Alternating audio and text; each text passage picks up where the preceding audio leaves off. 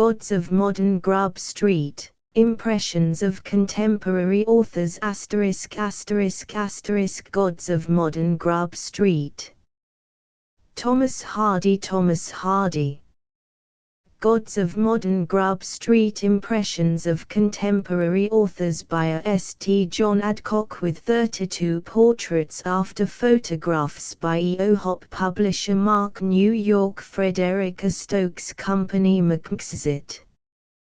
Copyright 1923 by Frederica Stokes Company, all rights reserved. Printed in the United States of America. Contents page. Thomas Hardy 3, Hilaire Belloc 13, Arnold Bennett 23, John Davies Beresford 33, John Buchan 43, Don Byrne 53, William Henry Davies 63, Walter de la Mare 73, Sir Arthur Conan Doyle 83, John Drinkwater 93, Geoffrey Farrenall 103, John Galsworthy 113, Sir Anthony Hope Hawkins 123, Arthur Stewart Menteth Hutchinson 133, Sheila K. Smith 143, Rudyard Kipling 153, William John Locke 163, Stephen McKenna 173, Compton Mackenzie 183, John Masefield 193, Alfred Edward Woodley Mason 203, William Somerset Maugham 213, William Babington Maxwell 223, Leonard Merrick 233, Alan Alexander Milne 243, Alfred Noyes 253, E. Phillips Oppenheim 263, May Sinclair 273, Frank Swinnerton 283, Hugh Walpole 293, Herbert George Wells 303, Israel Zangwill 313, Index 323. Illustrations facing page. Thomas Hardy Frontispiece, Hilaire Belloc 12, Arnold Bennett 22, John Davies Beresford 32, John Buchan 42, Don Byrne 52, William Henry Davies 62, Walter de la Mare 72, Sir Arthur Conan Doyle 82, John Drinkwater 92, Geoffrey Farrenall 102, John Galsworthy 112, Sir Anthony Hope Hawkins 122, Arthur Stewart Menteth Hutchinson 132, Sheila K. Smith 142, Rudyard Kipling 152, William John Locke 162, Stephen McKenna 172, Compton Mackenzie 182, John Masefield 192, Alfred Edward Woodley Mason 202, William Somerset Maugham 212, William Babington Maxwell 222, Leonard Merrick 232, Alan Alexander Milne 242, Alfred Noyes 252, E. Phillips Oppenheim 262, May Sinclair 272, Frank Swinnerton 282, Hugh Walpole 292, Herbert George Wells 302, Israel Zangwill 312. Thomas Hardy. Those who dissent from Byron's dictum that Keats was snuffed out by an article usually add that no author was ever killed by criticism, yet there seems little doubt that the critics killed Thomas Hardy the novelist, and our only consolation is that from the ashes of the novelist, phoenix-like rose Thomas Hardy the poet. As a novelist, Hardy began and finished his career in the days of Victoria, but though he has only been asserting himself as a poet since then, his earliest verse was written in the 60s. His first collection of poetry, the Wessex Poems, appeared in 1898, and his second in the closing year of the Queen's reign. These facts should give us pause when we are disposed to sneer again at Victorian literature. Even the youngest scribe among us is constrained to grant the greatness of this living Victorian, so if we insist that the Victorians are overrated, we imply some disparagement of their successors, who have admittedly produced no novelists that rank so high as Hardy, and few poets, if any, that rank higher.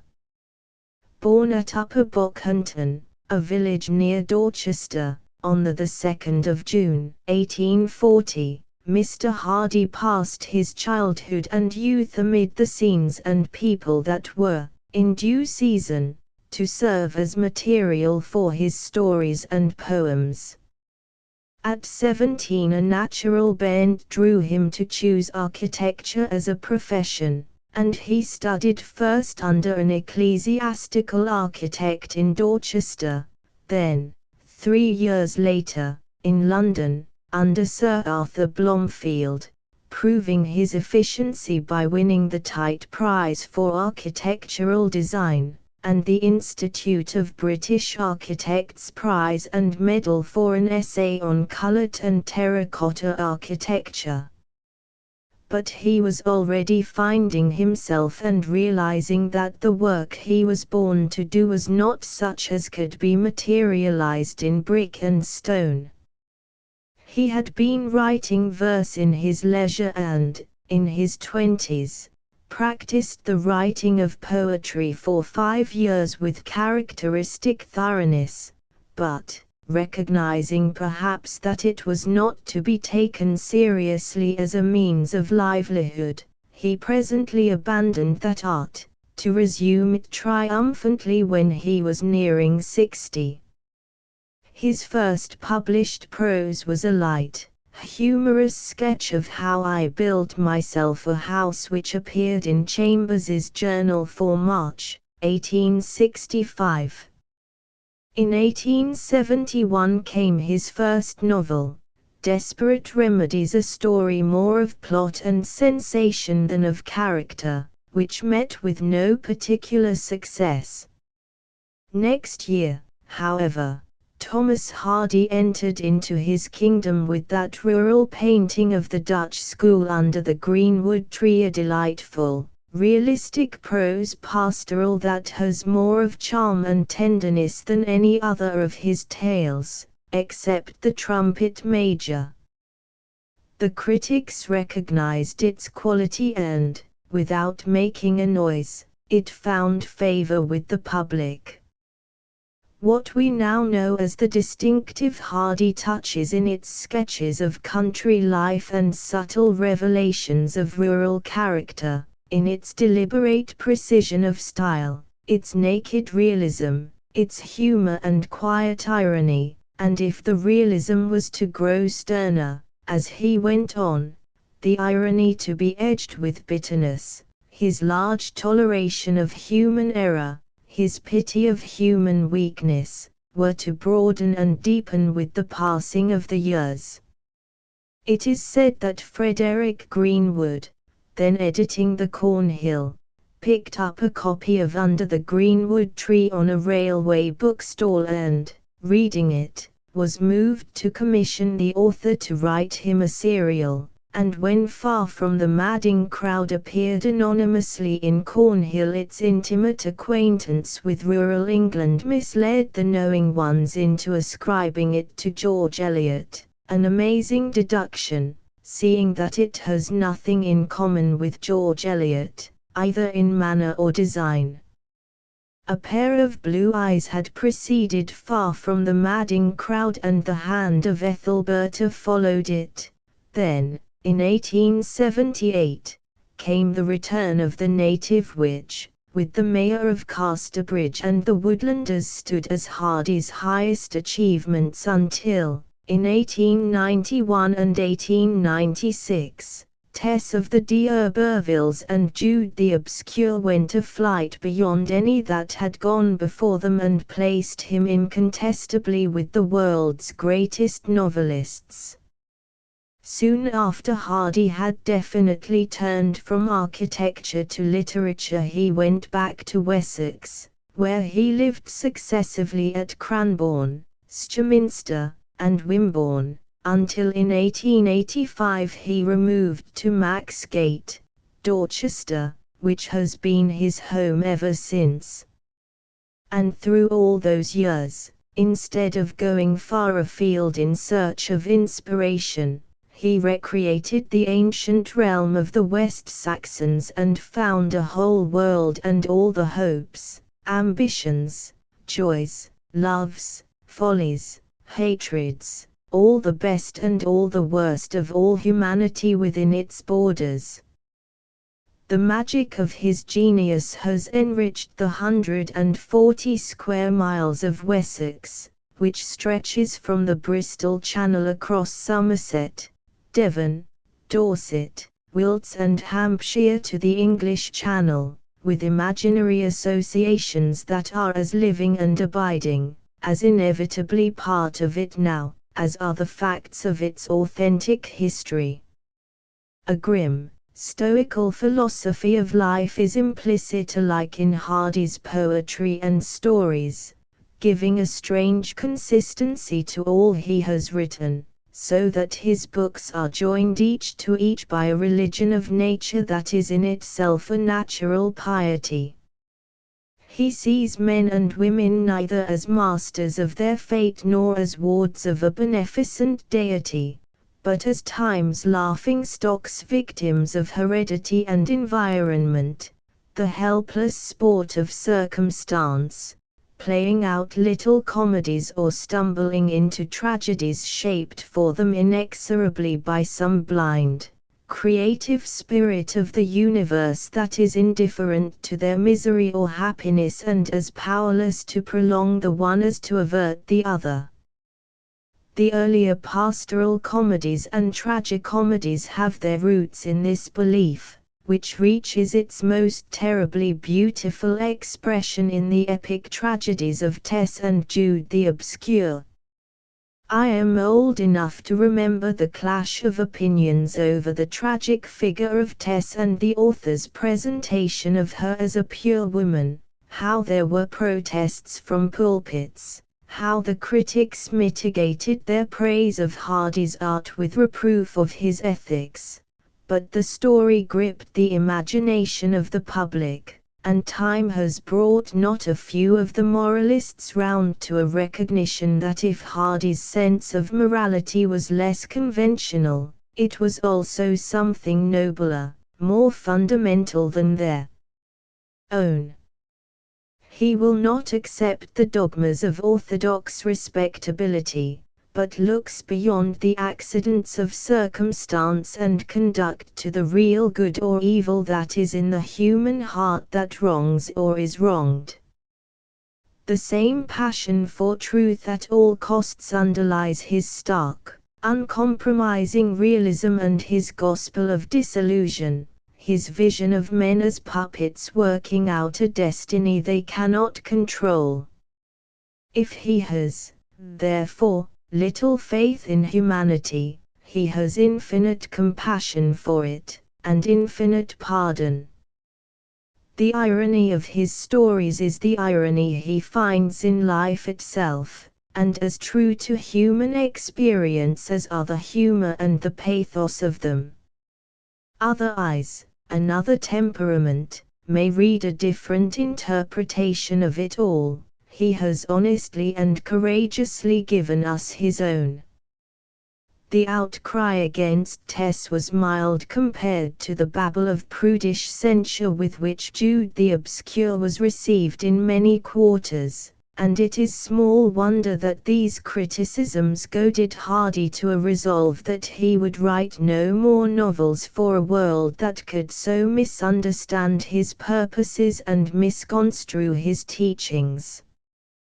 The well-beloved, though it appeared a year later than Jude, had been written and published serially 5 years before, and it was with Jude, when his power was at its zenith, that Thomas Hardy wrote finest to his work as a novelist.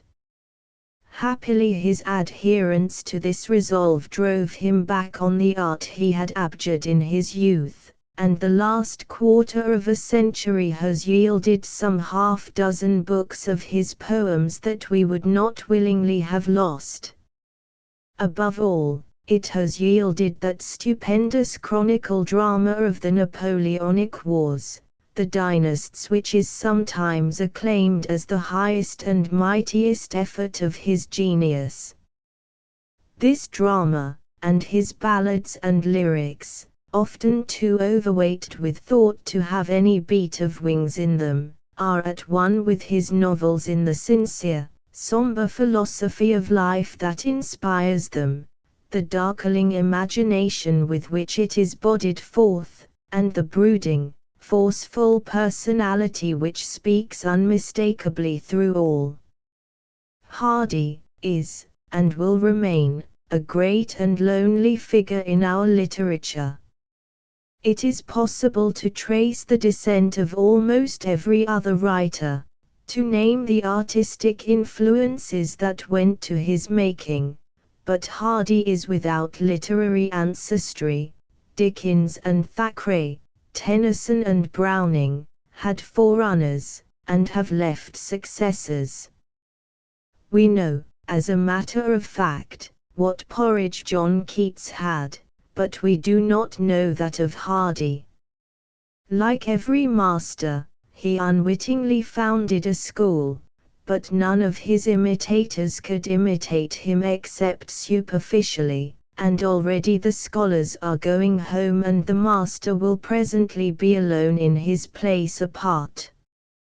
His style is peculiarly his own. As novelist and poet he has worked always within his own conception of the universe as consistently as he has worked within the scope and bounds of his own kingdom of Wessex, and within that circle none durst walk but he. Hilaire Belloc, Hilaire Belloc, Hilaire Belloc. So long and persistently has Hilaire Belloc been associated in the public mind with G.K. Chesterton. One ingenious jester has even linked and locked them together in an easy combination as the Chester-Belloc, that quite a number of people now have a vague idea that they are inseparables, collaborators, a sort of literary Siamese twins like Beaumont and Fletcher or Erckman-Chatrian, and the fact that one appears in this volume without the other may occasion some surprise. Let it be confessed at once that Chesterton's omission from this gallery is significant only of his failure, not in modern letters, but to keep any appointments to sit for his photograph. I regret his absence the less since it may serve as a mute protest against the practice of always bracketing his name with that of Hilaire Belloc. The magic influence of Belloc, which is supposed to have colored so many of GKC's views and opinions and even to have drawn him at length into the Roman Catholic community, must be little but legendary, or evidence of it would be apparent in his writings, and it is no more traceable there than the influence of Chesterton is to be found in Belloc's books. They share a dislike of Jews, which nearly equals that of William Bailey in Mr. Clutterbuck's Election. Chesterton has illustrated some of Belloc's stories, and Belloc, being an artist, too, has made charming illustrations for one of his own travel volumes. All the same, there is no more real likeness between them than there was between Dickens and Thackeray, or Tennyson and Browning, who were also, and are to some extent still, carelessly driven in double harness. Belloc's humor and irony are hard, often bitter. They have none of the geniality, nimbleness, perverse fantasy of Chesterton's.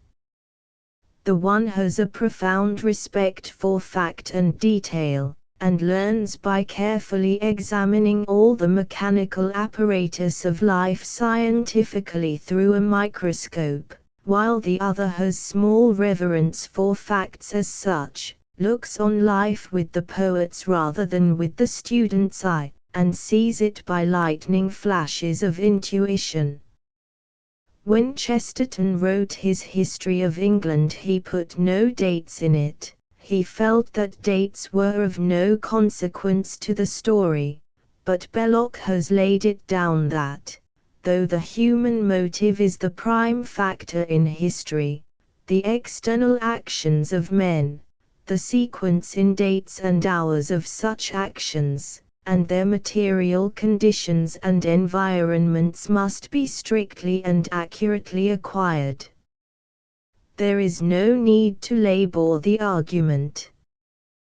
The Napoleon of Notting Hill is not more unlike Emmanuel Burden than their two authors are unlike each other, individually and in what they have written. Born at St. Cloud in 1870, Belloc was the son of a French barrister. His mother, an Englishwoman, was the granddaughter of Joseph Priestley, the famous scientist and Unitarian divine. She brought him over to England after the death of his father, and they made their home in Sussex, the country that has long since taken hold on his affections and inspired the best of his poems.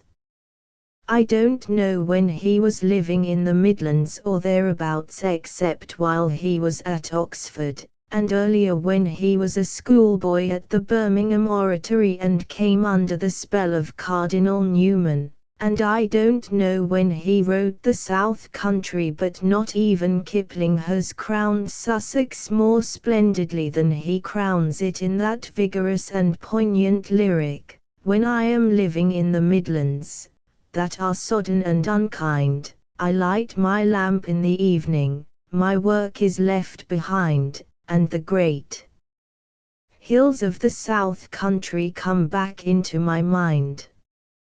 The great hills of the South Country, they stand along the sea, and it's there, walking in the high woods, that I could wish to be, and the men that were boys when I was a boy walking along with me. If ever I become a rich man, or if ever I grow to be old, I will build a house with a deep thatch to shelter me from the cold, and there shall the Sussex songs be sung and the story of Sussex told.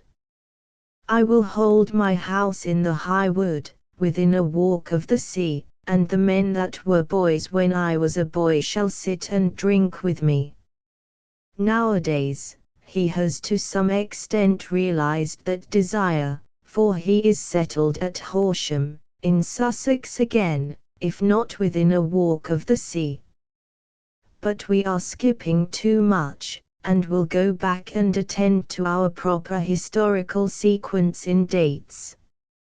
His school days over, he accepted the duties of his French citizenship and served his due term in the army of France, as driver in an artillery regiment. These military obligations discharged, he returned to England, went to Oxford, and matriculated at Balliol. He ran a dazzling career at Oxford, working assiduously as a student, carrying off the Brackenbury Scholarship and a first class in honour history schools, and at the same time revelled joyously with the robust, gloried in riding and swimming and coruscated brilliantly in the Union debates. His vivid, dominating personality seems to have made itself felt among his young contemporaries there as it has since made itself felt in the larger worlds of literature and politics, though in those larger worlds his recognition and his achievements have never, so far, been quite commensurate with his extraordinary abilities or the tradition of power that has gathered about his name. In literature, high as he stands, his fame is less than that of men who have not a tithe of his capacity, and in politics he remains a voice crying in the wilderness, a leader with no effective following.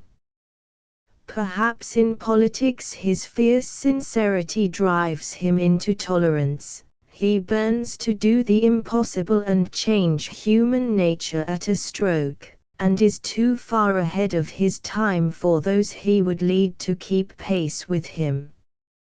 And perhaps in literature he lacks some gift of concentration, dissipates his energies over too many fields, and is too much addicted to the use of irony, which it has been said, not without reason, is regarded with suspicion in this country and never understood. Swift is admittedly our supreme master in that art, and there is nothing more ironic in his most scathingly ironical work, Gulliver's Travels, than the fact that Gulliver is only popular as an innocently amusing book for children. Belloc began quietly enough, in 1895, with a little unimportant book of verses and sonnets. He followed this in the next 4 years with 4 delightfully, irresponsibly absurd books of verses and pictures, such as The Bad Child's Book of Beasts, More Beasts for Worse Children, publishing almost simultaneously in 1899 The Moral Alphabet and his notable French Revolution study of Danton. In a later year he gave us simultaneously the caustic, frivolous Lambkin's Remains and his book on Paris, and followed it with his able monograph on Robespierre. It was less unsettling, no doubt, when Caliban's Guide to Letters was closely succeeded by the first and most powerful of his ironic novels, Emmanuel Burden, but serious people have never known where to have him. He collects his essays under such careless titles as On Nothing, On Anything, This and That, or simply On, and the same year that found him collaborating with Cecil Chesterton in a bitter attack on the party system found him collaborating with Lord Basil Blackwood in the farcical More Peers and issuing acute technical expositions of the battles of Blenheim and Malplaquet. His novels, Emmanuel Burden, Mr. Clutterbuck's Election, A Change in the Cabinet, The Mercy of Allah, and the rest, satirize the chicanery and humbug rampant in modern commerce, finance, politics, and general society, and are too much in earnest to attempt to tickle the ears of the groundlings. For 4 years, in the first decade of the century, Belloc sat in Parliament as member for Salford, but the tricks, hypocrisies, insincerities of the politicians disgusted and exasperated him. He was hampered and suppressed in the House by its archaic forms, and instead of staying there stubbornly to leaven the unholy lump, he came wrathfully out, washing his hands of it, to attack the party system in the press, and inaugurate the witness in which he proceeded to express himself on the iniquities of public life forcefully and with devastating candor. No journalist wielded a more potent pen than he through the dark years of the war. His articles in Land and Water, recording the various phases of the conflict, criticizing the conduct of campaigns, explaining their course and forecasting developments, drew thousands of readers to sit every week at his feet, and were recognized as the cleverest, most searching, most informing of all the many periodical reviews of the war that were then current. That his prophecies were not always fulfilled meant only that, like all prophets, he was not infallible. His vision, his intimate knowledge of strategy, his mastery of the technique of war were amazing, yet not so amazing when you remember his service in the French army and that he comes of a race of soldiers. One of his mother's forebears was an officer in the Irish brigade that fought for France at Fontenoy, and 4 of his father's uncles were among Napoleon's generals, one of them falling at the head of his charging troops at Waterloo. It were but natural he should derive from such stock not merely a love of things military but that ebullient, overpowering personality which many who come in contact with him find irresistible. As poet, he has written 3 or 4 things that will remain immortal in anthologies. As novelist, he has a select niche to himself. The Girondin indicates what he might have become as a sheer romantist, but he did not pursue that vein. His books of travel, particularly The Path to Rome and Esto Perpetua, are unsurpassed in their kind by any living traveler. As historian, essayist, journalist, he ranks with the highest of his contemporaries. Nevertheless, you are left with a feeling that the man himself is greater than anything he has done.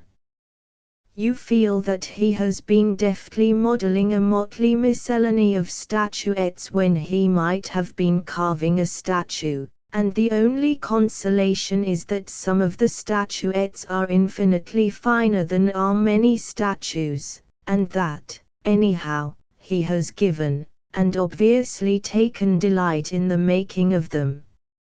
Arnold Bennett. If his critics are inclined to write Arnold Bennett down as a man of great talent instead of as a man of genius, he is himself to blame for that. He has not grown long hair, nor worn eccentric hats and ties, not cultivated anything of the unusual appearance and manner that are vulgarly supposed to denote genius. In his robust, common-sense conception of the literary character, as well as in certain aspects of his work, he has affinities with Anthony Trollope. Trollope used to laugh at the very idea of inspiration. He took to letters as sedulously and systematically as other men take to farming or shopkeeping, wrote regularly for 3 or 4 hours a day, whether he was well or ill, at home or abroad, doing in those hours always the same number of words, and keeping his watch on the table beside him to regulate his rate of production. He was intolerant of the suggestion that genius is a mysterious power which controls a man, instead of being controlled by him, that the spirit bloweth, and is still, and the author is dependent on such vagrant moods, and he justified his opinions and his practices by becoming one of the half-dozen greater Victorian novelists. I do not say that Arnold Bennett holds exactly the same beliefs and works in the same mechanical fashion, but that his literary outlook is as practical and businesslike is apparent from the truth about an author, from the author's craft, literary taste, and other of those pocket philosophies that he wrote in the days when he was pot-boiling, and also from the success with which, in the course of his career, he has put his own precepts into practice. The author who is reared in an artistic atmosphere, free from monetary embarrassments, with social influence enough to smooth his road and open doors to him, seldom acquires any profound knowledge of life or develops any remarkable quality. But Bennett had none of these disadvantages. Nor was he an infant phenomenon, rushing into print before he was out of his teens. He took his time, and lived a while before he began to write about life, and did not adopt literature as a means of livelihood until he had sensibly made up his mind what he wanted to do and that he could do it. He was employed in a lawyer's office till he was 26, and had turned 30 when he published his first novel, A Man from the North. Meanwhile, he had been writing stories and articles experimentally, and, having proved his capacity by selling a sufficient proportion of these to various periodicals, he threw up the law to go as assistant editor, and afterwards became editor, of a magazine for women, which may, in a measure, account for his somewhat cynical views on love and marriage and the rather pontifical cocksureness with which he often delivers himself on those subjects. In 1900 he emancipated himself from the editorial chair and withdrew into the country to live quietly and economically and devote himself to ambitions that he knew he could realize. He had tried his strength in A Man from the North and settled down now, deliberately and confidently, to become a novelist and a dramatist. He was out for success in both callings, and did not mean to be long about getting it, if not with the highest type of work, then with the most popular. For he was too eminently practical to have artistic scruples against giving the public what it wanted if by so doing he might get into a position for giving it what he wanted it to have. He expresses the sanest, healthfulest scorn for the superior but unsaleable author who cries sour grapes and pretends to a preference for an audience fit though few. I can divide all the imaginative authors I have ever met, he has written, into two classes: those who admitted and sometimes proclaimed loudly that they desired popularity, and those who expressed a noble scorn or a gentle contempt for popularity. The latter, however, always failed to conceal their envy of popular authors, and this envy was a phenomenon whose truculent bitterness could not be surpassed even in political or religious life. And indeed, since the object of the artist is to share his emotions with others, it would be strange if the normal artist spurned popularity in order to keep his emotions as much as possible to himself. An enormous amount of dishonest nonsense has been and will be written by uncreative critics, of course in the higher interests of creative authors, about popularity and the proper attitude of the artist thereto. But possibly the attitude of a first-class artist himself may prove a more valuable guide. And he proceeds to show from his letters how keenly Meredith desired to be popular, and praises him for compromising with circumstance and turning from the writing of poetry that did not pay to the writing of prose in the hope that it would. I doubt whether he would sympathize with any man who starved for arts sake when he might have earned good bread and meat in another calling. The author should write for success, for popularity, that is his creed. He owes the practice of elementary common sense to himself, to his work, and to his profession at large.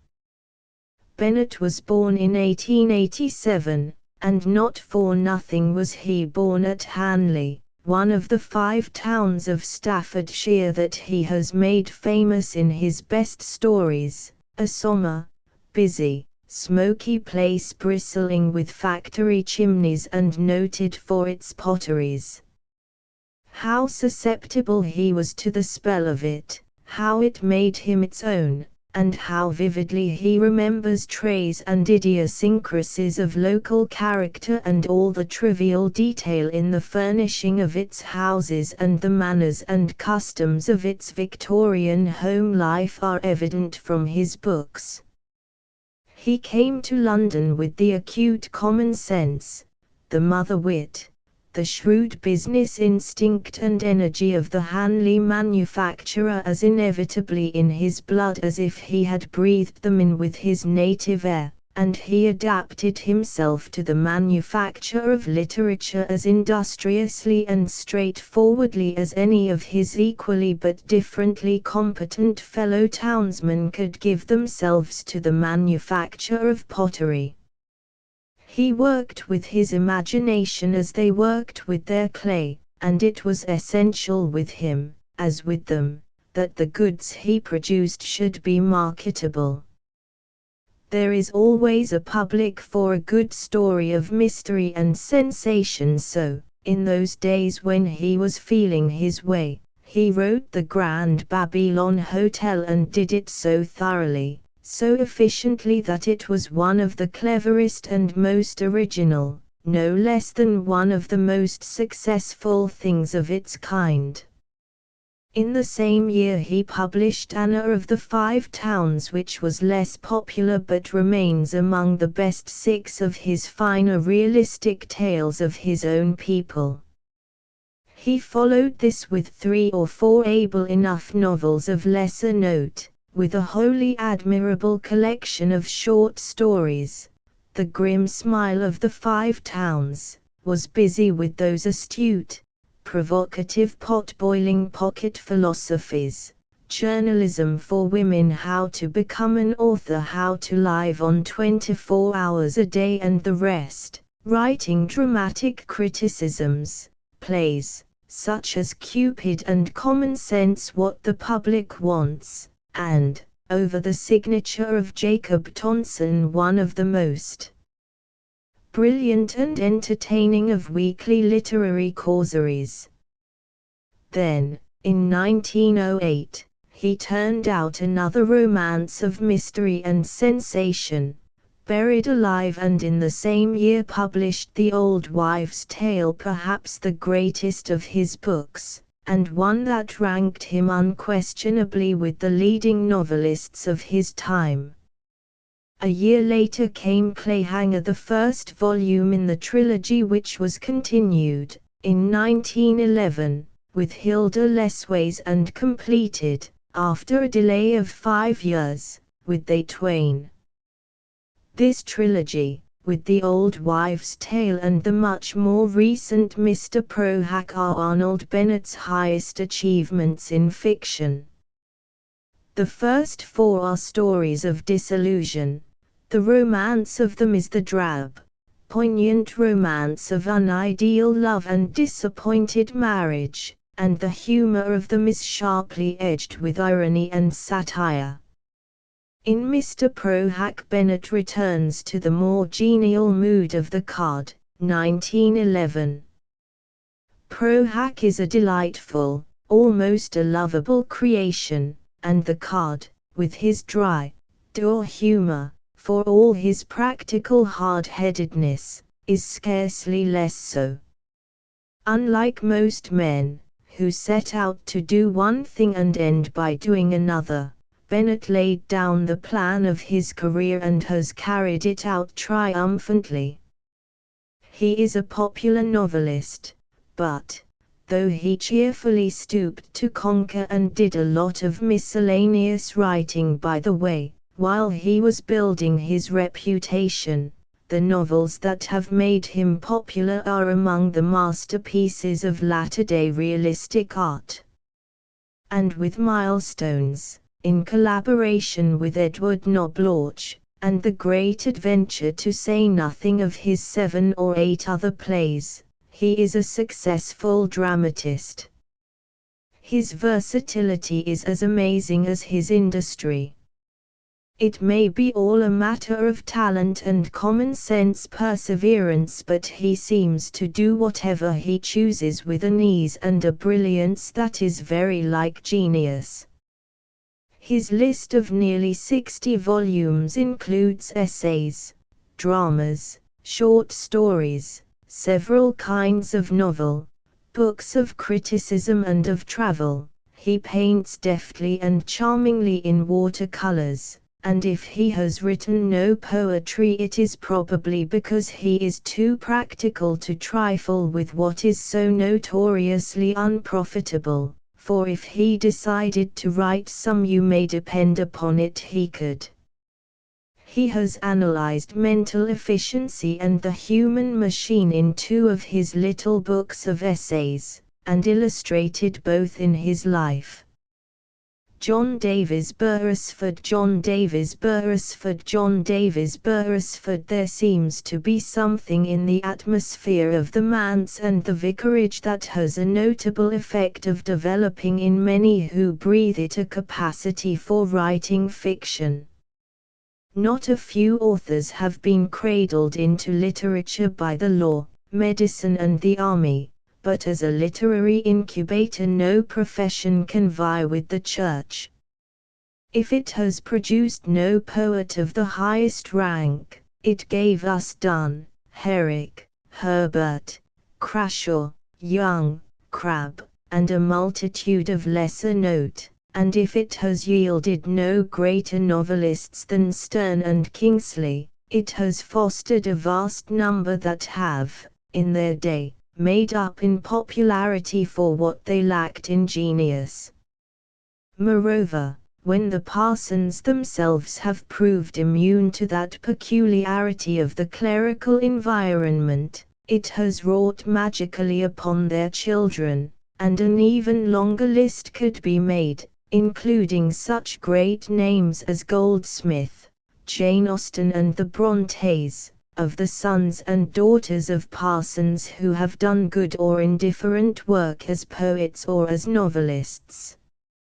Most of the novelists molded by such early influences have leaned rather to ideal or to glamorously or grimly romantic than to plainly realistic interpretations of life and character, and J.D. Beresford is so seldom romantic, or idealistic, so often realistically true to secular and unregenerate aspects of human nature, that, if he did not draw his clerical characters with such evident inside knowledge, you would not suspect that in his beginnings he had been subject to the limitations and repressions that necessarily obtain in an ecclesiastical household.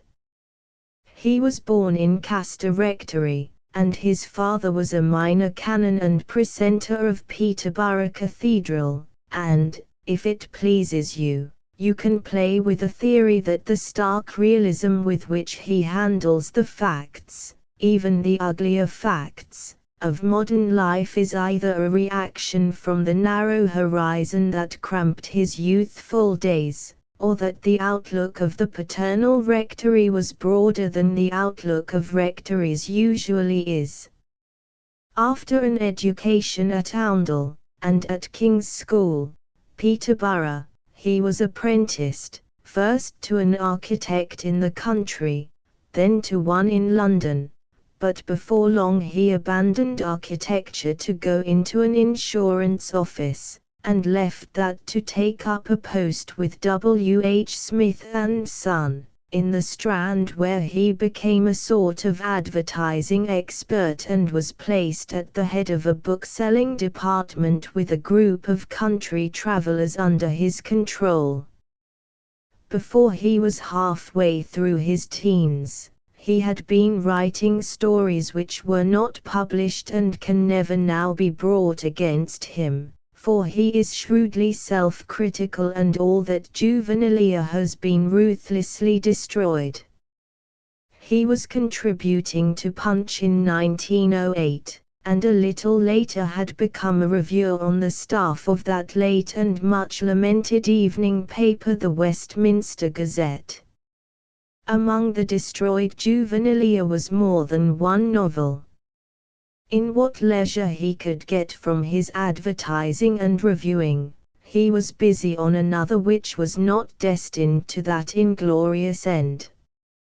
For though Jacob still was rejected by the first prominent publisher to whom it was offered, because, strangely enough, he considered it old-fashioned, it was promptly accepted by the second, and its publication in 1911 was the real beginning of Beresford's literary career. Had it been really old-fashioned, it would have delighted the orthodox reading public, which is always the majority, but its appeal was rather to the new and more advanced race of readers, and though its sales were not astonishing, its mature narrative skill and sound literary qualities were unhesitatingly recognized by the discriminating. It gave him a reputation, and has held its ground and gone on selling steadily ever since. One felt the restrained power of the book, alike in the narrative and in the intimate realization of character. Its careful artistry did not bid for popularity, but it ranked its author, at once, as a novelist who was considerably more than the mere teller of a readable tale. Jacob Still was the first volume in a trilogy, the other two being A Candidate for Truth and The Invisible Event, a trilogy which unfolds a story of common life that might easily have been throbbing with sentiment and noisy with melodramatic sensation. In Mr. Beresford's reticent hands, however, it is never overcharged with either, but is touched only with the natural emotions, subdued excitements, unexaggerated poignancies of feeling that are experienced by such men and women as we know. In the world as we know it.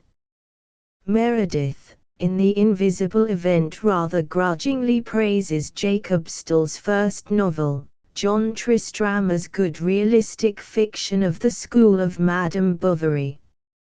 It's a recognized school, Meredith continued. I don't quite know anyone in England who's doing it, but it's recognized in France, of course. I don't quite know how to define it, but perhaps the main distinction is in the choice of the typical incidents and emotions. The realists don't concentrate on the larger emotions, you see, quite the reverse. They find the common feelings and happenings of everyday life more representative. You may have a big scene, but the essential thing is the accurate presentation of the commonplace. Yes, I think that is pretty much what I have tried to do, commented Jacob. I think that's what interests me. It's what I know of life. I've never murdered anyone, for instance, or talked to a murderer, and I don't know how it feels, or what one would do in a position of that sort. That is perhaps a pretty fair statement of Beresford's own aim as a novelist. He prefers to exercise his imagination on what he has observed of life, or on what he has personally experienced of it. And no doubt the Jacob Still trilogy draws much of its convincing air of truthfulness from the fact that it is largely autobiographical. In the first volume, the baby Jacob, owing to the carelessness of a nursemaid, meets with an accident that cripples him for the first 15 years of his existence. And just such an accident in childhood befell Mr. Beresford himself. In due course, after toying with the thought of taking holy orders, Jacob becomes an architect's pupil. A Candidate for Truth shows him writing short stories the magazines will not accept, and working on a novel. But before anything can be done with this, the erratic Cecil Barker gets tired of patronizing him and, driven to earn a livelihood, He takes a situation in an advertising agency and develops into an expert at writing advertisements. Then, having revised and rewritten his novel, he is dissatisfied with it and burns it. He does not begin to conquer his irresolutions and win some confidence in himself until after his disastrous marriage and separation from his wife, when he comes under the influence of the admirable Betty Gale, who loves him and defies the conventions to help him make the best of himself. Then he gets onto the reviewing staff of a daily newspaper, and writes another novel, John Tristram, and after one publisher has rejected it as old-fashioned, another accepts and publishes it, and though it brings him little money or glory, it starts him on the road to success, and he makes it the first volume of a trilogy. Where autobiography ends and fiction begins in these three stories is of no importance. What is not literally true in them is so imaginatively realized that it seems as truthful. Philip of God's counterpoint, who was injured by an accident in boyhood, is a pathological case. There are surrenderings to the morbid and abnormal in Housemates, one of the somberest of Beresford's novels, and in that searching and poignant study in degeneracy, The House in Demetrius Road. But if these are more powerful in theme and more brilliant in workmanship, they have not the simple, everyday actuality of the trilogy. They get their effects by violence, or by the subtle analysis of bizarre, unusual or unpleasant attributes of humanity, and the strength and charm of the still stories are that, without subscribing to the conventions, they keep to the common highway on which average men and women live and move and have their being. This is the higher and more masterly achievement, as it is more difficult to paint a portrait when the sitter is a person of ordinary looks than when he has marked peculiarities of features that easily distinguish him from the general run of mankind. Although, in his time, Mr. Beresford was an advertising expert, he has never acquired the gift of self-advertisement. But he found himself and was found by critics and the public while he still counted as one of our younger novelists and had been writing for less than a decade. He has a subdued humor that is edged with irony, and can write with a lighter touch, as he shows in the Jervis comedy and some of his short stories. And though one deprecates his excursions into eccentricities of psychology, for the bent of his genius is so evidently toward portraying what Meredith described to Still as the representative feelings and happenings of everyday life, one feels that he is more handicapped by his reticences than by his daring. He is so conscious an artist that he tones down all crudities of coloring, yet the color of life is often startlingly crude. An occasional streak of melodrama, a freer play of sentiment and motion would add to the vitality of his scenes and characters and intensify their realism instead of taking anything from it. But his native reticence would seem to forbid this, and he cannot let himself go. And because he cannot let himself go, he has not yet gone beyond the Jacob Still series, which, clever and cunninger art though some of his other work may be, remains the truest and most significant thing he has done. John Buchan, John Buchan, John Buchan. I have heard people express surprise that such a born romantist as John Buchan has turned his mind successfully to practical business, and been for so long an active partner in the great publishing house of Thomas Nelson and Sons. but there is really nothing at all surprising about that.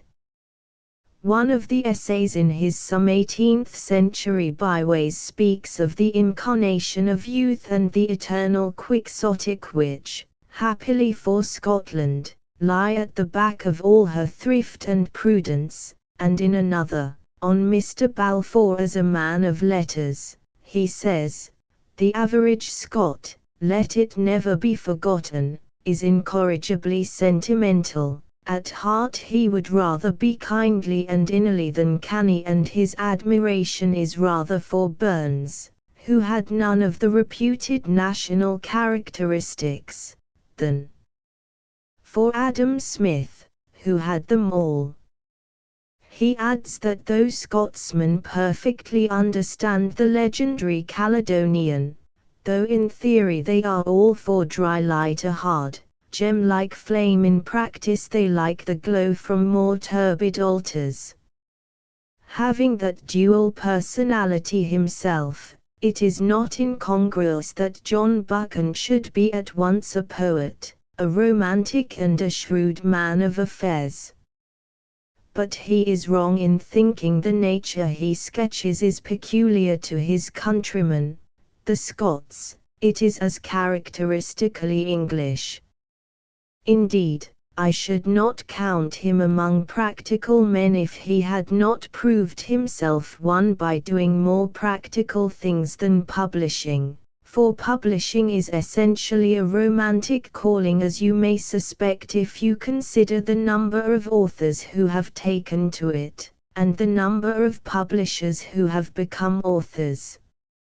Scott felt the lure of the trade, in the past, and in the present you have J.D. Beresford working at it with Collins and Sons, Frank Swinnerton first with Dent, now with Chatto and Windus, Frederick Watson, a brilliant writer of romances and of modern social comedy, with Nisbet, Michael Sadley with Constable, C.E. Lawrence, most fantastic and idealistic of novelists, with John Murray, Roger Ingram, writing with authority on Shelley and making fine anthologies, but disguised as one of the partners in Selwyn and Blount, Alec Waugh, joining that admirable essayist his father, Arthur Waugh, with Chapman and Hall, C.S. Evans, whose Nash and others may stand on the shelf by Kenneth Graham's Golden Age, with Hindmans, B.W. Matz, the Dickens enthusiast and author of many books about him, running in harness with Cecil Palmer. You have Grant Richards writing novels that are clever enough to make some of his authors wonder why he publishes theirs. Sir Ernest Hodder Williams, an author, with at least half a dozen successful books to his name. Herbert Jenkins, a popular humorist and doing sensational detective stories. Sir Algernon Methuen, developing a passion for compiling excellent anthologies of poetry, and there are others.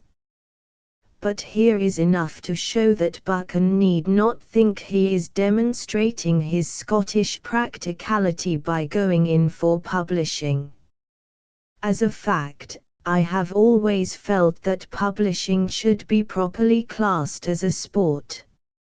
It is more speculative than racing, and I do not see how any man on the turf can get so much excitement and uncertainty by backing a horse as he could get by backing a new book. You can form a pretty reliable idea of what a horse is capable of before you put your money on it, but for the publisher, more often than not, it is all a game of chance, since whether he wins or loses depends less on the quality of the book than on the taste of the public, which is uncalculable. So when Buchan went publishing, he was merely starting to live romance as well as to write it. A son of the manse, he was born in 1875, and going from Edinburgh University to Brasenose, Oxford, he took the Newdigate Prize there, with other more scholarly distinctions, and became president of the Union. Even in those early days he developed a love of sport, and found recreation in mountaineering, deer stalking and fishing.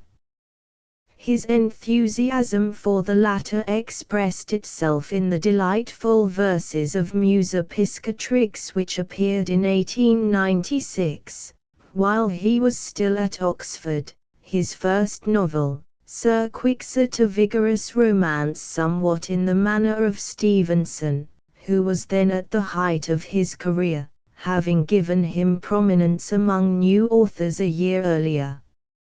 I recollect the glowing things that were said of one of his finest, most brilliantly imaginative romances, John Burnet of Barnes, in 1898, and with the fame of that going before him he came to London. There he studied law in the Middle Temple, and was called to the bar, but seems to have been busier with literary and journalistic than with legal affairs, for two more books, Grey Weather and A Lost Lady of Old Years, came in 1889, The Half-Hearted in 1900, and meanwhile he was occupied with journalism and contributing stories to the magazines. Then for 2 years he sojourned in South Africa as private secretary to Lord Milner, the High Commissioner.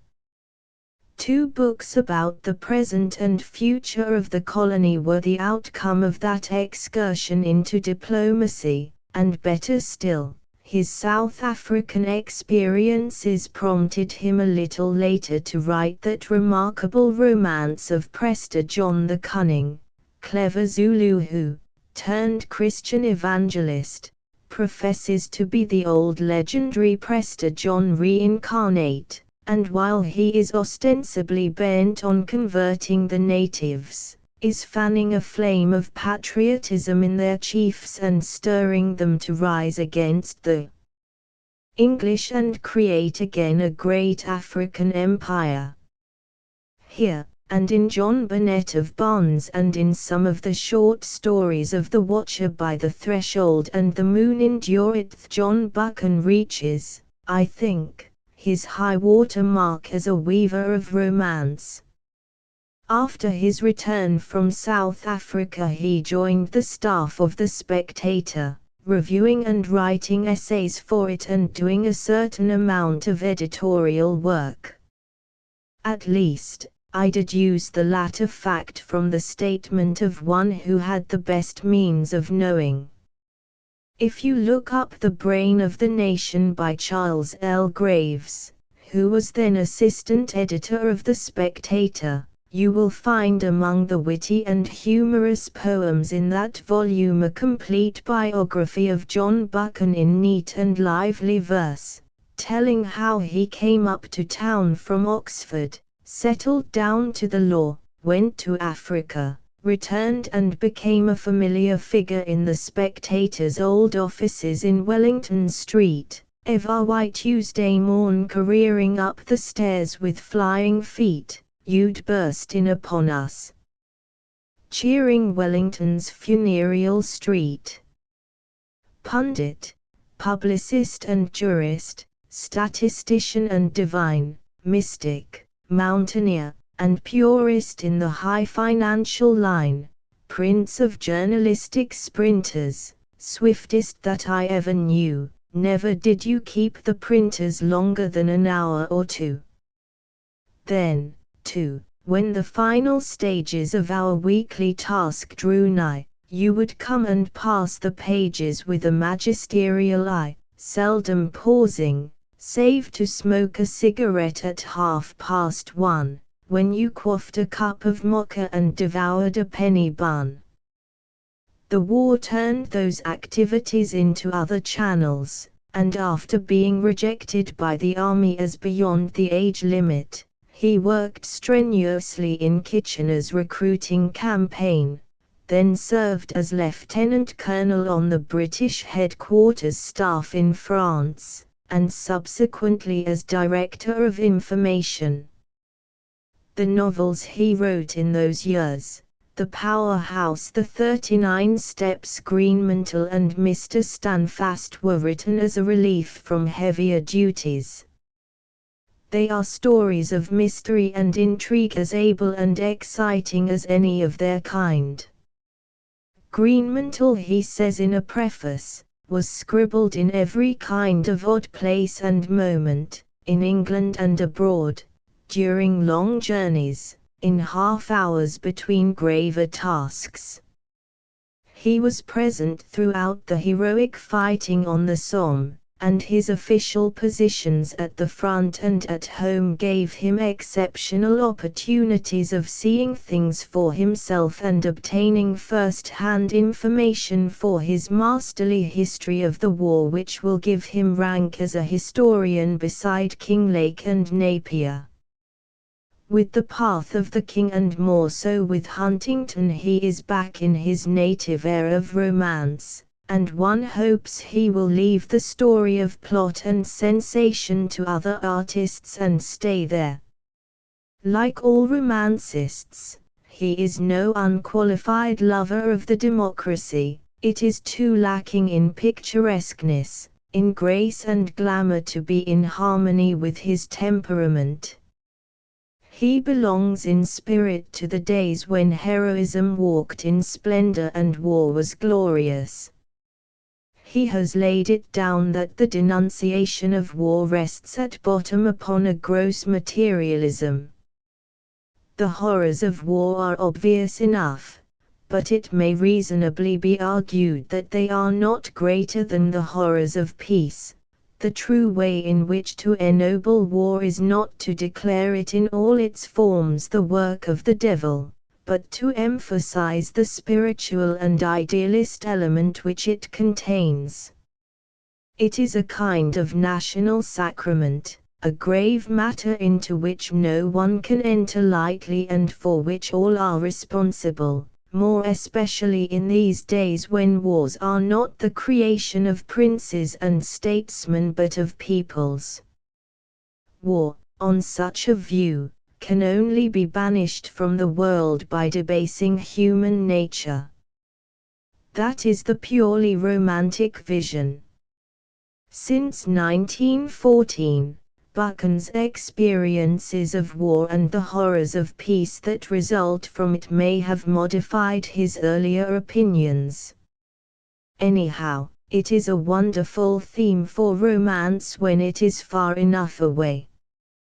It shows at its best in such chivalrous tales of adventure and self-sacrifice as have gathered round the gallant figure of the young Pretender.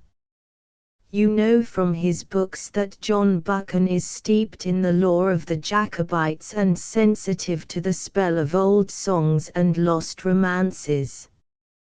Dedicating The Watcher by the Threshold to Sterag New Gillen, he says, "It is of the back world of Scotland that I write, the land behind the mist and over the Severn Bens, a place hard of access for the foot passengers but easy for the maker of stories."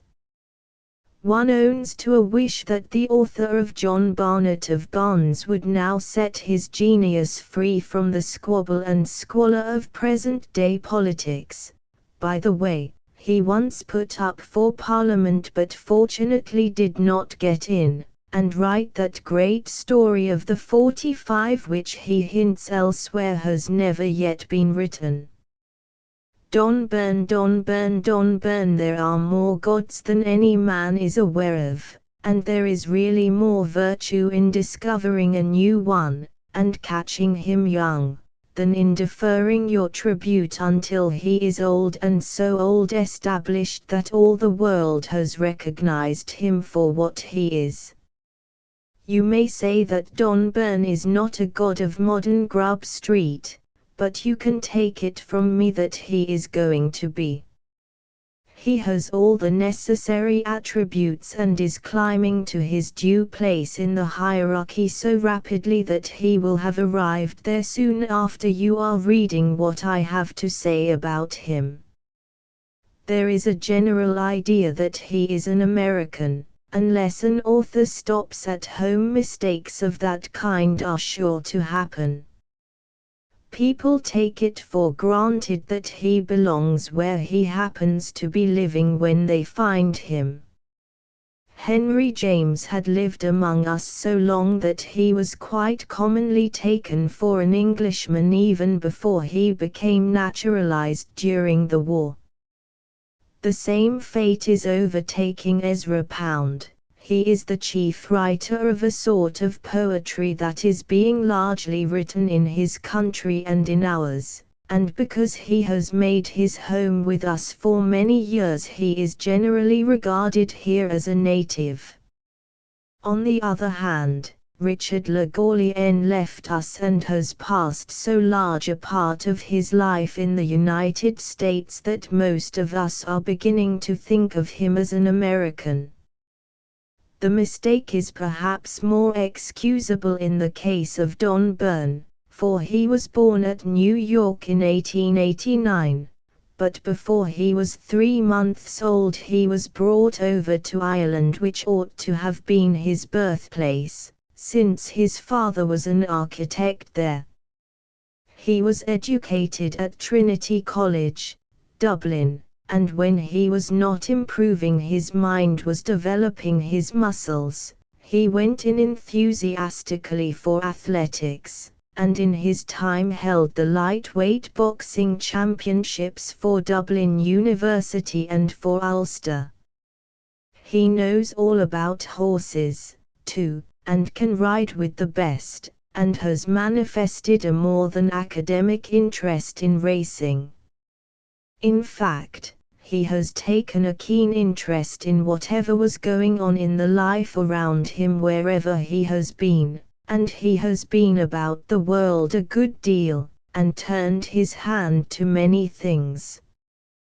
There is something Gallic as well as Gaelic in his wit, his vivacity, his swiftly varying moods. He is no novelist who has done all his traveling in books and dug up his facts about strange countries in a reference library. When he deals with ships his characters are not such as keep all the while in the saloon cabin, they are the ship's master and the sailors, and you feel there is a knowledge of the sea behind them when he gets them working, and if he had not been an athlete himself he could not have described with such vigor and realistic gusto that great fight between Shane Campbell and the wrestler from Aleppo in The Wind Bloweth. How much of personal experience has gone into his novels is probably more than he could say himself. But when he is picturing any place that his imaginary people visit, you know from a score of casual, intimate touches that he, too, has been there, and is remembering it while he writes. Take this vivid sketch of Marseilles, for example. Obvious and drowsy it might seem, but once he went ashore, the swarming, teeming life of it struck Shane like a current of air. Along the quays, along the Canebière, was a riot of color and nationality unbelievable from aboard ship.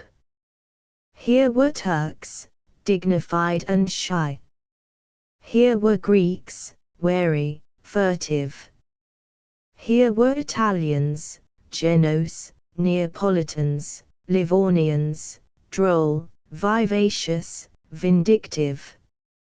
Here were Moors, here were Algerians, black African folk, sneering, inimical. Here were Spaniards, with their walk like a horse's lope.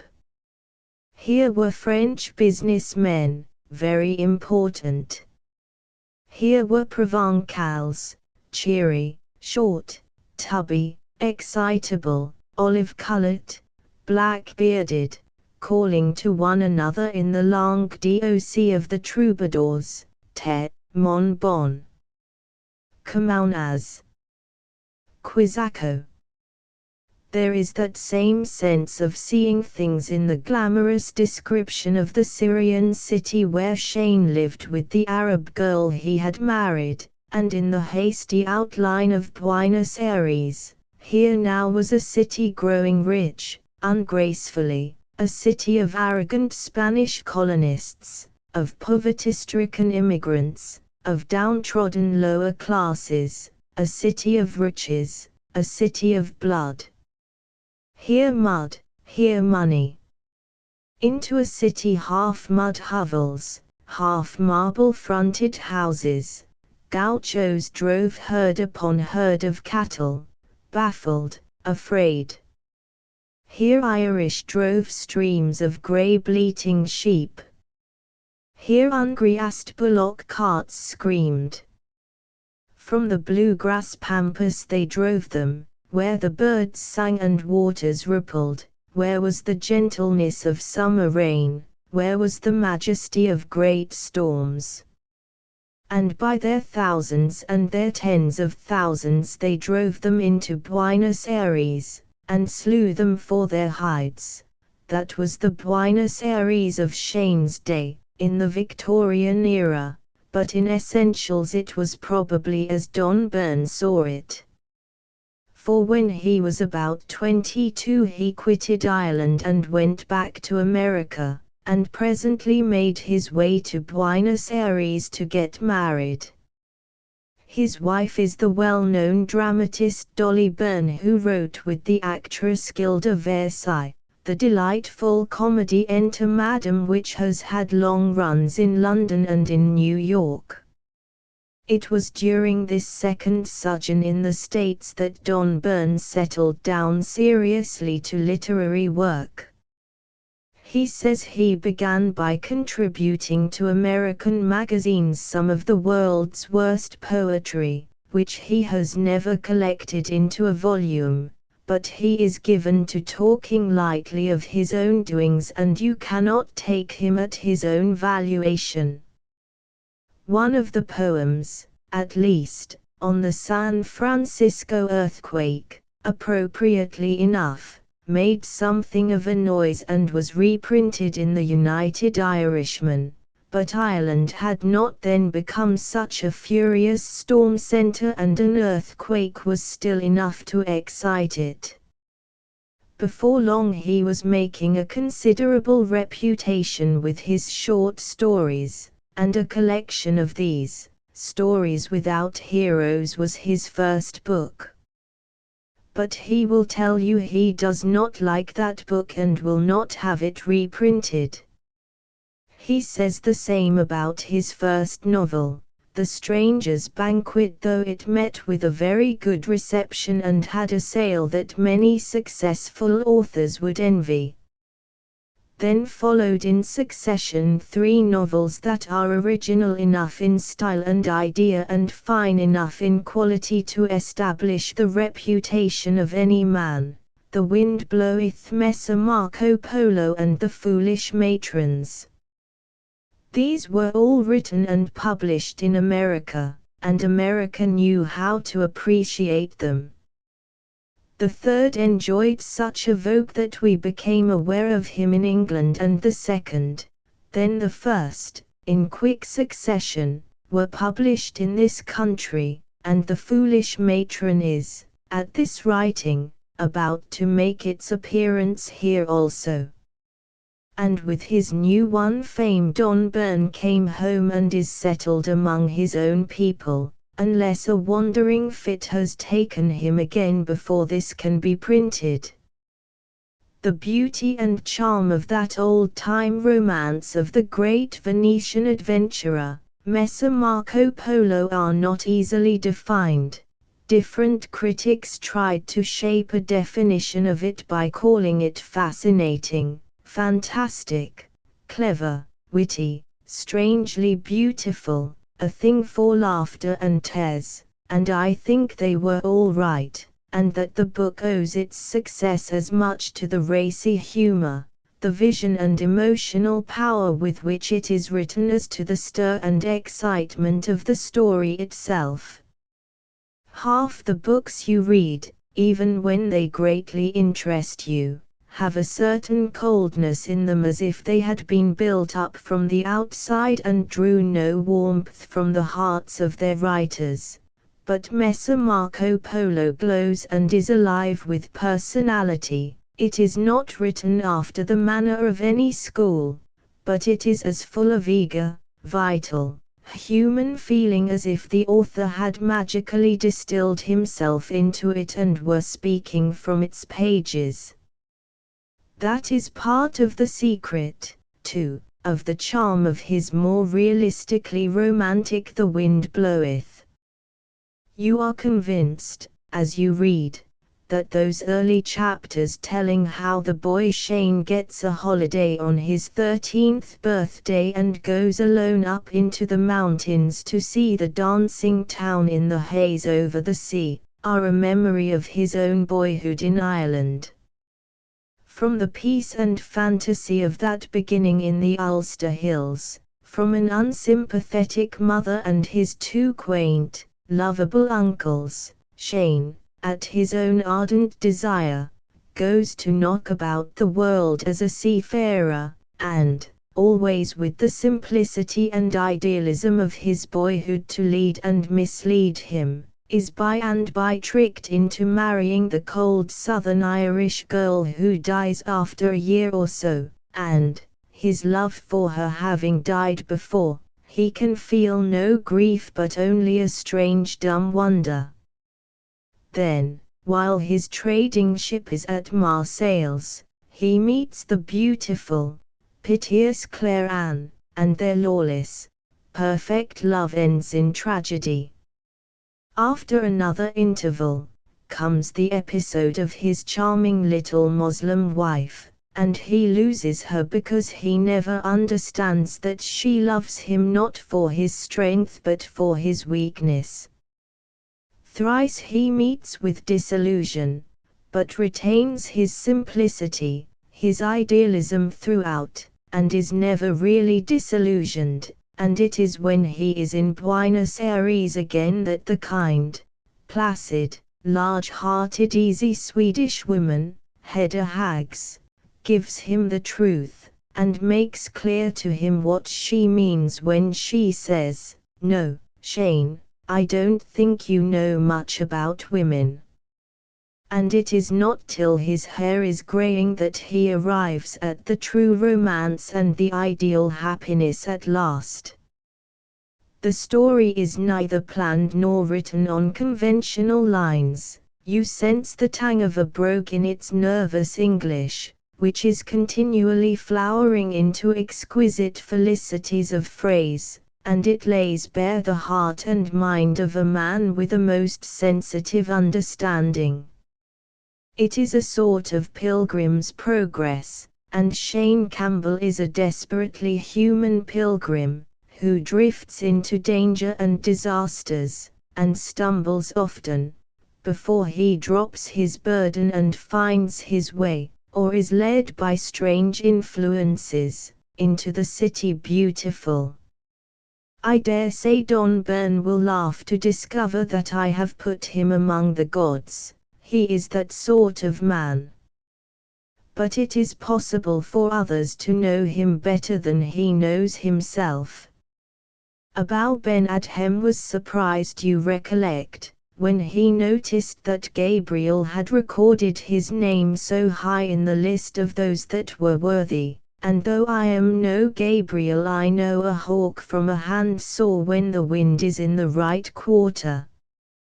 William Henry Davies, William Henry Davies, William Henry Davies. The lives of most modern poets would make rather tame writing, which is possibly why so much modern poetry makes rather tame reading.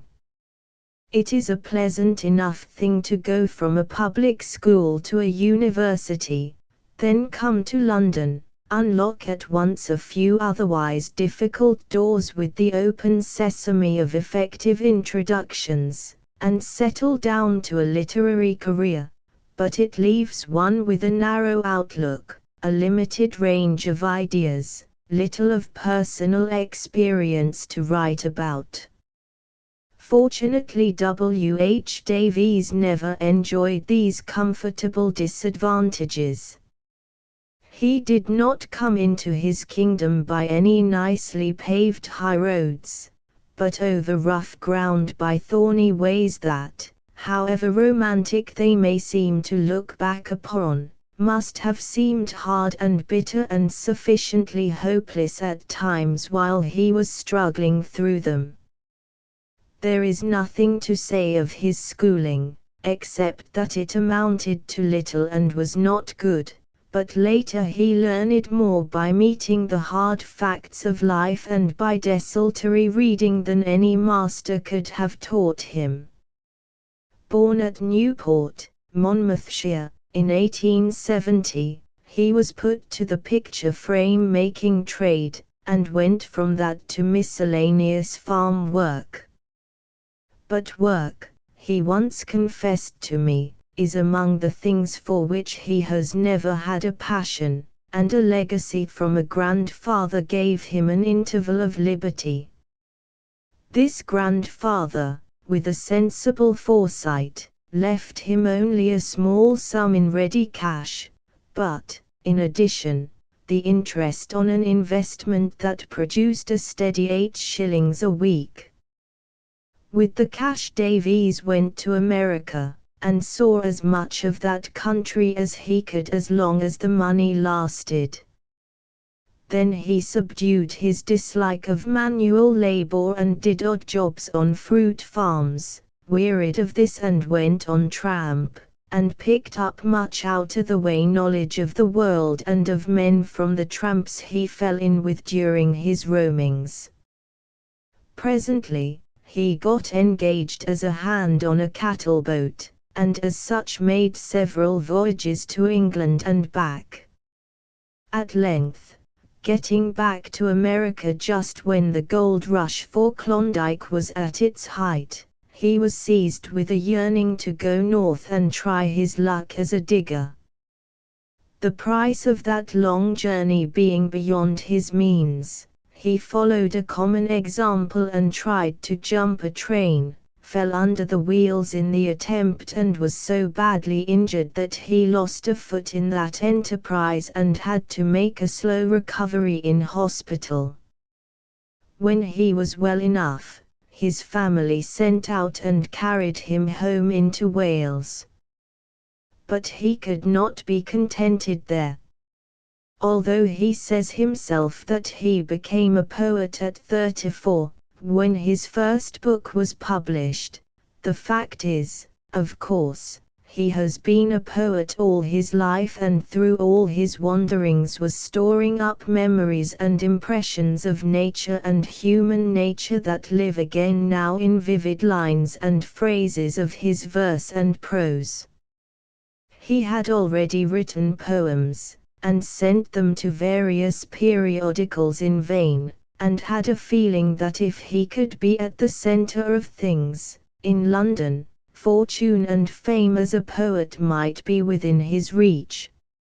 So to London he came, early in the century, and took up residence in a common lodging house at Southwark, his 8 shillings a week sufficing to pay his rent and keep him in food. The magazines remaining obdurate, he collected his poems into a book, and started to look for a publisher.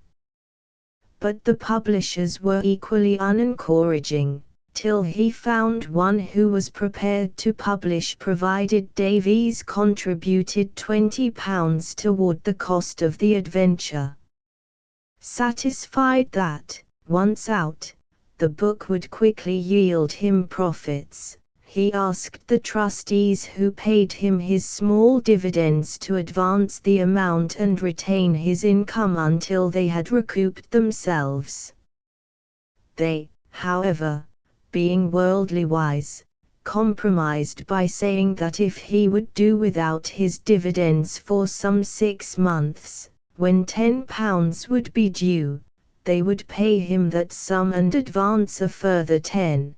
Paying him no more till the second 10 was duly refunded. This offer he accepted, and he tramped the country as a peddler, selling laces, needles and pins, and occasionally singing in the streets for a temporary livelihood. When the 6 months were past, he returned to London, took up his old quarters at the lodging house, drew the £20, and before long The Soul's Destroyer and Other Poems made its appearance. But so far from putting money in his purse, it was received with complete indifference. 50 copies went out for review, but not a single review was given to it anywhere. No publisher's name was on the title page, but an announcement that the book was to be had, for £0.50, of the author, Farmhouse, Marshall C. Road S.E., and possibly this conveyed an impression of unimportance that resulted in its remaining unread. After a week or so, seeing himself with no money coming in for the next few months, the author became desperate. He compiled from who's who at a public library a list of people who might be expected to take an interest in poetry, and posted a copy of his book to each with a request that, if it seemed worth the money, he would remit the £0.50. One of the earliest went to a journalist who was, in those days, connected with the Daily Mail. He read it at once and recognized that though there were crudities and even doggerel in it, there was also in it some of the freshest and most magical poetry to be found in modern books. Mingled with grimly realistic pictures of life and character in the Doss House were songs of the field and the wayside written with all Clare's minute knowledge of nature and with something of the imagination and music of Blake. Being a journalist, he did not miss the significance of this book issuing from a common lodging house, and one, by the way, that is described in a sketch of Dickens, could easily read a good deal of the poet's story between the lines of his poems, promptly forwarded his remittance and asked Davies to meet him. Not sure that he would be welcome at the Doss House, he suggested a rendezvous on the north of London Bridge, and a few evenings later the meeting came about at Finch's Tavern in Bishopsgate Street within. To help you to identify me, Davies had written, I will have a copy of my book sticking out of my pocket, and there he was, a short, sturdy young man, uncommunicative at first, as shy as a squirrel, bright-eyed, soft of speech, and with a general air about him of some woodland creature lost and uneasy in a place of crowds. By degrees his shyness diminished, and in the course of a 2 hours' session in that bar he unfolded the whole of his story without reserve. Then said the journalist, if I merely review your book it will not sell a dozen copies. But if you will let me combine with a review an absolutely frank narrative of your career, I have an idea we can rouse public interest to some purpose. This permission being given, such an article duly appeared in the news columns of the Daily Mail, and the results were more astonishing than anyone could have foreseen.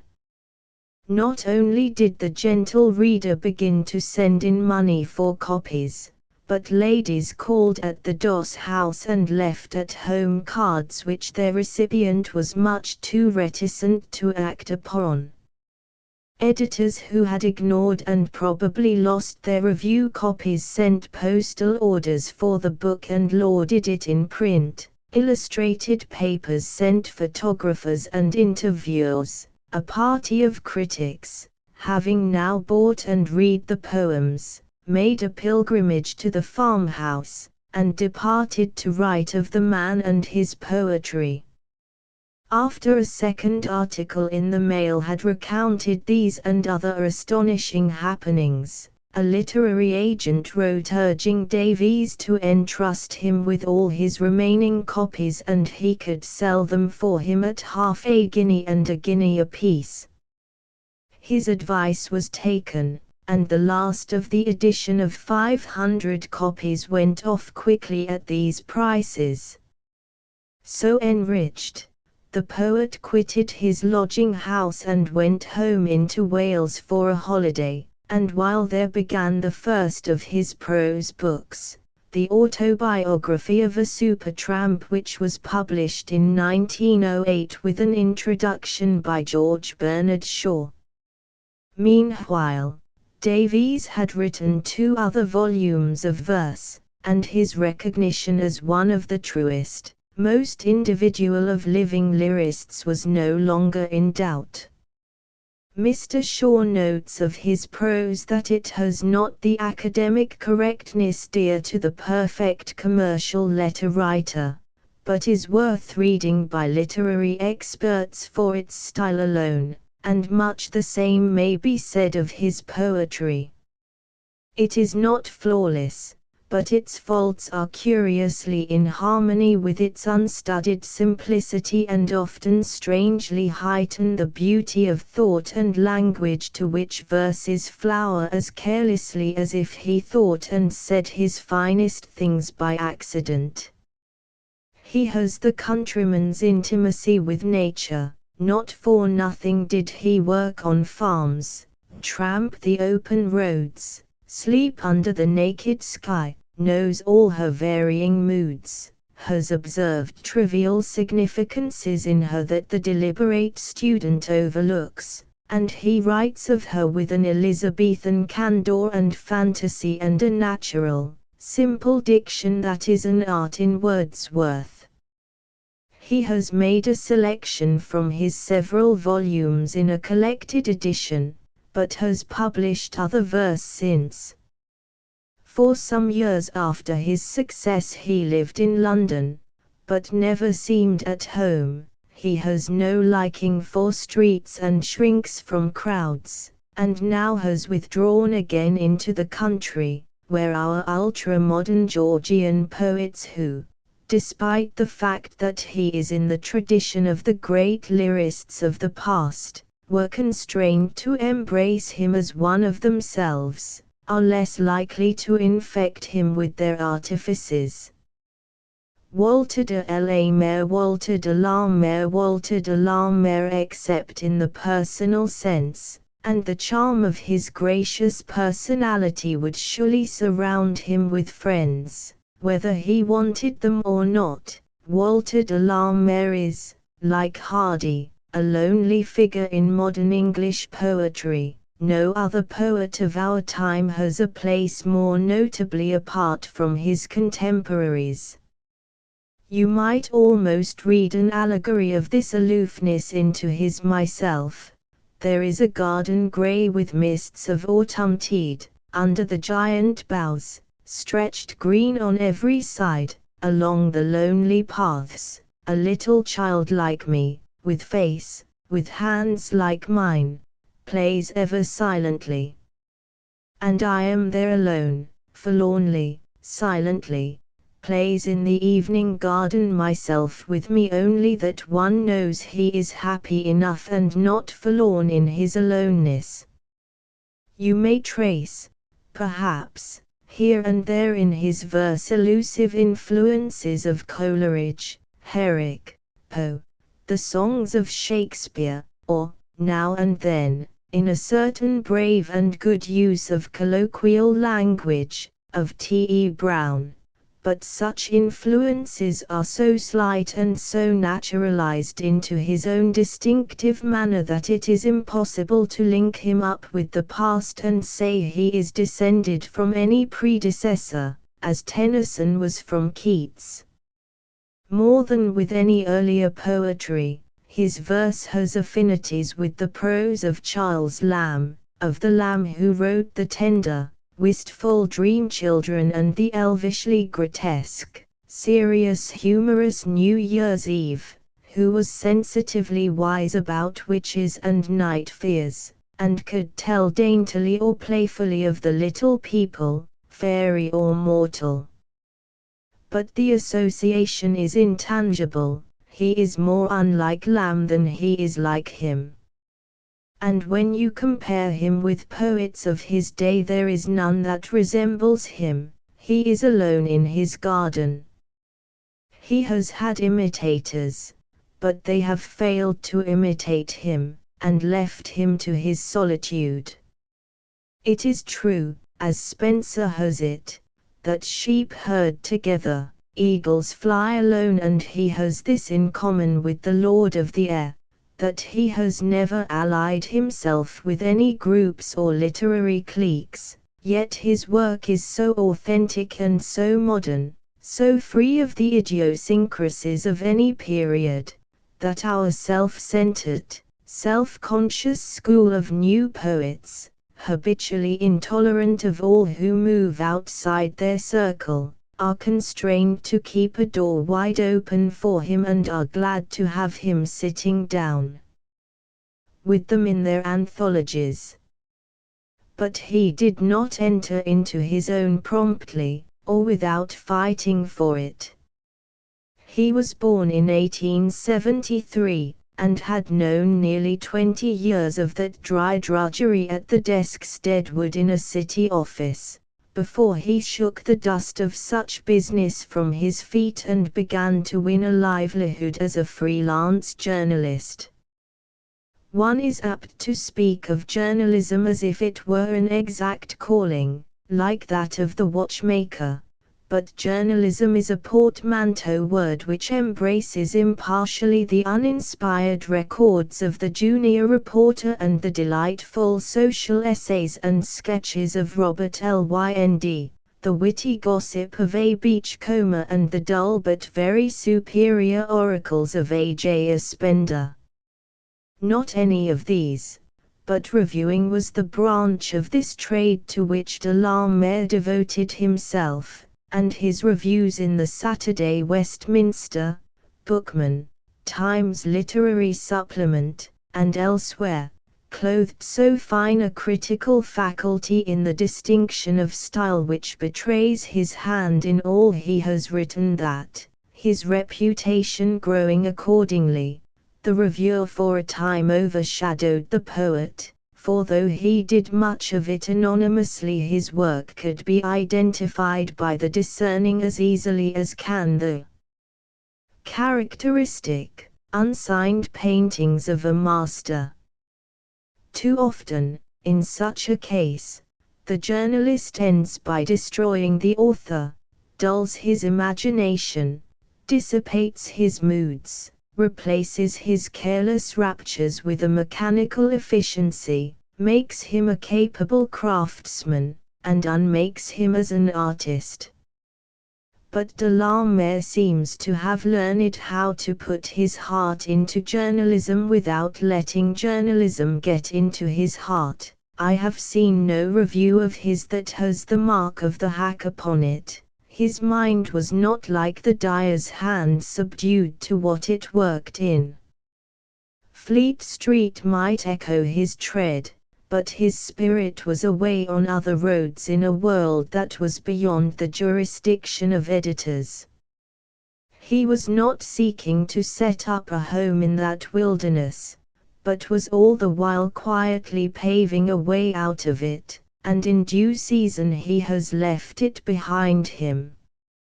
A good deal of what he wrote then bore the pseudonym of Walter Rommel, a transparent anagram, and throughout those days he went on contributing poems, stories, prose fantasies to Cornhill, the English Review, and other periodicals. In 1902 he had published Songs of Childhood, a first revelation of his exquisite genius for writing quaint nursery rhymes, dainty, homely, furry lyrics and ballads that can fascinate the mind of a child, or of any who has not forgotten his childhood, a genius that flowered to perfection 11 years later in Peacock Pie. Henry Brocken, 1904, showed another side of his gift.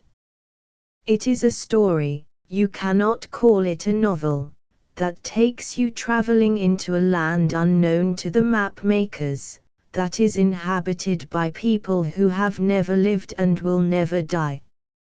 You go with Brocken over a wild moor and meet with Wordsworth's Lucy Gray. You go further to hold converse with Poe's Annabel Lee, with Keats' Beldame, with Charlotte Bronte's Jane Eyre, with Swift's Gulliver, with Lady Macbeth, Bottom, Titania, with folk from the Pilgrim's Progress and many another. It is all a riot of fancy and poetry in prose, with an undercurrent of shrewd commentary that adds a critical value to its appeal as a story. This fresh, individual note is as prevailing in all his prose as in his verse. It is in the prose and verse of his blithe, whimsical tale for children, The Two Mullamulgers, and in that eerie, bizarre novel, The Return, where, falling asleep by the grave of old Sabathia, Arthur Lawford goes home to find his family do not know him, for, as he slept, the dead man's spirit had subtly taken possession of him and transformed his whole appearance. And the spiritual adventures through which Lawford has to pass before he can break that grim dominance and be restored to himself are unfolded with a delicate art that never overstresses the beauty or significance of them. By common consent, however, de la Mare's prose masterpiece is The Midget. One can think of no other present-day author who might have handled successfully so outer a theme, yet the whole conception is as natural to de la Mare's peculiar genius as it would be alien to that of any of his contemporaries, and he fashions his story of the little lady, mature and sane in mind and perfect in body, but so small that she could stand in the palm of an average hand, into a novel, a fable, a romance, call it what you will, of rare charm and interest. The midget's dwarfish, deformed lover, and the more normal characters, Waggett, Percy Maudlin, Mrs. Bowyer, Polly, are drawn realistically and with fleeting touches of humor. And while you can read the book for its story alone, the quiet laughter and pathos of it, as you can read Bunyan's allegory, it is veined with inner meanings and a profound, sympathetic philosophy of life is implicit in the narrative. It was 2 years after his 1906 poems appeared, I remember, that Edward Thomas first asked me if I knew much of Walter de la Mare, and, in that soft voice and reticent, hesitating manner of his, went on to speak with an unwonted enthusiasm of the work he was doing. Until then, I had read casually only casual things of de la Mare's in the magazines, but I knew Thomas's fine, fastidious taste in such matters, and that he was not given to getting enthusiastic over what was merely good in an ordinary degree, and it was not long before I was qualified to understand and respond to the warmth of his admiration. The poems were, with a few exceptions, more remarkable for what they promised than for what they achieved. But they had not a little of the unique magic that is in his songs of childhood, and the Listeners and Other Poems, 1912, and Motley and Other Poems, 1918, more than fulfilled this promise and brought him, at last, such general recognition that in 1920, after a lapse of 18 years, his poems were gathered into a collected edition. He began late, as poets go, for he was nearly 30 when his first book came out, and about 40 before he began to be given his due place among the poets of his generation. He was so slow in arriving because he came without noise, intrinsically unconventional but not fussily shattering the superficial conventions of others, making no sensational approach, not attempting to shock or to startle. I don't think his verse ever had the instant appeal of a topical interest, except such of it as grew out of the war, and nothing could be more unlike the orthodox war poetry than that strange, poignant lyric of his, "The fool rings his bells, come, death, I'd have a word with thee, and thou, poor innocency, and love, a lad with a broken wing, and pity, too, the fool shall sing to you, as fools will sing." Its quaintness, sincerity, tenderness and grim fancy are spontaneously in keeping with the lovely or whimsical dreamings, the wizardries and hovering music of his happier songs. He may not have lived in seclusion, unfretted by the hard facts of existence, but the world has never been too much with him, so he can still hear the horns of Elfland blowing over an earth that remains for him a magical garden with rivers and bowers haunted by fays and gnomes, dryads and fauns, and the witchery and enchantment that have been in dusky woods, in misty fields, in twilight and midnight places since the beginning of time. Howbeit, even the ghostly atmosphere of the listeners is pierced with a cry that is not of the dead, for in his farthest flights of fantasy he is not out of touch with nature and human nature, and it is a glowing love of these at the heart of his darkling visions and gossamer imaginings that gives them life and will keep them alive.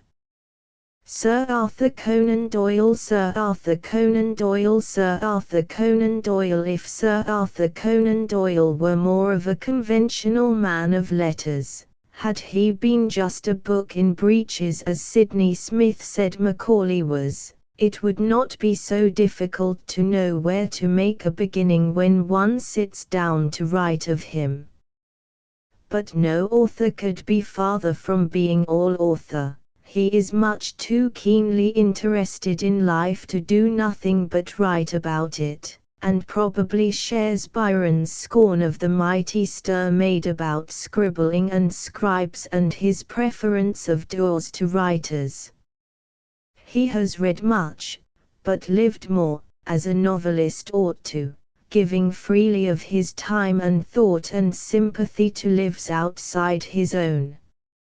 He has no fretful little moods of morbidity, cynicism, pessimism, but is essentially a big man and writes always like himself, with a complete freedom from affection, a naturalness, a healthy vigor and breadth of outlook that cannot be developed within the four walls of a study. Characteristic of himself, I think, is this reflection in the tragedy of the Chorusco: when you see the evil of cruelty which nature wears, try and peer through it, and you will sometimes catch a glimpse of a very homely, kindly face behind. And this, which he puts into the mouth of Lord Roxton, in The Lost World: there are times, young fella, when every one of us must make a stand for human right and justice, or you never feel clean again. You may depend he felt that time had come for him when he took up the cudgel for George Edalji and would not rest or be silent till the case had been reopened and Edalji proved innocent and set at liberty. It came again when he threw everything else aside to render patriotic services in the Boer War, which were to some extent recognized by the accolade, and again in the later and greater war. It came for him when he resolutely championed the cause of the martyred natives in the Belgian Congo. when, believing in Oscar Slater's innocence, he wrote a masterly review of the evidence against him and strove to have him retried, and it came once more when, risking his reputation and in defiance of the ridicule he knew he would have to face, he openly confessed himself a believer in spiritualism and has persisted in that unorthodoxy until he has become one of the most powerful and insistent of its apostles. These and other such activities may seem outside a consideration of Doyle's work in literature, but they are not, any more than are his medical knowledge or his love of sport, for you find their influence everywhere in his books. There were ghosts in his fiction before ever he began to raise them at the Shaunts. Some find it hard to square his absorption in spiritualism with his robust personality, with the sane philosophy of his stories, and the fact that he is so much a man of action, a lover of the open air and all the wholesome human qualities that keep a writer's blood sound and prevent his ink from getting muddy and slow. But it is just these circumstances that add weight to his testimony as a spiritualist. He is no dreamer predisposed to believe in psychic phenomena. He is a stolid, shrewd man of affairs who wants to look inside and see how the wheels go round before he can have faith in anything.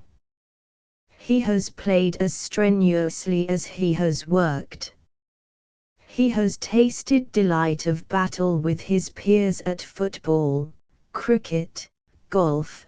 He has made balloon and aeroplane ascents, introduced skiing into the Grisson division of Switzerland, did pioneer work in the opening up of miniature rifle ranges, can hold his own with the foils and is a formidable boxer. He is a fisherman in the largest sense, for he has been whaling in the Arctic seas. He used to ride to hounds and is a good shot, but has a hearty hatred of all sport that involves the needless killing of birds or animals.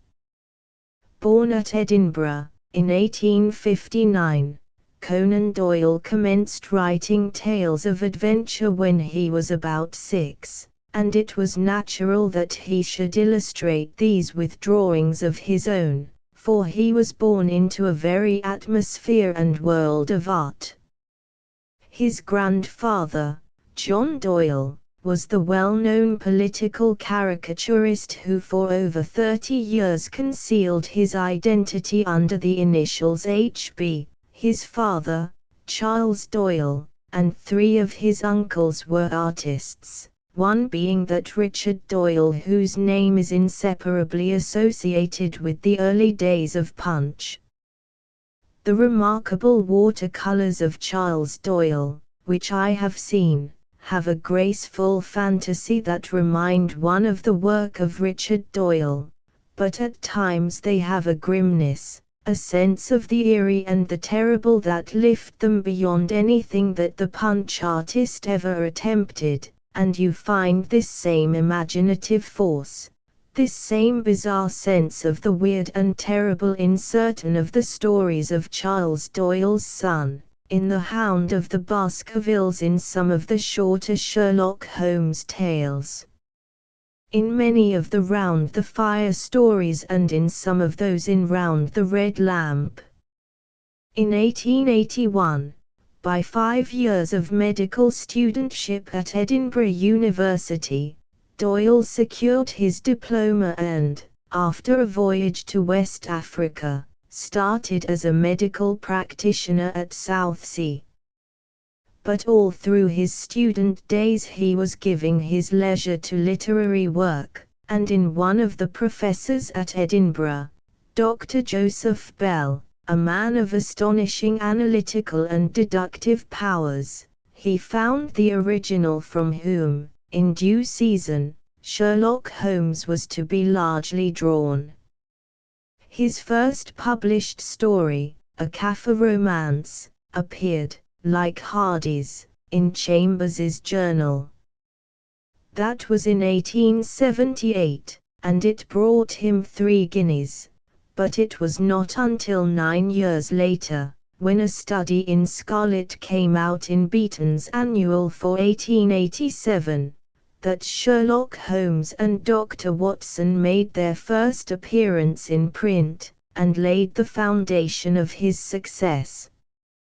During 10 years of hard work as medical student and practitioner, Doyle had gone through the usual experience of the literary beginner. He had suffered innumerable rejections, had contributed short stories to Cornhill, Temple Bar, Belgravia and other magazines, never in any year earning with his pen more than £50. His first long novel, that brilliant romance of the Monmouth Rebellion, Micah Clarke, after being rejected on all hands, was sent to Longmans and accepted for them by Andrew Lang, whom Sir Arthur looks upon as one of his literary godfathers, James Payn, who encouraged him in Cornhill being the other. Micah Clarke was followed in the same year, 1889, by another Sherlock Holmes story, The Sign of Four. In 1890 Chatto and Windus published The Firm of Girdlestone, and the White Company began to run serially in Cornhill. Then it was that, taking his courage in both hands, Sir Arthur resigned his practice at Southsea and came to London. He practiced there for a while as an eye specialist, but the success of those 2 last books decided him to abandon medicine and devote himself wholly to literature. He has written a score or so of novels and volumes of short stories since then, one, and an admirable one, of literary criticism, The Magic Door, 2 of verse, A History of the Boer War, and 3 or 4 volumes embodying his gospel and experiences as a spiritualist. This is to say nothing of his plays, A Story of Waterloo, the Sherlock Holmes dramas, and the rest. Sir Nigel and the White Company are, in his own opinion, the least unsatisfactory of all his books, which is to put it modestly. I would not rank the latter below such high English historical romances as The Cloister and The Hearth and Esmond, and think it likely Doyle will be remembered for this and Sir Nigel and perhaps Micah Clarke long after the sensational, more resounding popular Sherlock Holmes books have fallen into the background. Howbeit, for the present, there is no getting away from the amazing Sherlock. Not only is he the most vivid and outstanding of all Sir Arthur's creations, but no other novelist of our time has been able to breathe such life and actuality into any of his puppets. Not since Pickwick was born has any character in fiction taken such hold on the popular imagination, so impressed the million with a sense of his reality. He is commonly spoken of as a living person. Detectives are said to have studied his methods, and when it was announced that he was about to retire into private life and devote himself to beekeeping, letters poured in, most of them addressed to Sherlock Holmes, Esquire, care of Conan Doyle, expressing regret at this decision, offering him advice in the making and managing of his apiaries, and not a few applying for employment in his service. It is on record, too, that a party of French schoolboys, sightseeing in London, were asked which they wished to see first, the Tower or Westminster Abbey, and unanimously agreed that they would prefer to go to Baker Street and see the rooms of Mr. Sherlock Holmes. As for the imitators who have risen to compete with him, There are so many there is no guessing offhand at their number. Their assiduity has brought into being a recognized Sherlock Holmes type of story, and though some of them have been popular, none of them has rivaled the original either in popularity or ingenuity. Obviously, then, for his own generation Doyle is, above everything else, the creator of that unique detective. But with him, as with Ulysses, it is not too late to seek a newer world, and he may yet do what nobody has done and fashion from his latter-day experiences a great novel of spiritualism. John Drinkwater. From his essays and some of his poems you gather an idea that John Drinkwater was cradled into poetry by natural inclination but grew to maturity in it by deliberate and assiduous study of his art. He set out with a pretty definite idea of the poet's mission, which is, he lays it down in one of his essays, not to express his age, but to express himself, and though he has largely lived up to that gospel, he has from time to time gone beyond it and, perhaps unwittingly, expressed his age as well. He subscribes to Coleridge's rather inadequate definition of poetry as the best words in the best order but improves upon it elsewhere by insisting that they shall be pregnant and living words. He has all along taken himself and his function with a certain high seriousness, believing it was for him and his fellow artists to awaken the soul of the world, and conceiving of himself and them as beset on every side by prejudice, indifference, positive hostility, misrepresentation, a total failure to understand the purposes and the power of art. There may be a touch of exaggeration in all this, but it is the lack of some such intense belief in themselves that makes so many of our modern poets trivial and ineffective, and the possession of it that gives a sincerity and meaning to much of Drinkwater's verse and atones for the austerity and conscientious labor with which he fashions the lofty rhyme after the manner of a builder rather than of a singer. But there is magic in his building, and if he has not often known the rapture of spontaneous singing he has known the quiet, profounder joy of really having something to say and, as Alexander Smith says, the joy, while he shaped it into words, of sitting the silent term of stars to watch your own thought passing into beauty, like an earnest mother watching the first smile dawning upon her sleeping infant's face, until she cannot see it for her tears. During the 12 years in which he served as clerk in divers assurance companies, he was serving also his apprenticeship to the Muses. His first book of verse, published in 1908, when he was 26, contained little of distinction or of promise, and much the same may be said of his second. If he was a born poet he was not born ready-made, and in those books he was still making himself. His third and fourth showed he was succeeding in doing that, and when the best things in those first four were gathered into one volume, in 1914, it was recognized that not merely a new but an authentic poet had arrived.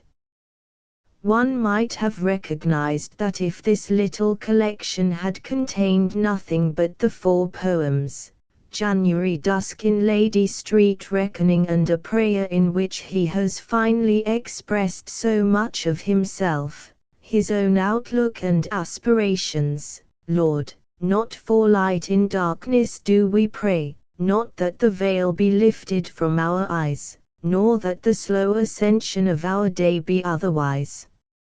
not for a clearer vision of the things whereof the fashioning shall make us great, nor for remission of the perils and stings of time and fate.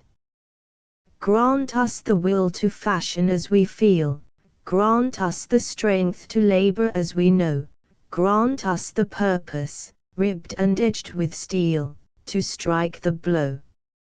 Knowledge we ask not, knowledge thou hast lent, but, Lord, the will, there lies our bitter need, give us to build above the deep intent the deed, the deed. He has little of the delicate fantasy, the eerie atmosphere, the gracious humor of Walter de la Mare, and little of the grim, stark realism of Wilfred Gibson. He cannot write of the squalors of a Birmingham street, with its trams and fried fish and rag shops, without touching it to loveliness in the dreams of the old greengrocer who, among the colors and scents of his apples, marrows, cabbages, mushrooms and gaudy chrysanthemums, sees the sun shining on lanes he had known in Gloucestershire. And when he takes a slight and elusive theme that can only be made to dance to the airiest pipings, it dies on his hands and is cold and stiff and formal, an embodied idea, that should have been a thing all music and light, or it is nothing. Drinkwater's genius is more didactic, descriptive, narrative than lyrical. He is heavy and not happy on the wing, he is more at home when he feels the earth under his feet, and walking in the Cotswolds or in the streets of the city it is the visible life and beauty around him, the human joys and griefs, strivings and visions in which he can share, that are his surest sources of inspiration. There is enough dramatic and rhetorical power in several of his poems, in Eclipse Uncrowned Reckoning a Prayer, to make it nothing strange that he should turn to the stage. Moreover, he is more prophet than minstrel, more preacher than singer, and though the dogmas he has formulated about art and we who are artists, with the claim that the renewal of the world rests with us, may seem confident and self-assertive, he is a very modest egoist and, I think, of a sort that must have felt he could express himself with greater freedom and force through the medium of imaginary characters than in his own person. Anyhow, in his early days, he joined in founding the Pilgrim Players, who have since developed into the Birmingham Repertory Theatre, and he proceeded to write plays to be produced there under his own direction. These were written in blank verse, Coffeture Rebellion, not without hints of his practical idealism, for all its romance. The 3 one-act pieces he published in one volume with the title of Pawns, the best of which is that poignantly dramatic sketch The Storm, and they gave him the beginnings of a reputation as dramatist, but none of them was particularly successful from a business point of view, and even later Mary Stuart was not that. By some irony of circumstance, after devoting his life wholeheartedly to poetry, he scored his first big success with a play that was done in prose, and the success of Abraham Lincoln was so big and so immediate that it carried him straightway into a full tide of popularity on both sides of the Atlantic. I doubt whether anybody who read it can have foreseen for Abraham Lincoln such a triumphant reception. You might say it is completely artless, almost subtly artistic in design and workmanship, with an equal chance of being right.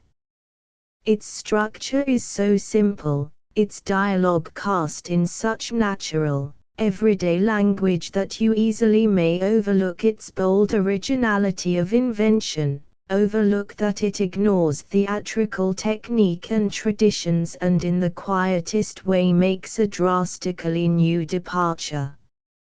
It is a chronicle play, but attempts none of the beauty and harmony of poetry that clothes the chronicle plays of Shakespeare in magnificence, nor is it alive with incident as his, nor even knitted up into a continuing story. It is a chronicle play in the barest meaning of the term. The dialogue is pieced out, where possible, with Lincoln's recorded sayings. Each scene presents an event in his career. There are more committee and cabinet meetings than exciting episodes, far more talk than action throughout. Yet because of the essential nobility of Lincoln's character, his unique personality, his quaintnesses, his brave honesty of thought and intention, this unadorned presentment of the man and his doings becomes curiously impressive, profoundly moving, the more so since it strove to reincarnate what had happened with an exact and naked realism unheightened by the conventional artifice and tricks of the stage. The whole thing gained something undoubtedly by being produced in 1918 when the shadow of the Great War that was upon us gave a topical significance to Lincoln's heroic struggle with the South, his passion for freedom, his humanitarian but practical attitude toward war in general. His vision and his ideals were at that time those of the better part of our own people. The play largely voiced the minds of the multitudes that crowded to see it, so that in writing Abraham Lincoln despite his artistic faith, Drinkwater was expressing his age no less than himself. Already he has had imitators, his method looked too easy not to be imitated, but it must be harder than it looks for none of them has succeeded.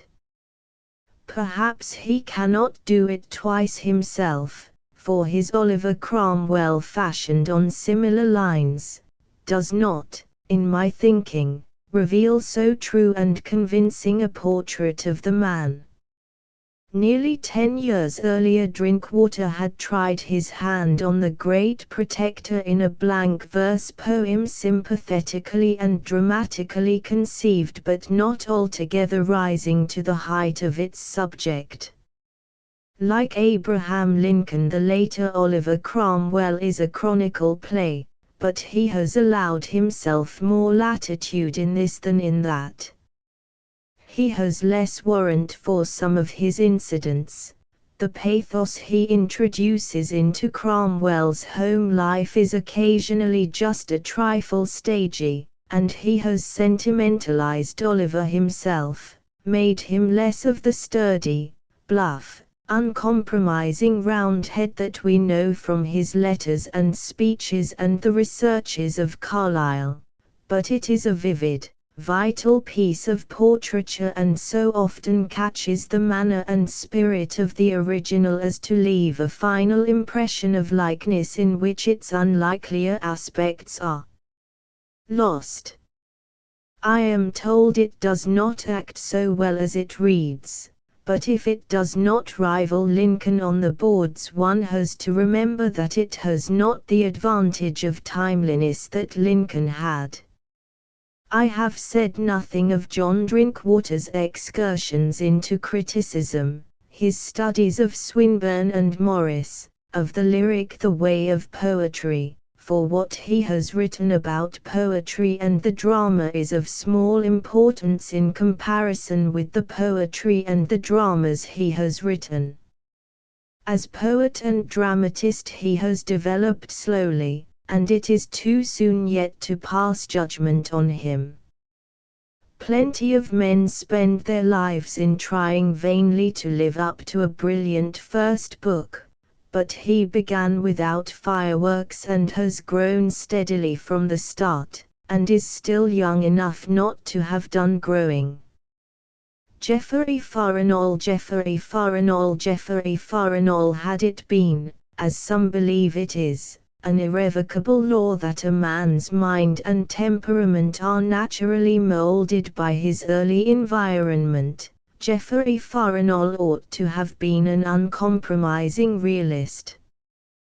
Plenty of good things come out of Birmingham, but they are solid things. You would not suspect it was the native city of any peddler who had nothing but dreams to sell.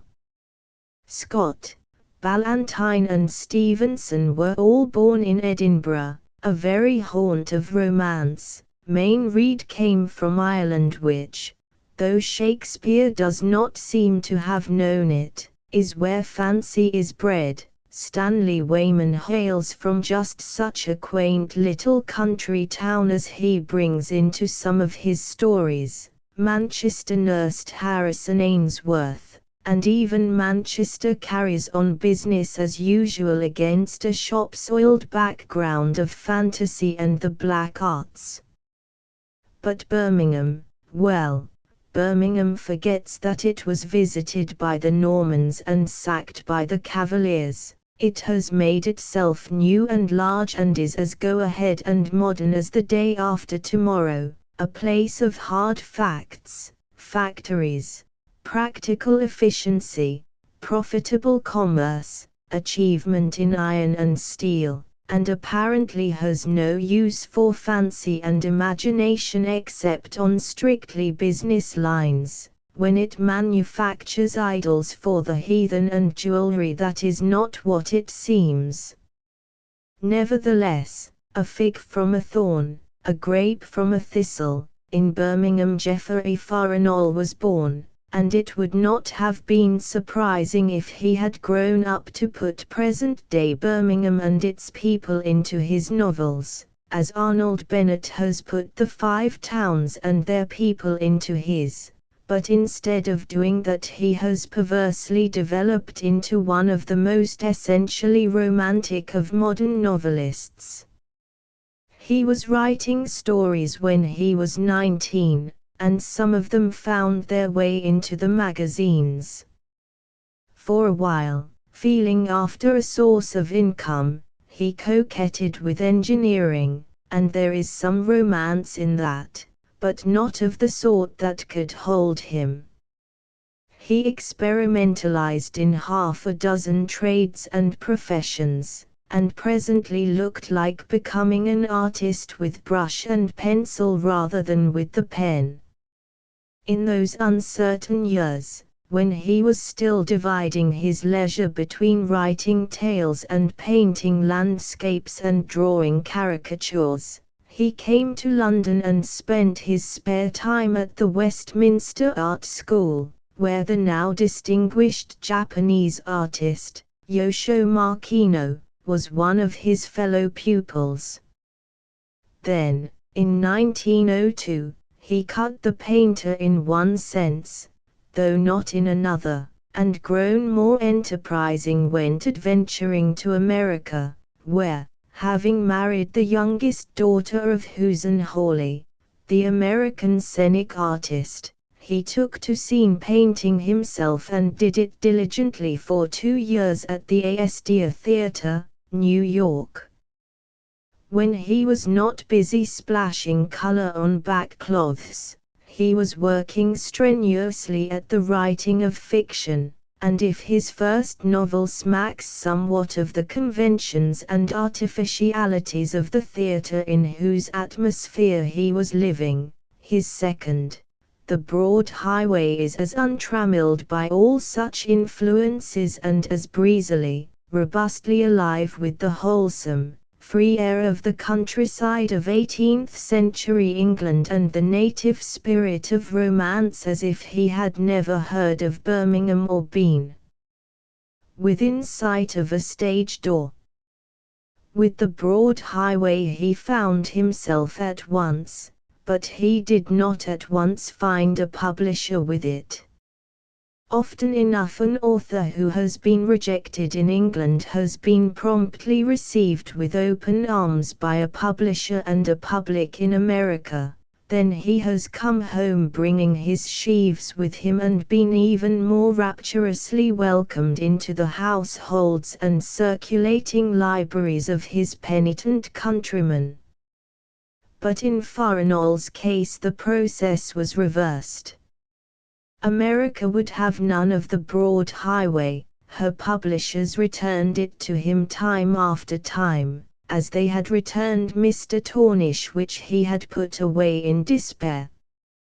It had taken him 2 years to write what is nowadays the most popular of his books, and for 3 years it wandered round seeking acceptance or slept in his drawer between journeys, until he began to think it would never get out of manuscript into print at all.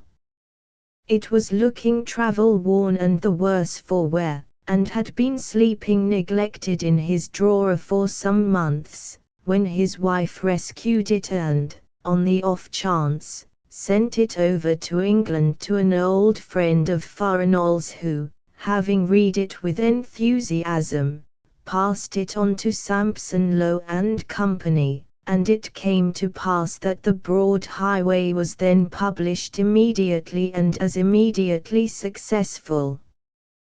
That was in 1910, and in the same year Geoffrey Farinol came back to his own country and settled in Kent, which has given him so many scenes for the best of his romances.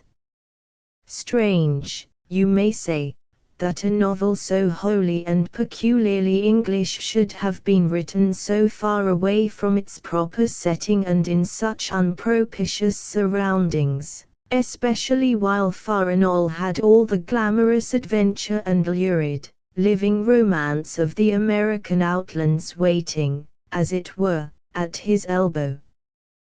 But the mind is its own place, and in itself can make a heaven of hell, a hell of heaven, and an 18th century England of a 20th century New York. Otherwise he might have been among the pioneer revivalists of the riotously romantic novel of the Wild West.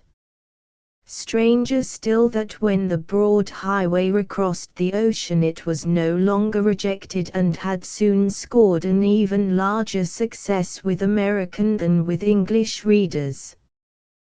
The magazines there opened their doors to the author without delay and made haste to secure the serial rights in his next stories before he had begun to think of them.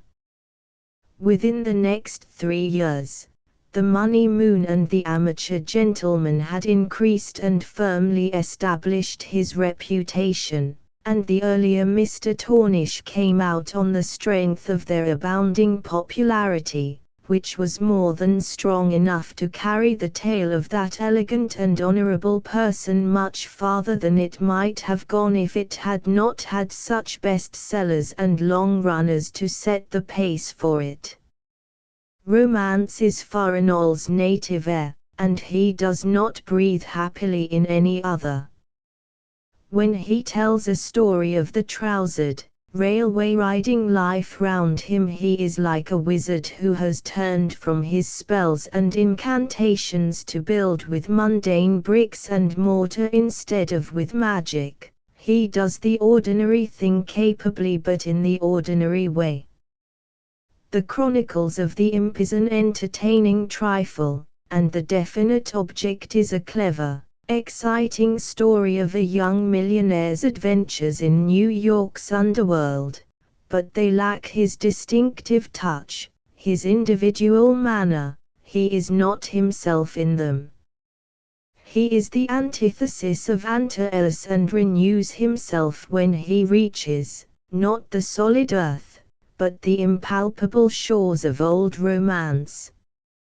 He can do wonders of picturesque realism with such charming latter-day fantasies as The Money Moon, but give him the knee breeches or strapped pants and the open road and all the motley, thronging life of it in the gallant days of the Regency, and he will spin you such virile, breezily masculine, joyously humorous romances as The Broad Highway, The Amateur Gentleman and Peregrine's Progress, give him the hose and jerkin, the roistering merriment and rugged chivalries of the Middle Ages. And he will weave you so glowing and lusty a saga as Melton the Smith, and you will have far to go among recent books before you find more fascinating or more vigorously imaginative romances of piracy and stirring adventure on land and sea than Black Bartlemy's Treasure and its sequel, Martin Conisbee's Vengeance.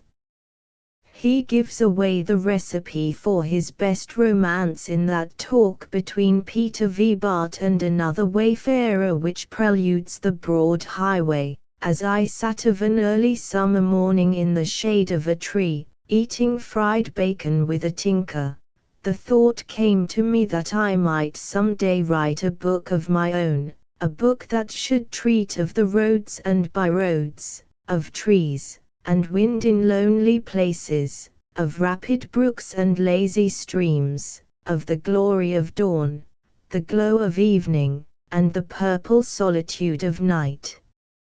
A book of wayside inns and sequestered taverns, a book of country things and ways and people. And the thought pleased me much. But objected the tinker, for I had spoken my thought aloud.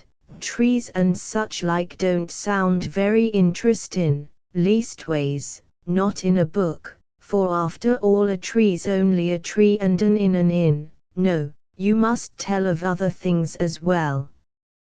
Yes, said I, a little damped. To be sure there is a highwayman. Come, that's a little better, said the tinker encouragingly. Then I went on, ticking off each item on my fingers. Come Tom Cragg, the pugilist, better and better, nodded the tinker. A long-legged soldier of the peninsula, an adventure at a lonely tavern, a flight through woods at midnight pursued by desperate villains, and a most extraordinary tinker.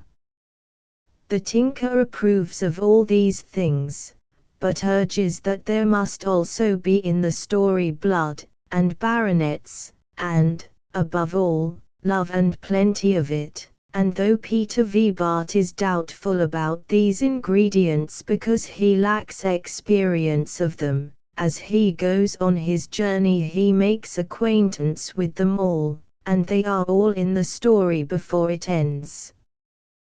The tinker was only interpreting the passion for romance that is in everyman when he pleaded for the inclusion of picturesque or emotional elements that Peter was for omitting, and the instant and continuing popularity of the broad highway shows that he was a correct interpreter. Born no longer ago than 1878, Farinol is younger than that in everything but years. If he is seldom seen in literary circles it is simply because the country draws him more than the town. He is the most sociable of men, and his intimates will tell you that the geniality, the warmth of feeling, the shrewd, humorous philosophy that are in his books are also in himself, that his love of romance is as genuine and inherent as every other sense belonging to him. And, consequently, when he sits to write on the themes that naturally appeal to him he merely follows Samuel Daniels' counsel and dips his pen into his heart. John Galsworthy in attempting a personal description of almost any living poet or novelist it is becoming such a customary thing to say he does not look in the least like an author that I am beginning to feel a consuming curiosity to know what an author looks like and what can cause him to look so entirely different from men of other professions that you can tell him for one at a glance. In my own experience, the worst poetry nowadays is written by men of the most picturesquely poetical appearance, and the best by men who are stout, or bald, or of an otherwise commonplace or unattractive exterior. Nor among the many literary persons I have met do I remember meeting even one novelist of genius who looked it. How this myth of the ideal author, the splendid creature carrying his credentials in his face, came into being is not within my knowledge. An old gentleman of my acquaintance who had, in his time, set eyes on Dickens assured me that he was an insignificant little person who might have passed for a retired sea captain. Thackeray rather resembled a prize fighter who had gone flabby. Trollope, with his paunch and massive beard, suggested the country squire. Browning would not have seemed out of place as a bank manager, and though Tennyson was said to look a typical poet, he really looked much more like a typical stage brigand. The fact is that while other trades and professions have developed recognizable characteristics in such as follow them, literature has naturally failed to do that. For men are drawn into it from all sections of the community, and there is no more reason that they should conform to a family likeness than that they should each write the same kind of books. They do not even, in appearance, live up to the books they write. Stanley Weyman looks as unromantic as Austen Chamberlain. That daring realist George Moore gazes on you with the blue-eyed innocence of a new curate, and the mild and gentle aspect of Thomas Burke does not harmonize with the violence and grim horrors of his tales of Chinatown. In a word, no two authors look alike, as a race. They have even given up trying to achieve a superficial uniformity by growing long hair and, when they have any, cut it to an orthodox length.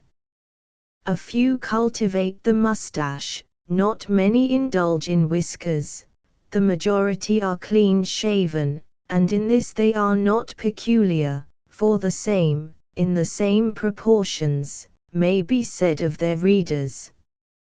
Therefore, when at a recent dinner a lady sitting next to me surveyed John Galsworthy, who was seated opposite, and remarked, "You could guess he was an author, he looks so like one," I anxiously enquired, which one, and was, perhaps not undeservedly, ignored.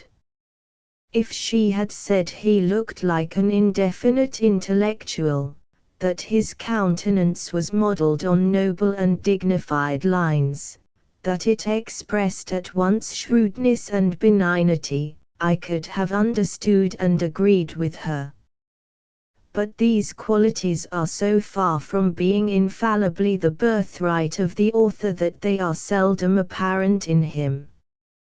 With his firm, statuesque features, his grave immobility, his air of detachment and distinction, the calm deliberation of his voice and gesture, Galsworthy embodies rather what we have come to regard as the legal temperament.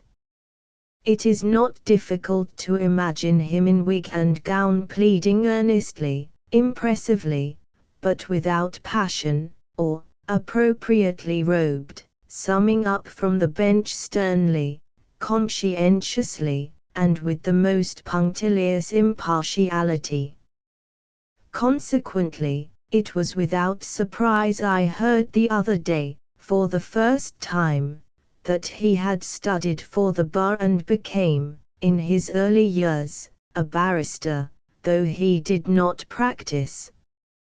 Nor is this legal strain to be traced only in his personal aspect and bearing. It asserts itself as unmistakably and often with considerable effectiveness throughout his novels and plays. He has the lawyer's respect for fact and detail. He must have the truth, the whole truth and nothing but the truth, and this gives his stories a certain aridity, a hardness as well as clearness of outline. The ways of the Impressionist are not his ways, he omits nothing, but is as precise, as exact in developing plot and character as a lawyer is in getting up a case. He is not satisfied merely to paint portraits of his men and women, he analyzes them meticulously, tells you every little thing about them and their families and friends, their taste in food and dress and furniture, shows them in their domestic relations, in their business activities, inventories their virtues and vices and material surroundings with a completeness that leaves nothing unexplained and affects the reader with an extraordinary sense of the reality of it all.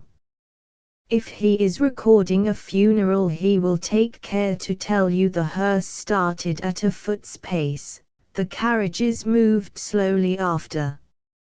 You might have been trusted to assume that this would be the order of the procession, but nothing is assumed, the thing has got to be described just as it happened.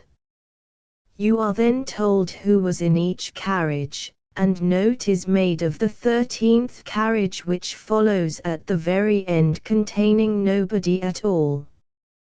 That is the Galsworthy method. When he relates, in The Man of Property, that the young architect, Bossony, is building a house in the country for Soames Forsyte, he does not slur things and content himself with generalities but acquaints you with the size, design and cost of the house, its architectural peculiarities, and the point is that all these particulars are strictly relevant and serve to reveal more intimately the characters and idiosyncrasies of Bossony and of Soames, and have their significance in the unfolding of that poignant tragedy of Soames's wife. As the historian of later Victorian upper-middle-class life in England, Galsworthy is the legitimate successor of Anthony Trollope. He is as true a realist as Trollope without the reticence imposed on the Victorian writer by his period, but Trollope's style was exuberant, slipshod, obese, like himself, and Galsworthy's, like himself, is lean, subdued, direct, chary of displaying emotion. He observes a close economy in the use of words, despite the length of his books. In common with most of his contemporary novelists, Trollope was something of a moralist. He handled from a sensible, man-of-the-world point of view divers religious, financial and domestic problems of the time that lent themselves to his purposes as a teller of stories. But the problems that interested him were those that had to be faced by the well-to-do and the respectable. He had no particular sympathy for the lower orders and little contempt, good-humored or otherwise, for the vulgar folk who had earned their own money, climbed up from the depths, and were awkwardly trying to breathe and flutter in the refined air of good society. He had a nice feeling for sentiment, and lapsed carelessly into sentimentality. Galsworthy is generally too controlled and self-conscious to do that. But if his irony and satire are keener-edged than his predecessors, his sympathies are broader and deeper. He is a humanitarian whose sense of brotherhood extends to birds and the animals described as dumb.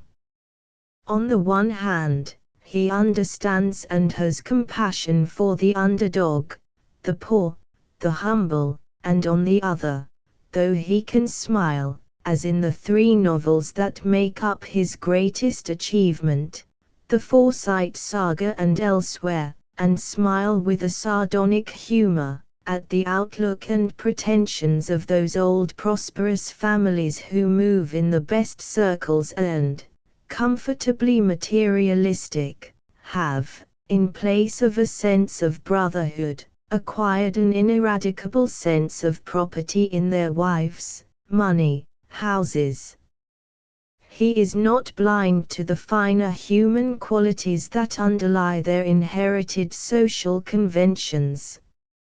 In two of his dramas, Strife and The Skin Game, he handles the eternal struggle between capital and labor, and the conflict of interests between a wealthy parvenu and an impoverished patrician with such an honest balancing of wrongs and rights, such sedulous impartiality, that you can scarcely say at the end which side retains most of his sympathy.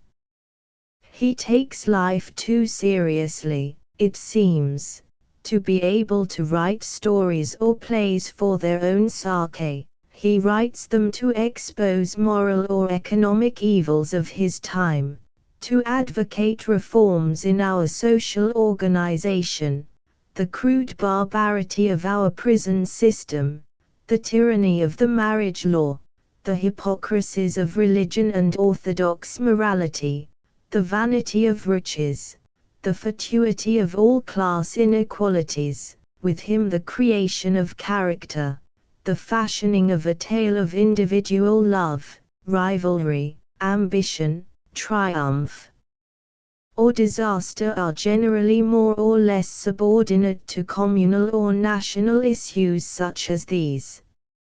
It is characteristic of Galsworthy's reticence that he issued his first 3 or 4 novels under the pseudonym of John St. John, and of the genuineness of his democratic ideals that when he had built up a reputation and was offered a knighthood he declined it. It is characteristic, too, of his restrained, deliberate habit of mind that, unlike the generality of writers, he does not seem to have rushed into print until he was old enough to have acquired enough personal experience to draw upon. He was 31 when his first novel, Jocelyn, was published, and 39 when, in the one year, 1906, he made another and a real beginning as a novelist in his own name with The Man of Property and as a dramatist with The Silver Box. The keynote of his work is its profound sincerity. Art and the zeal for reform seldom run in double harness, but they do when Galsworthy drives. Sir Anthony Hope Hawkins, Sir Anthony Hope Hawkins, Sir Anthony Hope Hawkins. The dawn of the present century brought with it what critics, who like to have such matters neat and orderly, delight to call a romantic revival in fiction. As a matter of fact, it also brought with it a revival of realism, and both had really started before the century began, and have continued to advance together ever since on pretty equal terms. In the 1890s Gissing was nearing the end of his career, but the torch of realism was being carried on by Hubert Krakenthorpe, who died too soon, by Arnold Bennett, Arthur Morrison, Pett Ridge, Edwin Pugh, George Moore, Oliver Onions, Kipling, Wells, who divided his allegiance between both movements, George Egerton, Elizabeth Robbins, Mrs. W. K. Clifford, and many another. The Romantic Revival, which had started earlier, was well afoot during the same period.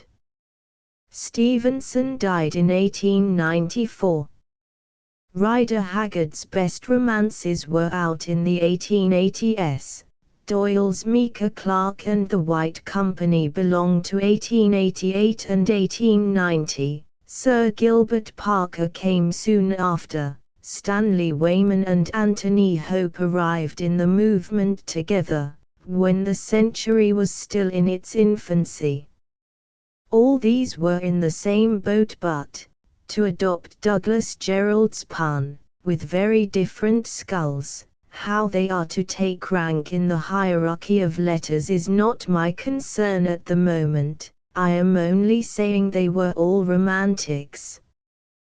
That Wayman might have been something else is indicated by the strong, quiet realism of his second book, The New Rector, and the much later novels he has written, after an inactive interval of 10 years, The Great House and the Ovington Bank, and that Anthony Hope Hawkins might have been something else is the inference you draw from nearly all his work after the intrusions of Peggy. His father was the vicar of St. Bride's, Fleet Street, and he was a nephew, or some other near relation, of the famous hanging judge Sir Henry Hawkins. From Marlborough he passed to Belial, Oxford, where he took his M.A. degree and was president of the Oxford Union Society. He seems to have set out with an eye on a career at the bar which should lead him into the House of Commons. But though he was, like Stanley Weyman, duly called to the bar, like Weyman, he did not do anything much in the way of practicing. Once he put up as a parliamentary candidate, but was not elected, yet one can imagine him as an ideal member. He has the distinguished presence, the urbane, genially courteous manner, the even temper and nimbleness of mind that ought to but do not always go to the making of an attorney general, and, as any who have heard him take part in after-dinner discussions will know, in addressing an audience he has all the gifts of clarity, ease and humor that make the successful public speaker. But law and politics piped to him in vain, and his ambition took the right turning when he wrote his first novel, A Man of Mark. It was a deft and lively enough tale, it was read and talked about, and was considered promising, but caused no particular excitement. The excitement was waiting for his next book. When The Prisoner of Zandar burst upon the town, in 1894, it leaped into success at once. Stanley Weyman's Under the Red Robe was issued almost simultaneously, and the two ran a wild race for popularity and both won. Both were dramatized promptly, and repeated on the stage the dazzling success they had enjoyed between covers. Each inspired a large school of imitators, which increased and multiplied until the sword and cloak romance, and stories of imaginary kingdoms were, in a few years, almost as plentiful as blackberries and began to become a drug in the market. But, meanwhile, the spirit of romance was awake and abroad, and any capable novelist who rode into the library lists wearing her favors was pretty sure of a welcome. In the same bustling year, 1894, we had from Anthony Hope the God in the Car, a tale of a South African company promoter, and the Dolly Dialogues. These were not in a direct line of descent from The Prisoner of Zandar and were possibly written before that. They were, at all events, written before the enormous vogue of that could prompt the author to follow it with another of the same desirable brand. But the Dolly Dialogues soared to an independent success of their own. Those crisp, neat entertaining chats of that adroitest of flirts, Dolly Foster, with her husband, with Mr. Carter, and others of her fashionable circle, were not without a certain distant likeness to the bright, irresponsible talk of Dodo, and repeated the triumph that had been Dodo's a decade earlier. The dialogues set another fashion, and generated another school of imitators. Whether people ever talked with such consistent brilliance in real life was of no consequence. It was amusing, clever, it was often witty, and when it was not it was crisp and smart and so like wit that it could pass for it. And in so far as such acute remarks and repartee were too good to be true, they only brought the book into line with the airy, impossible romance and inventive fantasy of The Prisoner of Zenda. With Rupert of Hentzau, Anthony Hope was back in his imaginary kingdom next year. If the sequel was not so good as The Prisoner, it had as good a reception, and The King's Mirror and a romantic comedy, The Adventure of Lady Ursula, not dramatized from one of his books but specially written for the stage, followed in quick succession. For those were days when he was working strenuously and systematically at his art. To cultivate the habit of work he left home every morning, like any lawyer or stockbroker, and went to a room off the Strand, wasn't it in Buckingham Street, where he wrote steadily for a fixed number of hours without interruption. The notion that an author can only do his best by fits and starts as the mood takes him is a romantic convention dear to the dilettante, but Hope was never that. He kept his romance in his books as sedulously as Scott did and was as sensibly practical as Scott in his methods of making them. But he had to pay for his first popular success, as most novelists do. Jerome has more than once complained that the public, having accepted Three Men in a Boat with enthusiasm and labeled him a humorist, would never after allow him to be anything else. His Paul Kelver is worth a dozen of the other book, but it has withdrawn into the background and Three Men in a Boat is still selling freely. Quizzant, 1900. Marked a new departure, suggested that Hope was turning from romance to reality. That study of the political adventurer and the aristocratic wife who realizes she has made a mistake in marrying out of her order, is, as literature and as a story, a stronger, finer piece of work than any Hope had done before. But it was not what his readers had expected of him, and it did not win the new reputation it ought to have won for him, though the critics did not fail to recognize its quality. To the general world of readers he was the author of The Prisoner of Zenda. That was the type of novel they wanted from him. They continued to ask for it and would not willingly take any other. He humored them at intervals with the intrusions of Peggy and Sophie of Cravenire, but on the whole he had done with such light entertainments and settled down to the serious interpretation of modern life and character.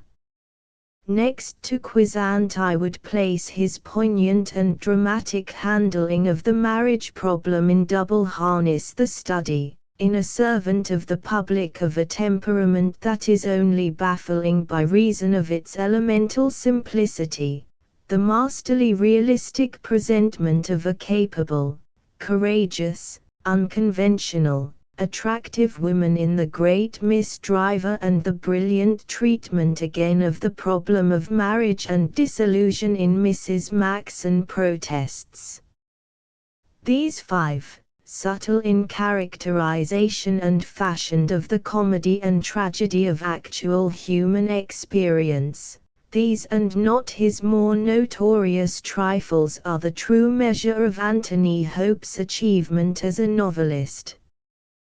But they are obscured by the flashier glory of The Prisoner of Zenda and Rupert of Hentzau, which are now renascent and appealing mightily on the films to the romantic susceptibilities of a new generation of admirers. The novels he has written since the honor of knighthood was conferred upon him in 1918 are sufficient to show that his invention and skill in narrative are by no means failing him, though neither Beaumroy home from the wars nor Lucinda reach the level of Quizzant or Mrs. Maxon protests. But Beaumroy has touches of humor and character that are in his happiest vein. And if I say that Lucinda is an abler and more notable piece of work than is either of the dazzling fairy tales that established his position, it is not that I would belittle those delightful entertainments but would emphasize that so far from representing his capacity they misrepresent it. They stand in the way and prevent his better work from being seen in its just proportions. So that though at first they may have secured a prompt recognition for him, it looks as if, at last, they will, in a larger sense, prevent him from being recognized.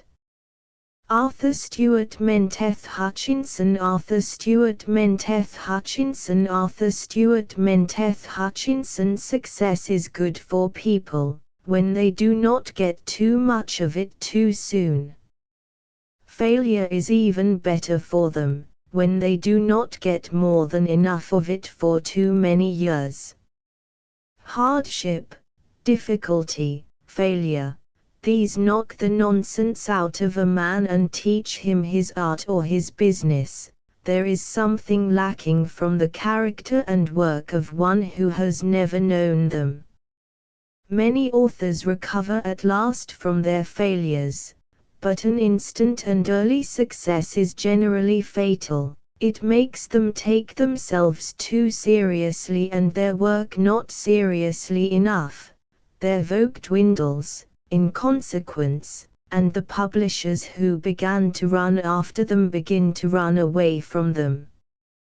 There is little more difference between a too triumphant beginning and an unending failure than between a drought and a deluge.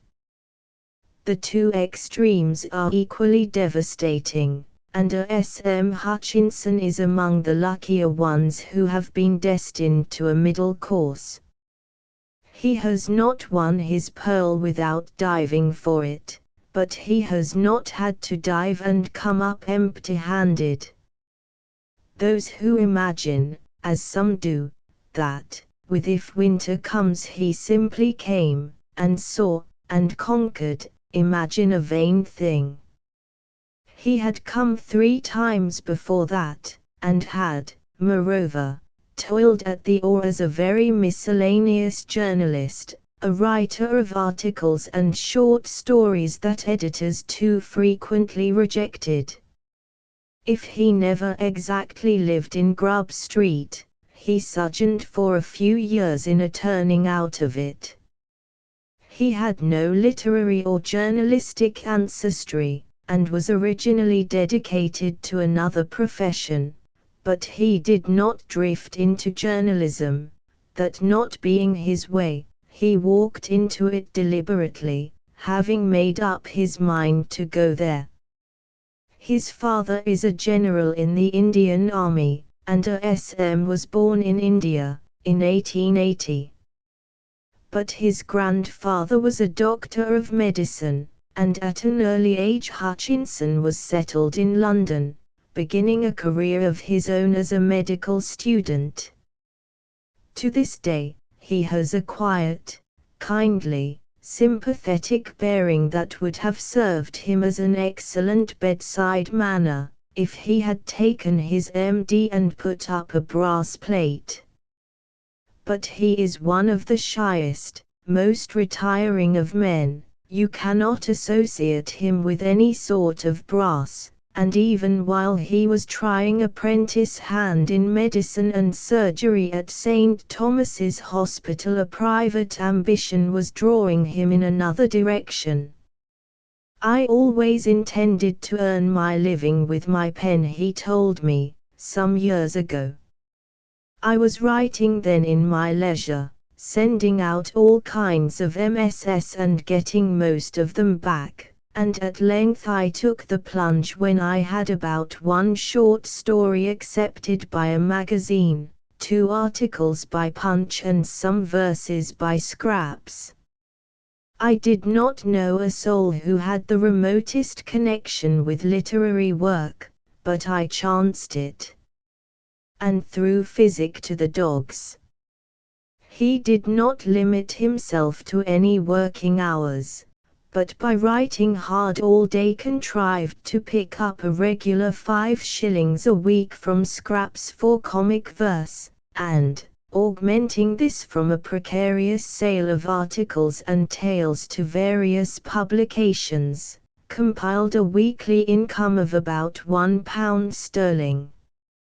He had done this for 3 months or so, when a letter came from Pearson's accepting a story and asking for more, and he has related how this sent him crazy all day with excitement. A few days later he was asked to call at the office and undertake a small, special job, and, one thing leading to another, was presently engaged on the staff at £2.10 a week. By the time he had gained experience as assistant editor of the Royal Magazine and been made co-editor of the Rapid Review, he felt the hour had come for another plunge. A friend of those days describes him as a slight, almost boyish young man of middle height, who gazed at you with intense concentration through the powerful lenses of his glasses. This still describes him, if you touch in an elusive twinkle of genial humor about the mouth and eyes, and add that his slightness, despite something of a stoop, gives him an appearance of being actually tall. Already he had started on his first novel, once aboard the lugger, and wanted to cut adrift from too much editing and escape into other fields. He resigned from Pearson's, and hearing that the Daily Graphic was looking for a leader note writer, posted specimens, and secured the appointment as a standby. In 1907 he was sub-editing that paper, and edited it from 1912 to 1916. Meanwhile, once aboard the lugger being finished, he offered it to one publisher who declined it, because humor was not in his line, and to another who published it, in 1908, and it scored what counts for a considerable success, if you do not compare its sales with those of his 4th and 5th books. That out of hand, he commenced The Happy Warrior, but when it was done, was dissatisfied with it, and being, as he confesses, an appallingly, vilely conscientious worker, he did it all over again. It swallowed the leisure of 4 years, but when it came out, in 1912, added not a little to his reputation. His first book was a lively mingling of comedy and burlesque, his second, a realistic romance of humor and pathos, struck a deeper note, was fired with a fine idealism, and revealed him as a shrewd observer and one subtly acquainted with the complexities of human character. Then in 1914 came The Clean Heart, the tragedy of a life that lost its way, of one who had to learn through folly and suffering that self-sacrifice is the secret of happiness. It was as successful as its predecessors, and I am not sure that they are wrong who hold that it is the best of all Hutchinson's work, but the war overshadowed it and left it no chance of anticipating the phenomenal popularity that was waiting for his later books. For 9 years he published no more.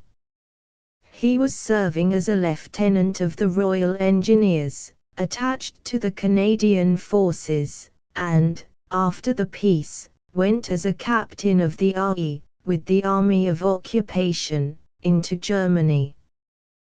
Before he was demobilized he had planned his fourth novel, and when he could, at length, return to civilian life, he decided not to hamper himself again with journalism but to stake his prospects on his new book, and in 1921 If Winter Comes more than amply justified him of his decision. Not more than one or two novels within my remembrance have leaped into such instant and enormous popularity.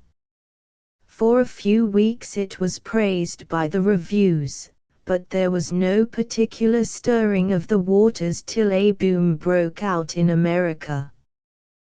The noise of it soon woke us over here, and the story got rapidly into its stride. Hutchinson suddenly found himself famous as a bestseller of 500,000 copies in America and half as many in his own country. The furore it created had scarcely showed signs of subsiding when this freedom followed in its wake and brewed another storm. A storm of mingled eulogy and censure, for the critics this time were largely hostile. The story handled the problem of women's emancipation, and Hutchinson stood for the old ideals of femininity, the sanctities and traditional duties of womanhood. He believed that a mother has positive and inalienable responsibilities, and set himself to demonstrate that she could not put them by and arrogate to herself a share of what is known as man's work in the world without neglecting her children, losing their affection, and bringing tragic disaster on them and on her husband. He was accused of exaggeration, of being out of sympathy with the modern spirit, but if, instead of giving the novel this general application, you take it, as a work of imagination should be taken, as a story of what happened when one woman strove to break away from conventions and be herself at all risks, it is a powerful and poignantly suggestive narrative and one that may well be temperamentally true of such a woman and of such a family. Here, as in his other books, Hutchinson is so in earnest and realizes his characters so intensely, that he becomes, as it were, this character and that in succession, slips involuntarily into writing from their standpoints as if he personally felt the wrong, hope, pain or passion each experienced. And this misleads some of his critics into taking for mannerisms what are nothing but his intimate realization of his people and the outcome of his complete sincerity. He is so closely interested in them himself that he cannot play the showman and stand apart exhibiting his puppets. To him they are not puppets but have burgeoned and become living realities, and their emotions are his no less than theirs. On the stage If Winter Comes did not capture the public so completely as it did in the book, but it ran well in London and the provinces, and here and in America still keeps its place on tour. It has got onto the films, of course, and this freedom is following in its footsteps.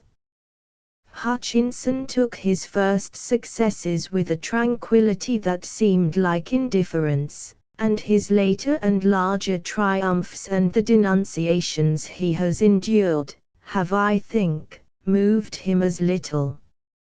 He has aimed at doing his own work in his own way, and his popularity is an accident. He is not the sort of man that finds success, but the sort of man that success finds.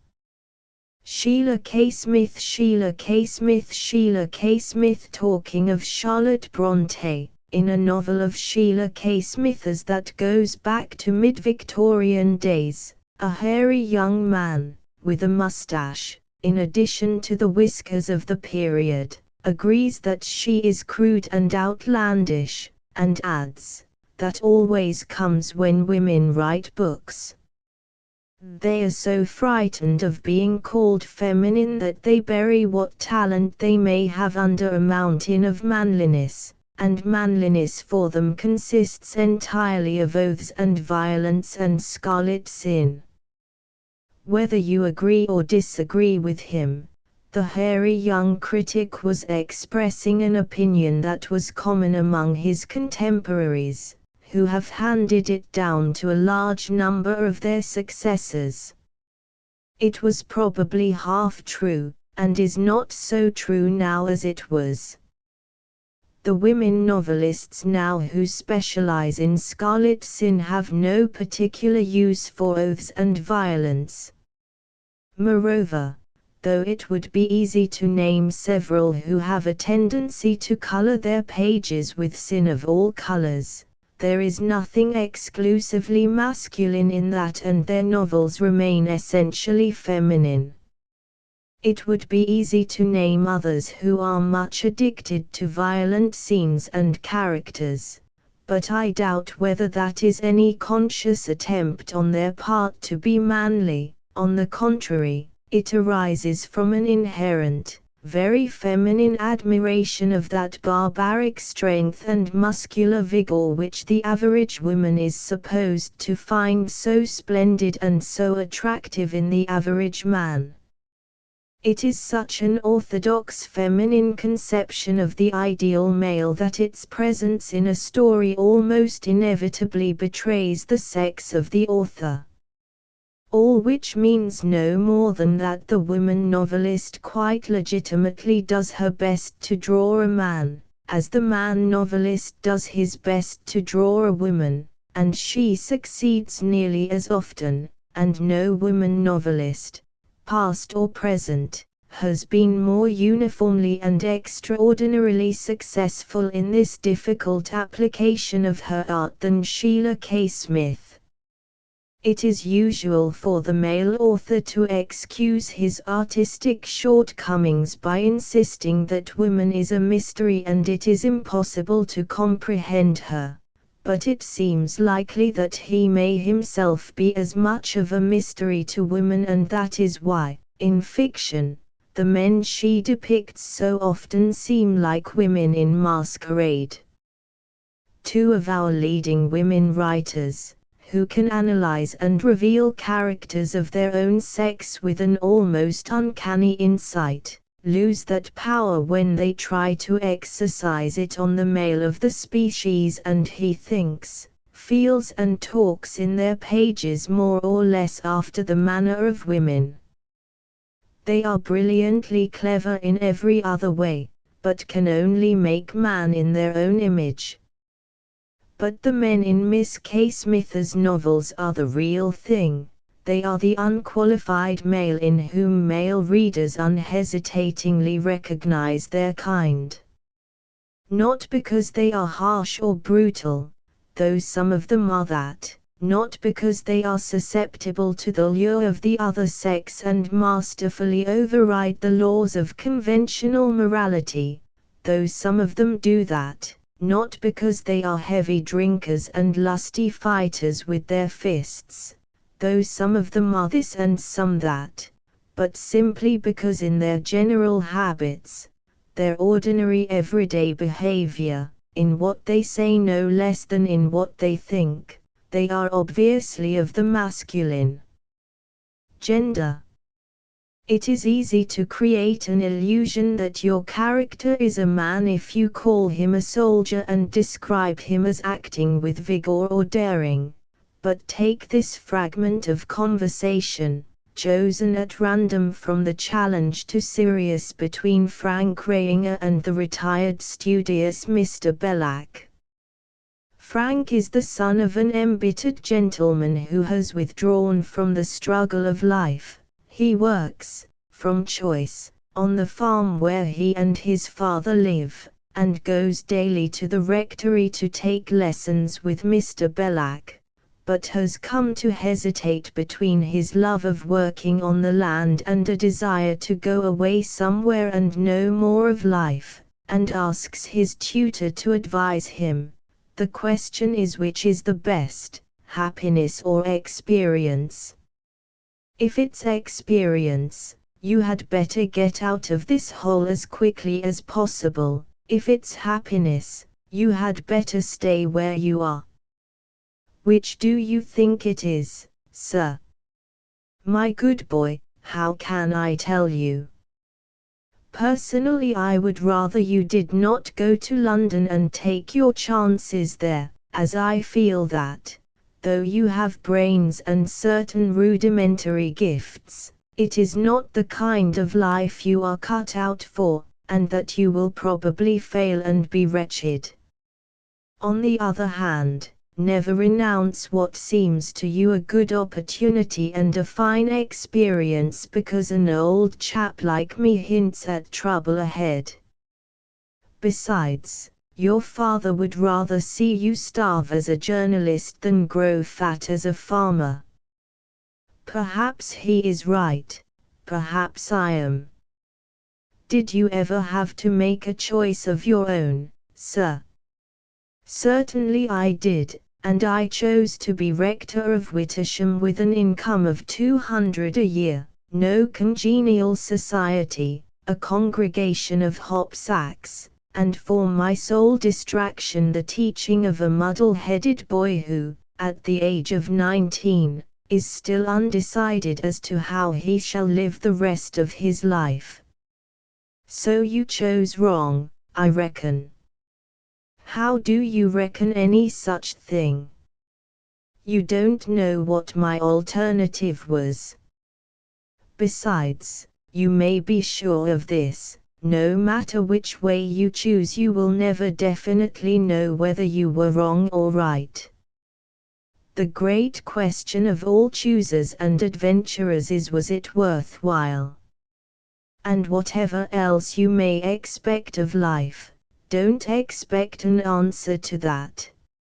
Now, if there had been nothing to indicate who the boy was talking with, you would know at once he was not talking to a woman, for there is a man's way of thinking, a man's manner, even a man's voice in all that Mr. Belloc says.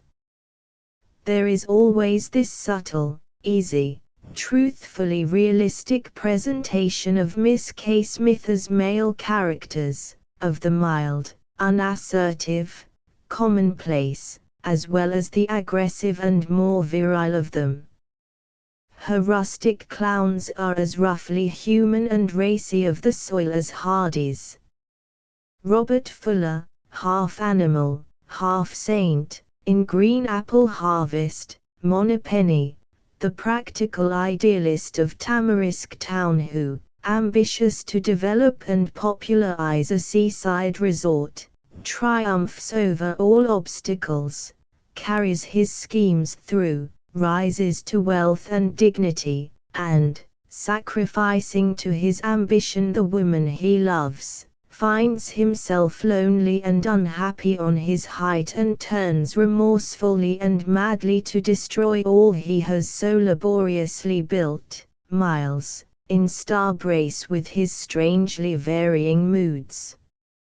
His strength and pitiful weaknesses, the stern, harsh, ruggedly heroic Reuben Backfield, in Sussex Gorse wholly given over to his desperate, indomitable fight for the possession of a wild unfruitful common, Mr. Sumption, the dour, pathetic Baptist minister in Little England, a graphic, poignant revelation of what the war meant in a rural community, and one of the 2 or 3 great novels of that era.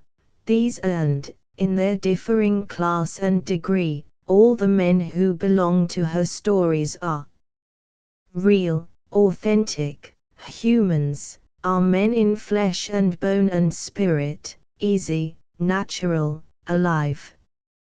Her women are drawn with a knowledge that is apparently as minutely exact and is certainly as sympathetic. If I had to single out her most remarkable study in feminine temperament and psychology, I think I should say Joanna Godden, but her explicit interpretations of women are not so unusual as her understanding of men. She knows their businesses as thoroughly as she knows them.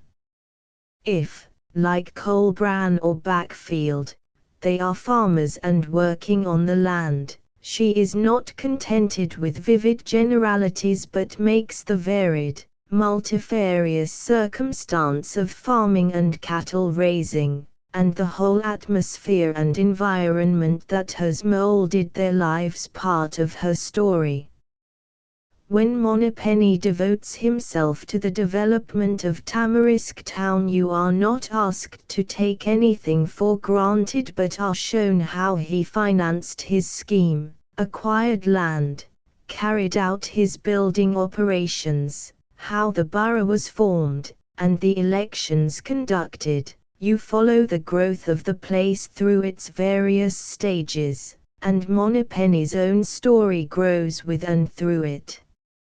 It is this acquaintance with practical detail, this filling in of all essential surroundings that help to give the novels their convincing air of realism. You would not suspect such broad and deep knowledge of humanity and the affairs of the world in the quiet, soft-spoken, grey-eyed, dreamy, very feminine person you discover the author to be when you meet her.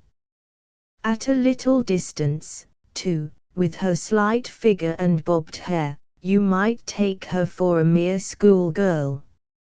Little more than a schoolgirl she was when she wrote her first novel, The Tramping Methodist, which, after being rejected half a dozen times, was published in 1909.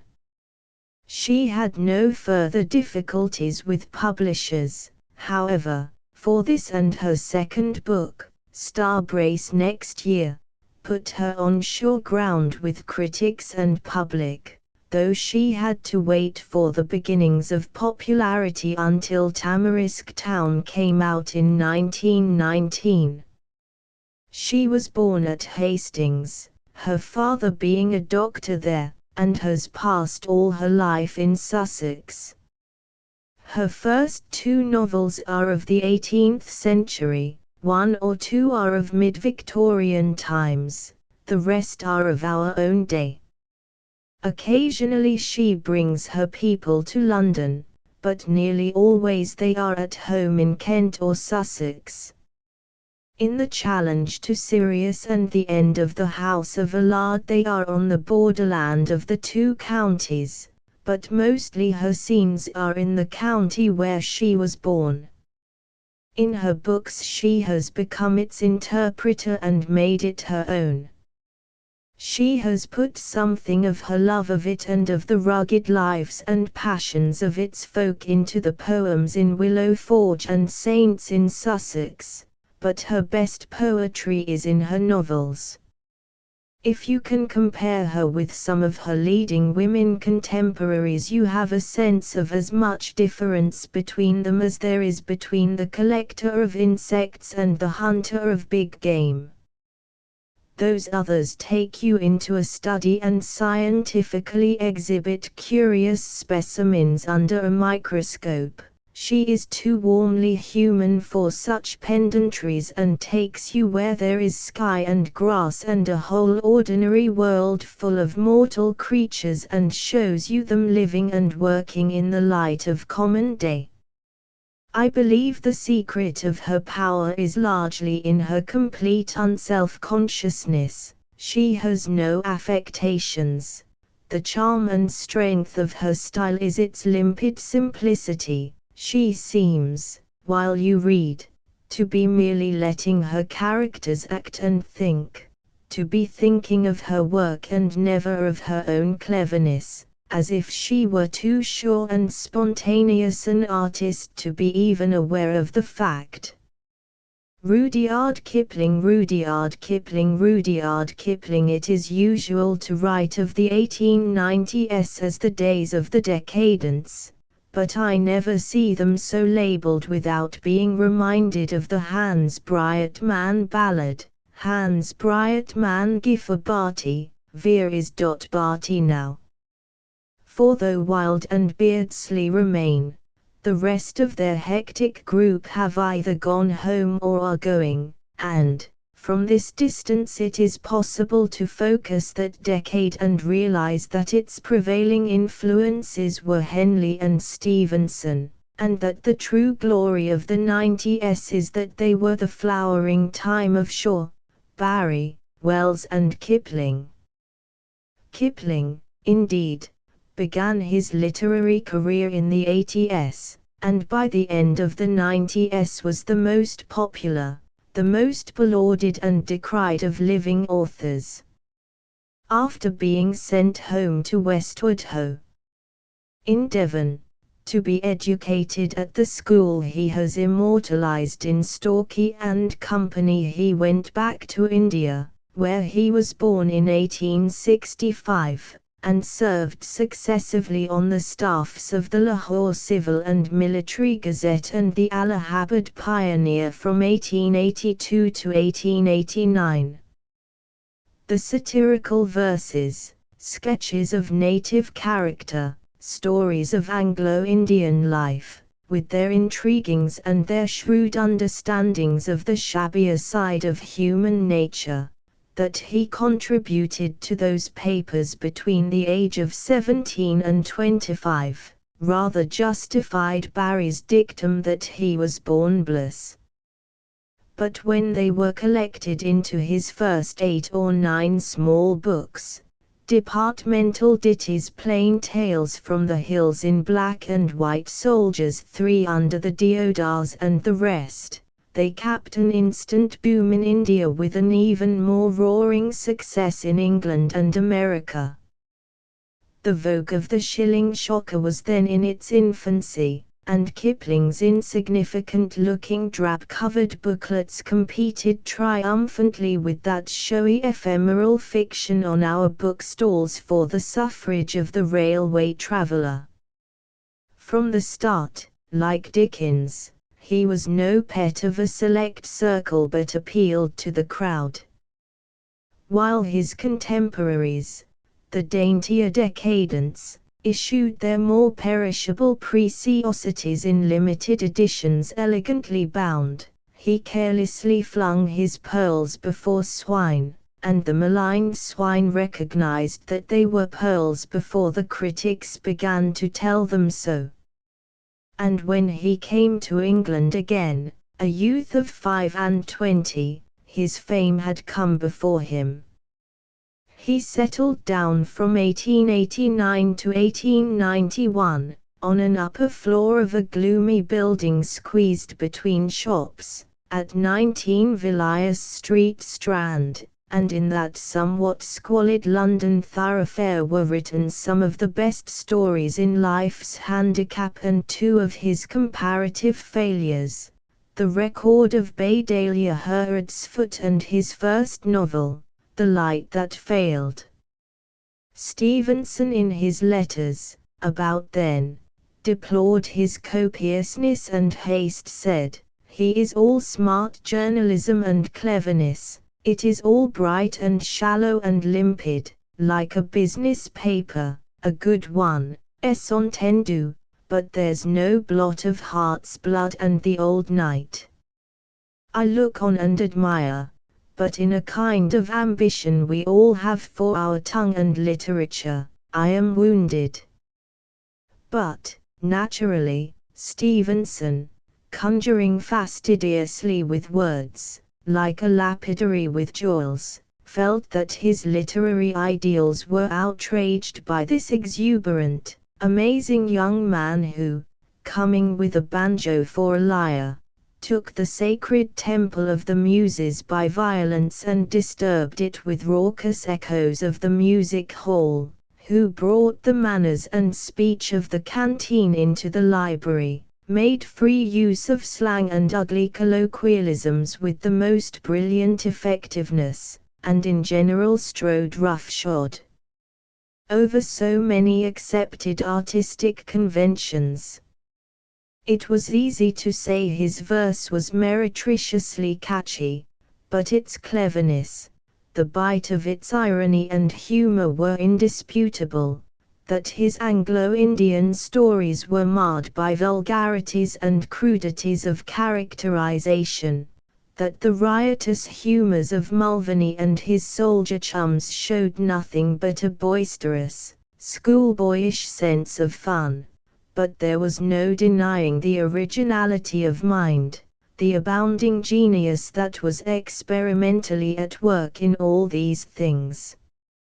Not only had Kipling broken new ground, he had defied conventions and broken it in a new way of his own, and through the following 10 years he was justified of his daring by the maturer, more masterly poems and stories in Barrackroom Ballads, The Seven Seas, Many Inventions, the 2 Jungle Books, and, above all, by Kim, that wonderful story, steeped in the magic of the Orient, with its rich gallery of characters, native and European, and its intimately pictured panorama of the strange, motley life that flows along the Grand Trunk Road.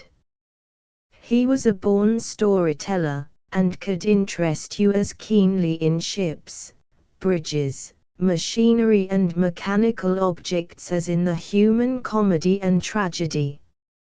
He could take his tone with an equal mastery, as occasion served, from the smoke room, the bar or the street, and from the golden phrasing and flashing visions of the biblical prophets.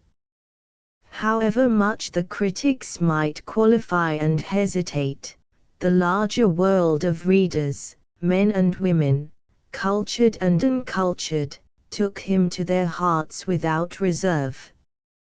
Never since Dickens died had any author won so magical a hold on the admiration and affection of our people. In those days, at the height of his fame, when he lay dangerously ill in New York, the cables could not have flung more bulletins across the world, nor the newspapers followed his hourly progress more excitedly if it had been a ruling monarch in extremis.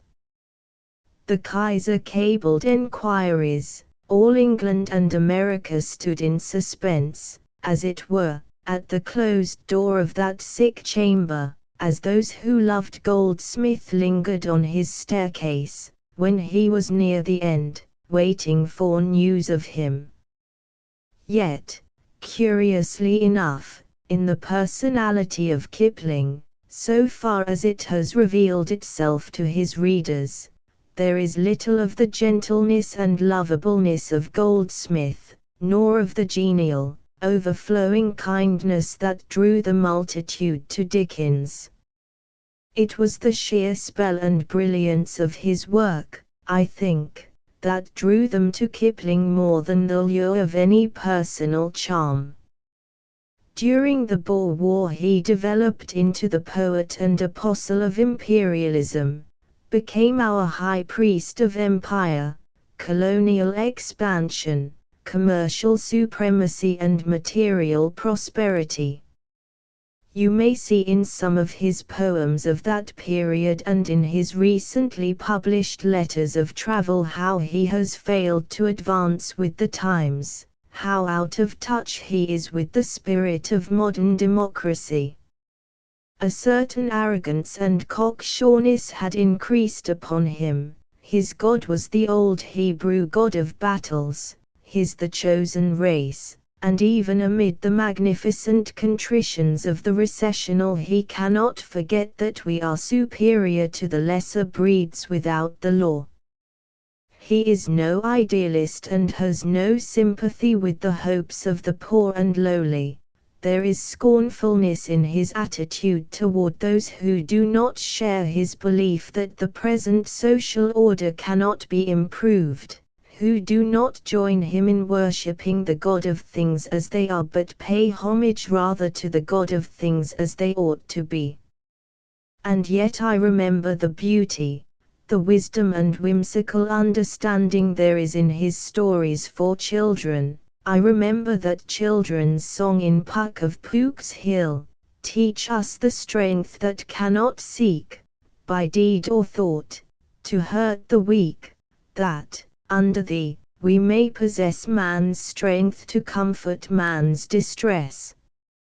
I remember stray, poignant things in this book and that, especially in the years between, and am ready to think I misjudge him when I take his intolerant imperialism too seriously, and that these rarer, kindlier moods, these larger-hearted emotions are at least as characteristic of him. Someday somebody will gather into one glorious volume the finest story in the world without benefit of clergy at the end of the passage, the man who would be king, the brushwood boy, they, and a score or so of other short stories, and with Kim and a book of such poems as Sussex Tomlinson to the true romance, M. Andrews' hymn, the last chantey, those great ballads of the Bolivar and the Mary Gloucester, and 100 more. There will be enough and more than enough to give him rank with those whose work shall endure while there's a world, a people and a year. After all, most of his imperialistic verse and his prose essays into political and economic problems were mainly topical and are already pretty much out of date. He is rich enough to let them go and be none the poorer. If his popularity has waned, it is chiefly, as I have said, because he has not advanced with the times. He has lost touch with the real spirit of his age, and I believe that is a result of his having withdrawn too much from contact with his fellows.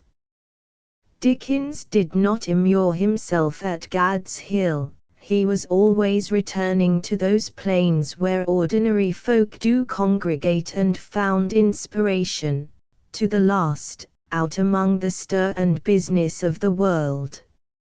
Shakespeare's work was done in the hurlyburly of London. He stagnated, after he settled down at Stratford, and wrote no more, and one feels that if Kipling would only come out from his hermitage at Burwash and mingle again in the crowded ways of men, as he did in the fullness of his powers, he has it in him yet to be a bringer of new things that shall add new lustre even to his old renown.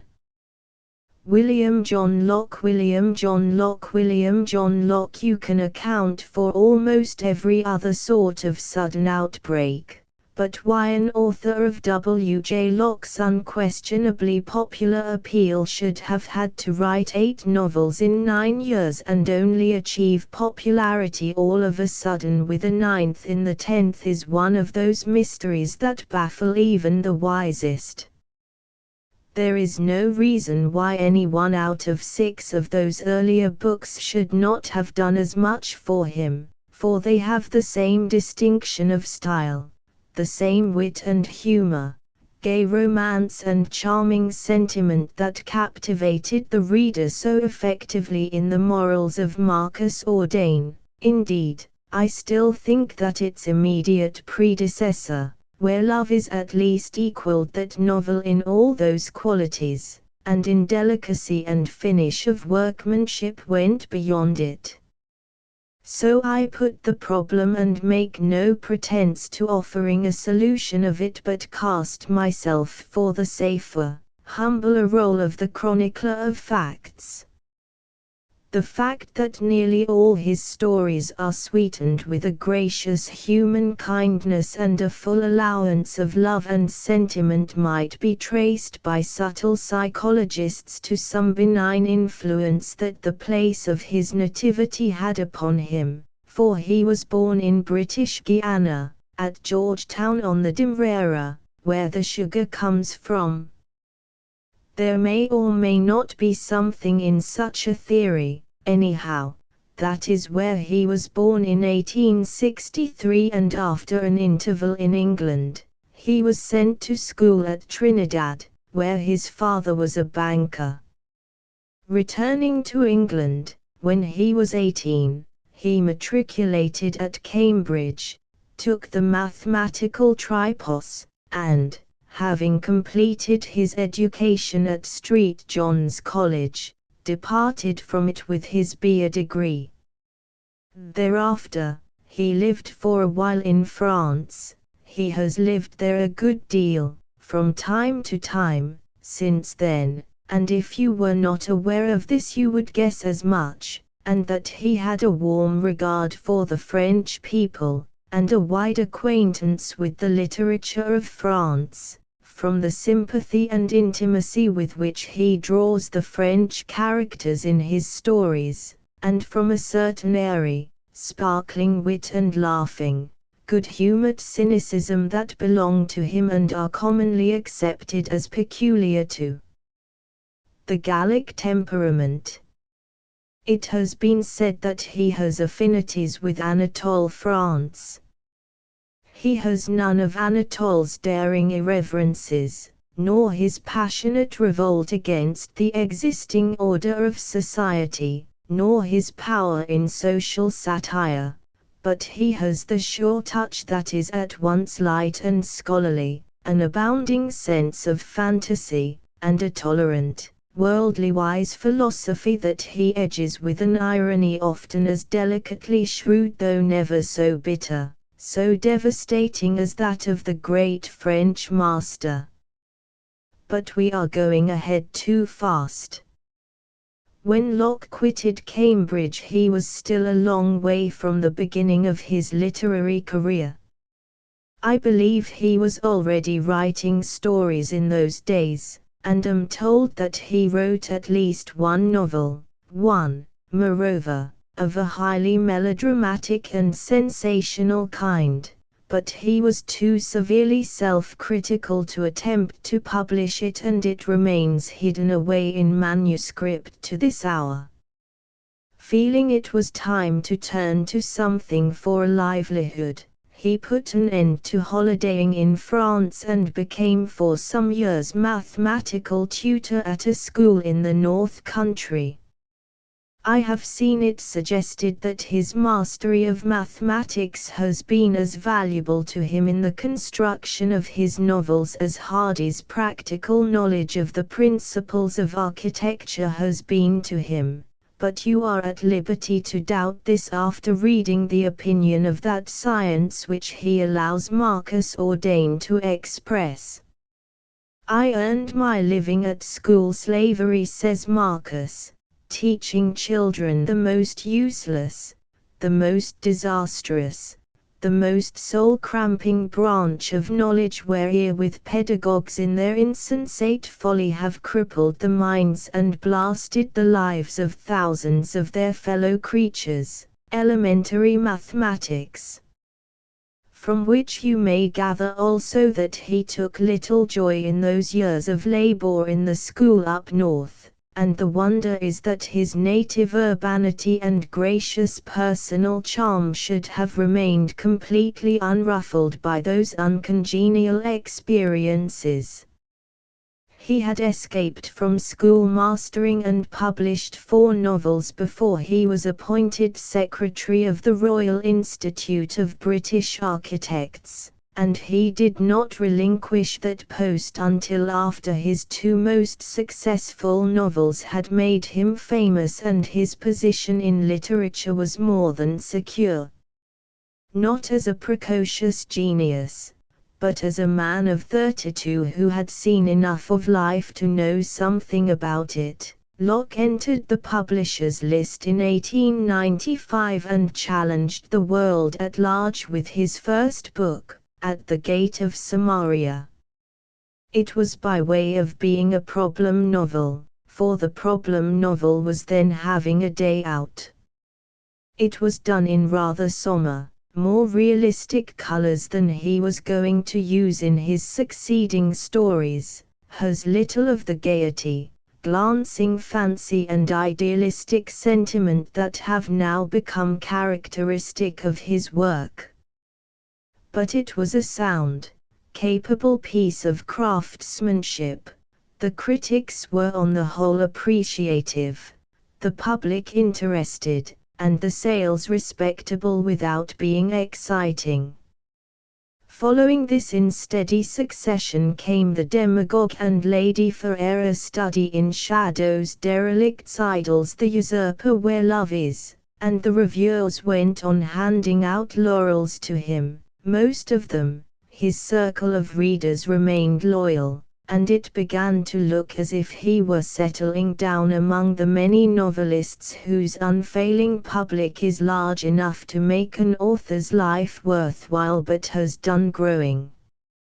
Yet by the time he had written Derelicts he had discovered the formula that was presently to carry him far beyond such quiet success into a roaring popularity. He had discovered his gift for transfiguring the commonplace world and its people, conjuring them into a fairy tale and still making his men and women seem amazingly lifelike and his tale all true.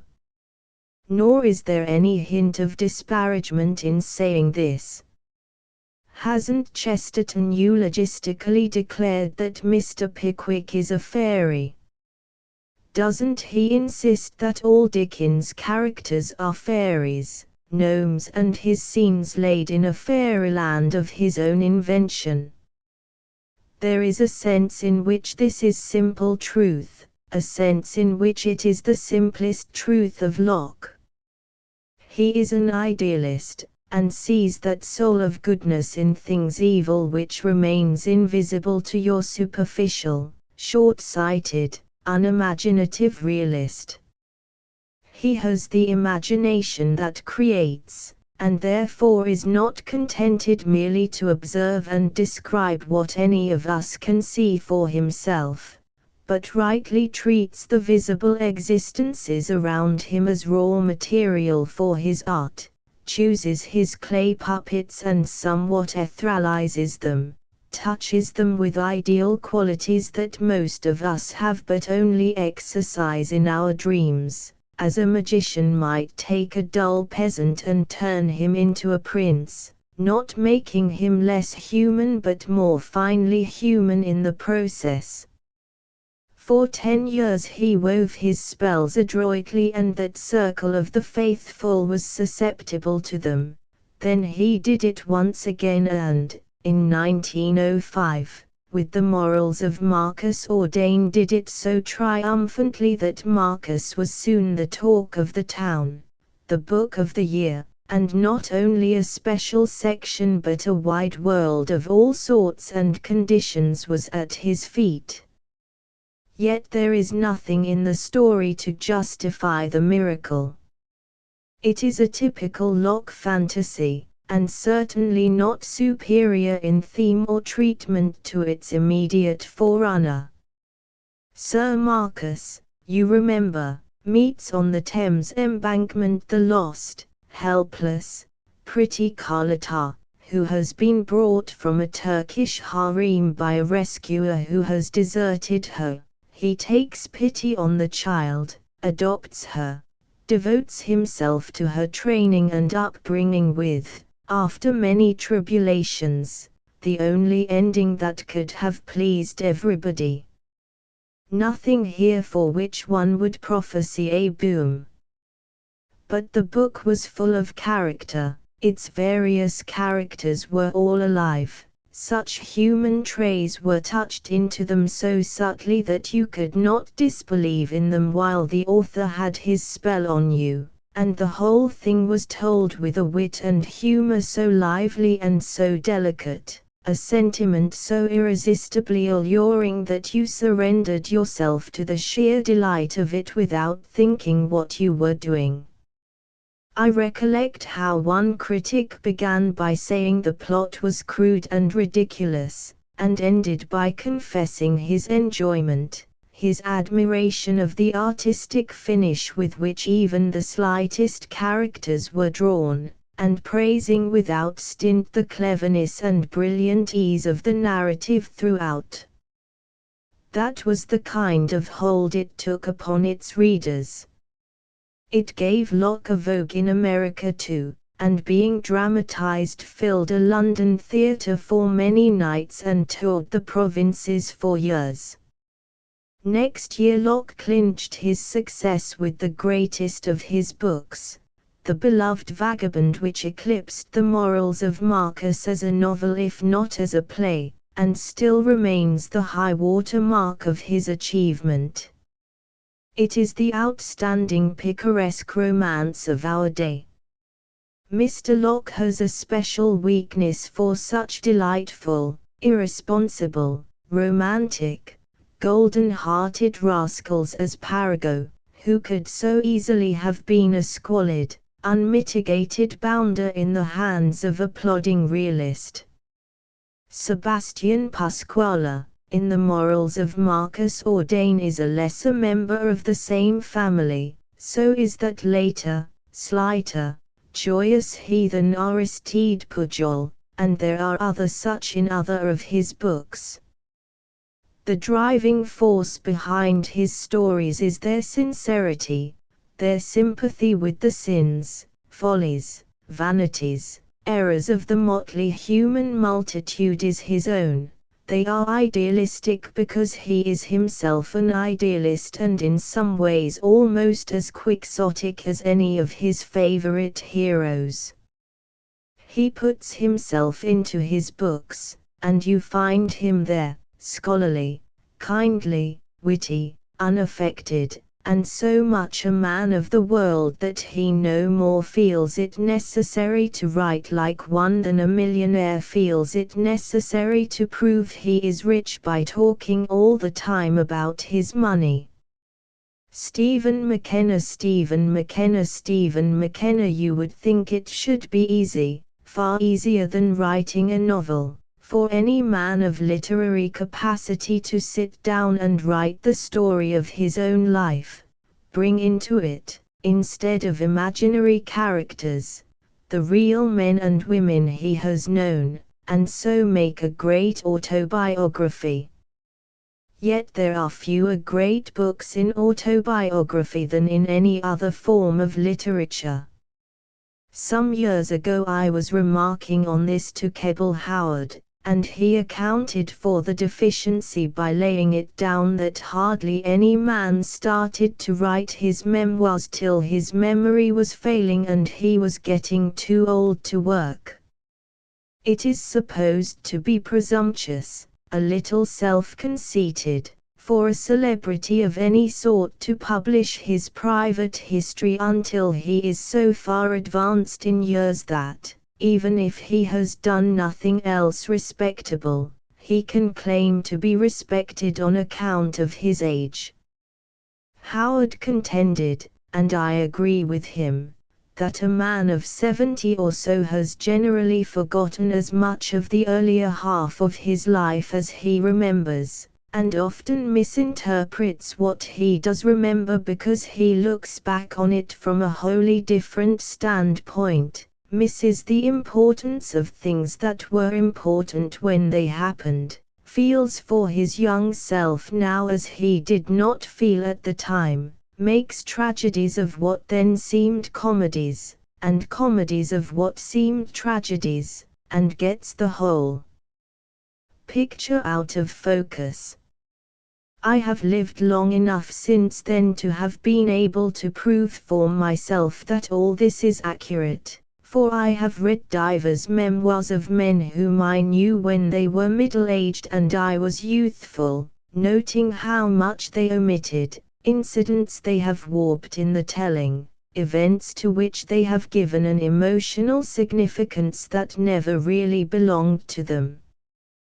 To remedy such a state of things, Keble Howard's idea was that anybody who had done anything and meant to do more, should write the first volume of his autobiography when he was under 30, while he was still near enough to his youth not to have lost all the freshness of its feelings, still near enough to his childhood to be able to revive in his thoughts the actual magic of its atmosphere. He should write his second volume when he was about 50, and his third when he was so far from the beginning that the end could not be much farther on.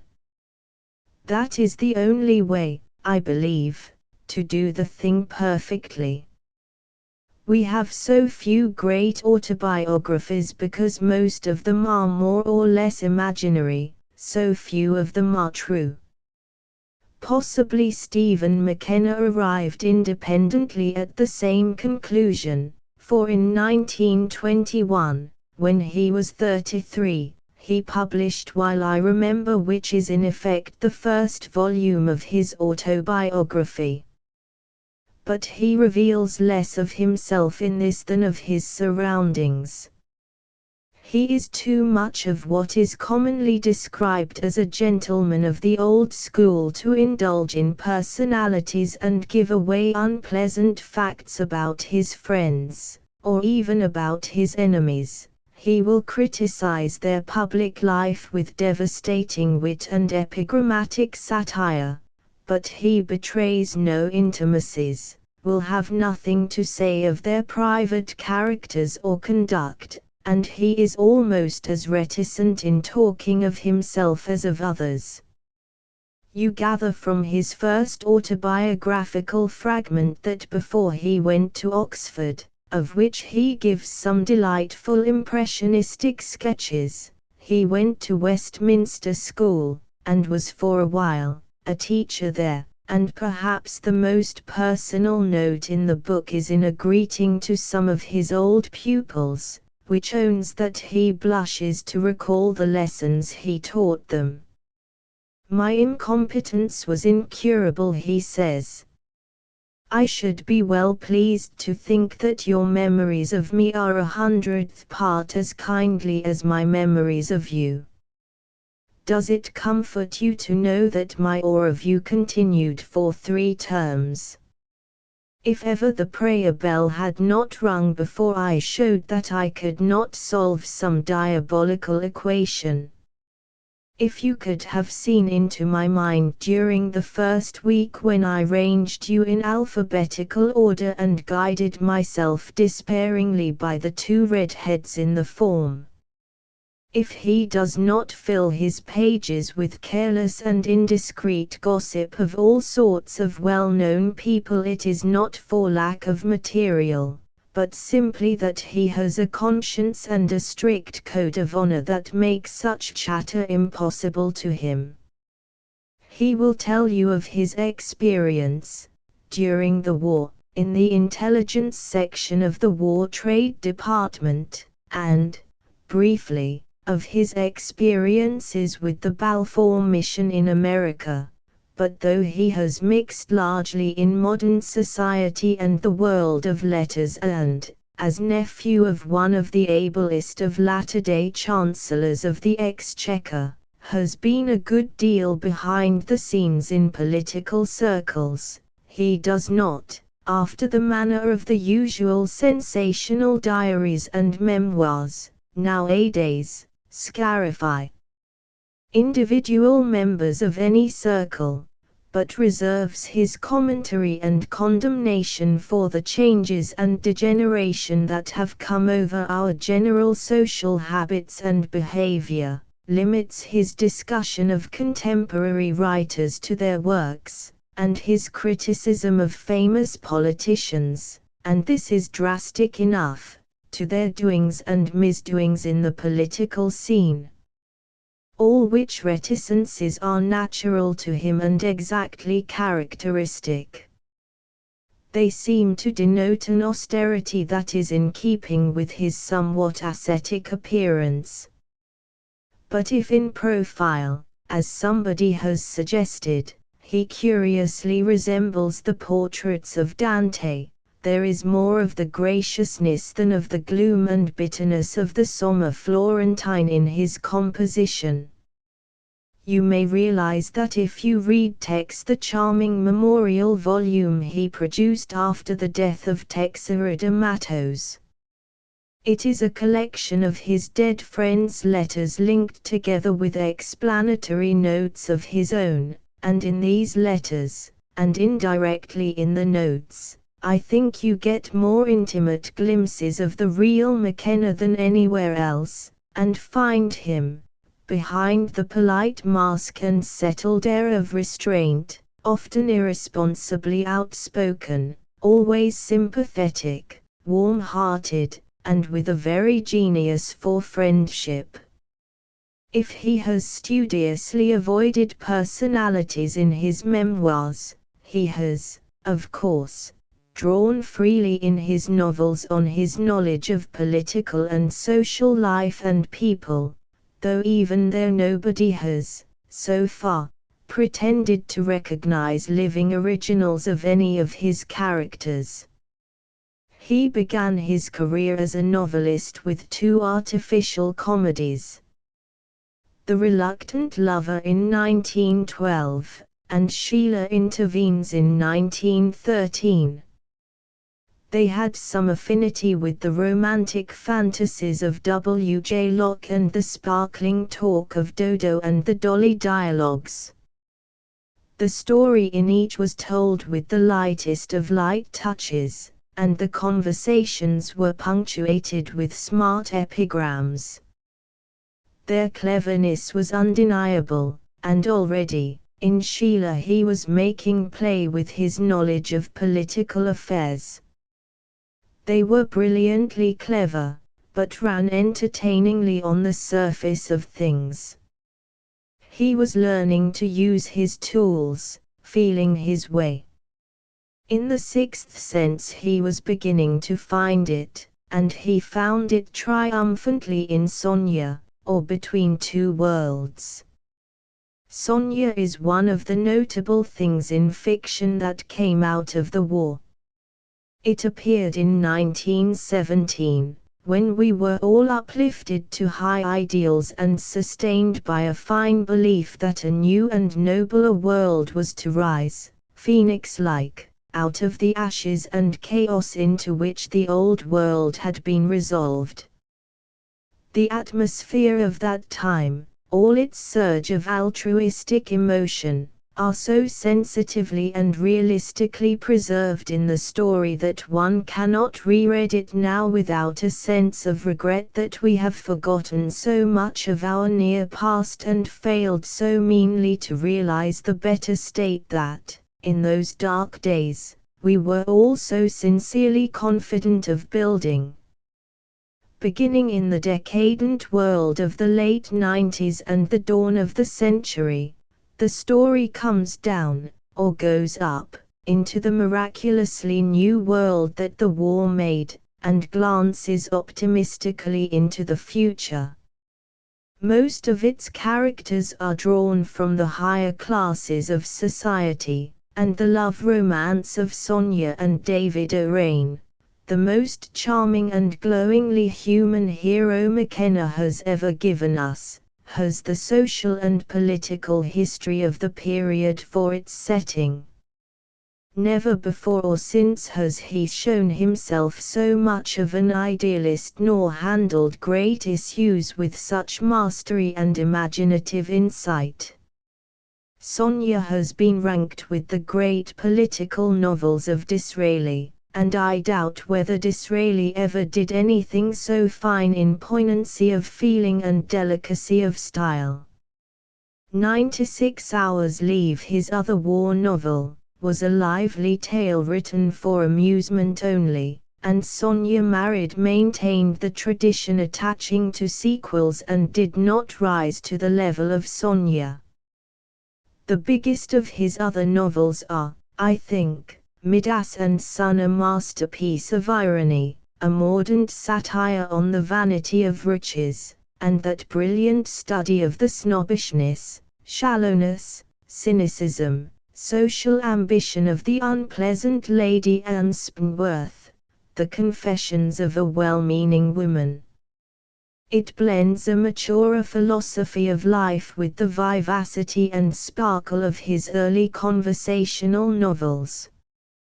It exposes without mercy the squalid little soul of a person who is or has been of importance in society, and if her self-revelations make her seem abhorrent, it is because she herself seems so abhorrently alive and so minutely true to certain morbid, unlovely sides of human nature.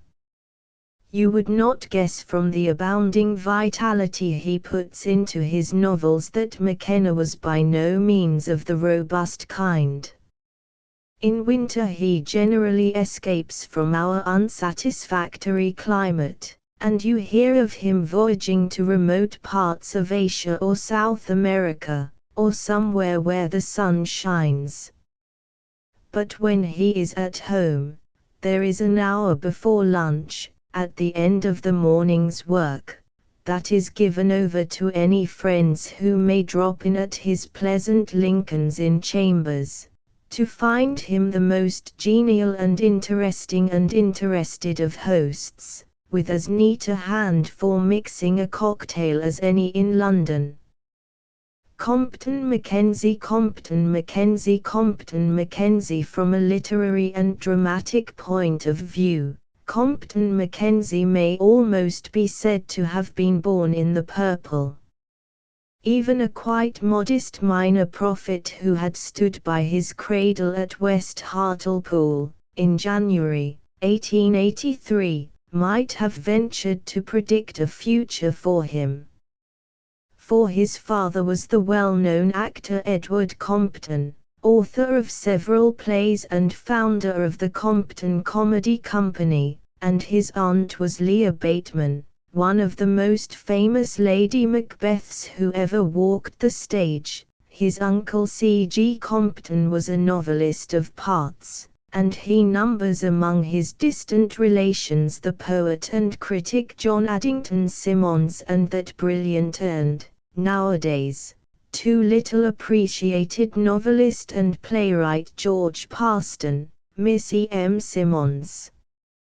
Nor did he absorb all the gifts of the family, for that distinguished actress Miss Fay Compton is his sister. From St. Paul's School, Mackenzie went to Oxford in the early years of this century, and if he did not break any scholarship records at Magdalen, he edited the Oxford Point of View which he helped to found, and became business manager of the Oxford Union Dramatic Society, and on occasion showed himself an actor of distinction.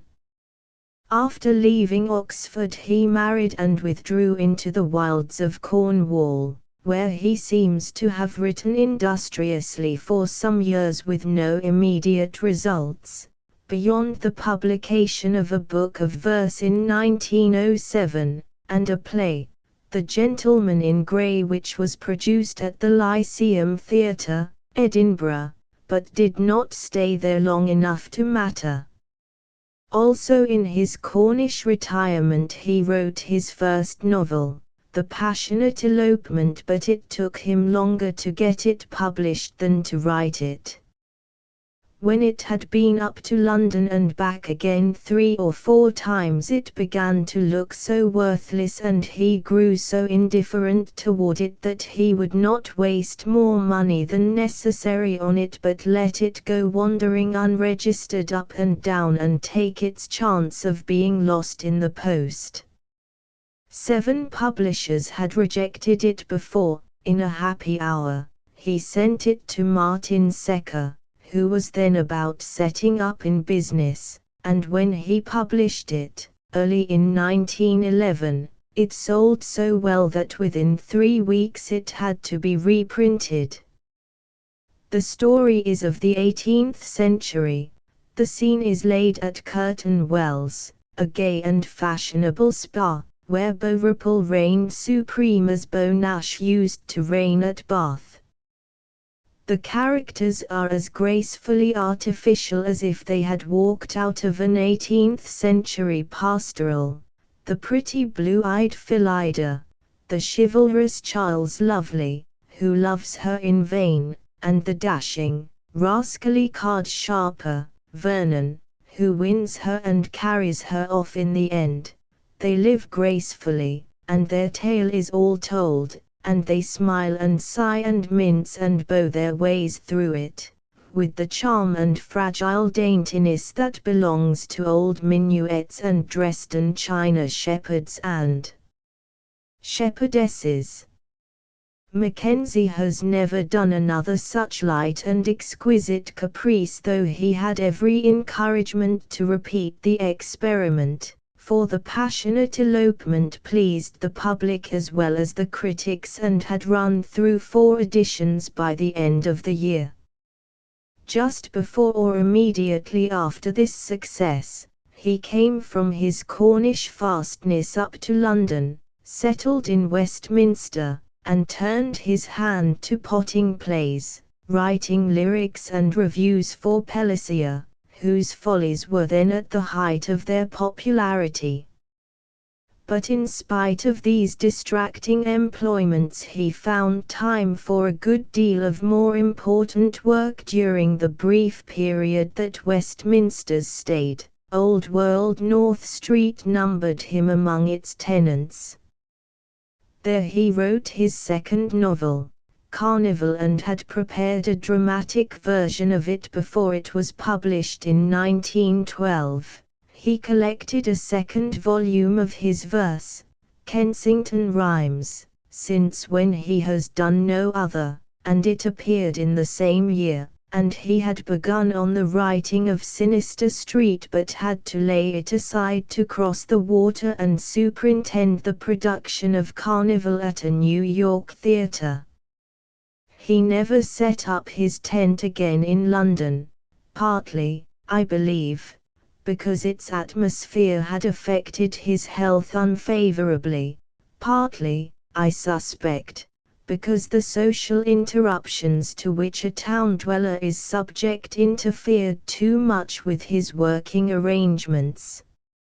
Anyhow, he transported himself to the Gulf of Naples and discovered an ideal retreat in a delightful villa on the Isle of Capri.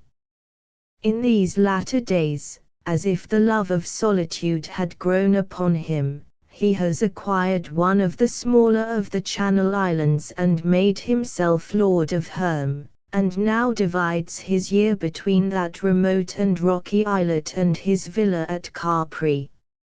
At Capri he finished Sinister Street, one of the longest of modern novels and much the longest of his own.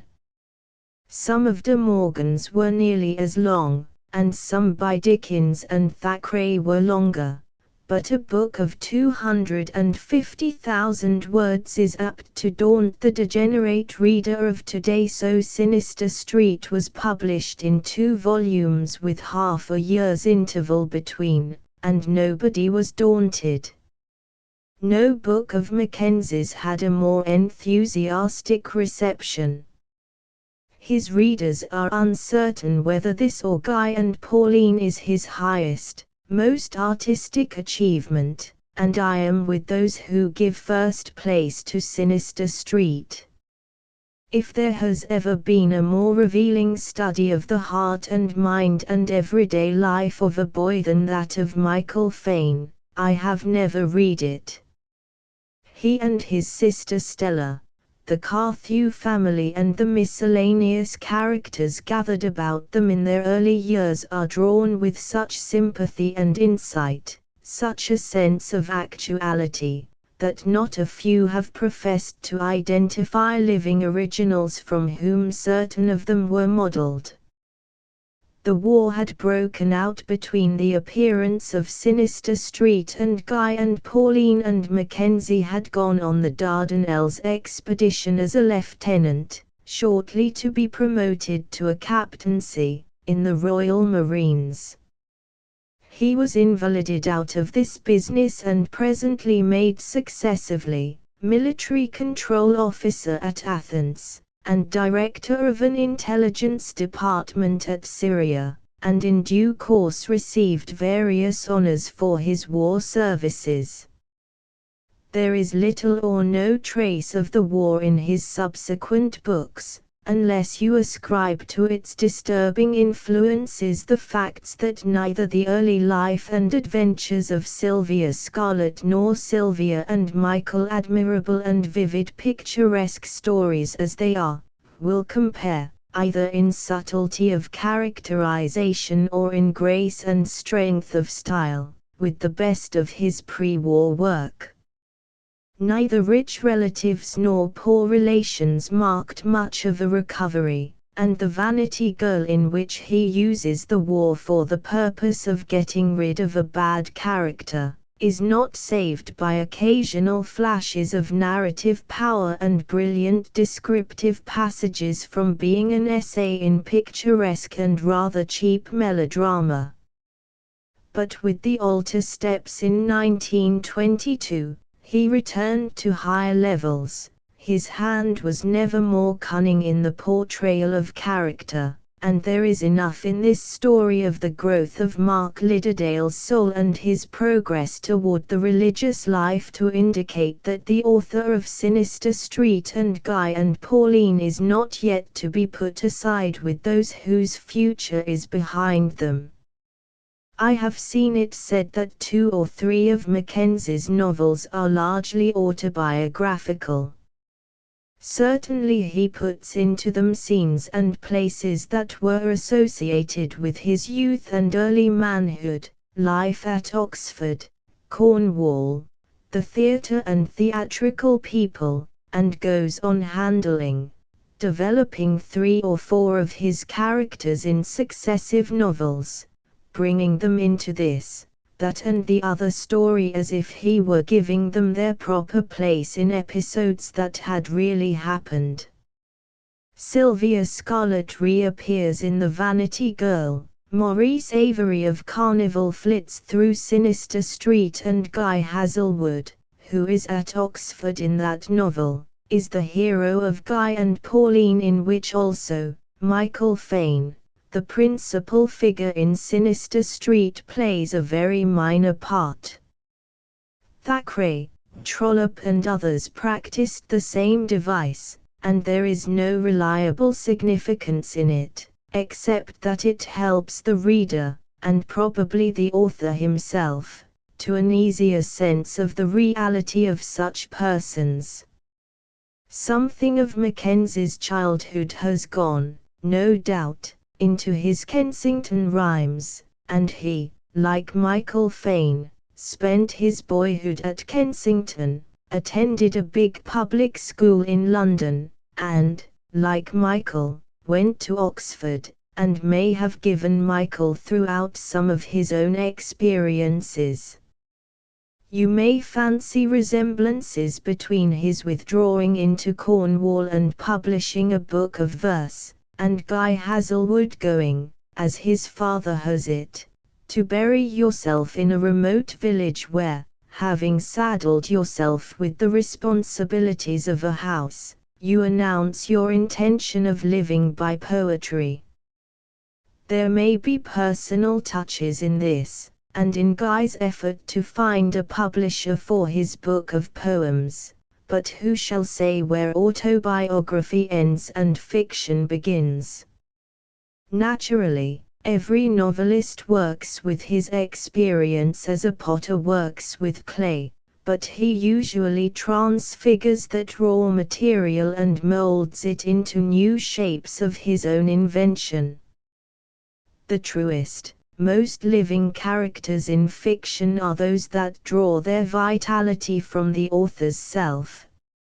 No doubt if we knew enough about him, we could find a good deal of Shakespeare in his most masterly characterizations.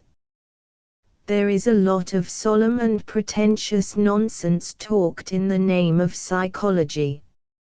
It is possible to make shrewd guesses, but no man can positively analyze the mind of another. When we think we are making a marvelous study of another's motives, we are studying the motives that would have been ours in his circumstances.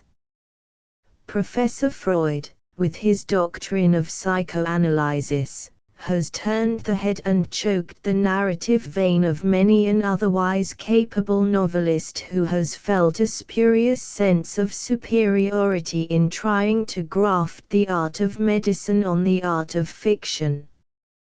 There is truer psychology in Mackenzie's novels than in the precious novels of most of our professed psychologists. He has done bigger work than theirs with a more modest conception of the novelist's function. "I confess that I like a book to be readable," he once wrote. "It seems to me that a capacity for entertaining a certain number of people is the chief justification for writing novels."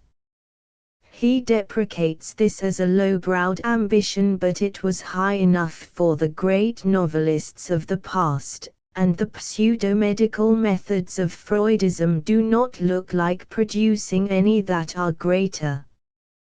John Masefield, John Masefield, John Masefield. Were I put to select the 4 or 5 poets who are most typically modern, most essentially of our own time, I think I should name Kipling, Hardy, Wilfred Gibson, Siegfried Sassoon and John Masefield, and Masefield perhaps before all.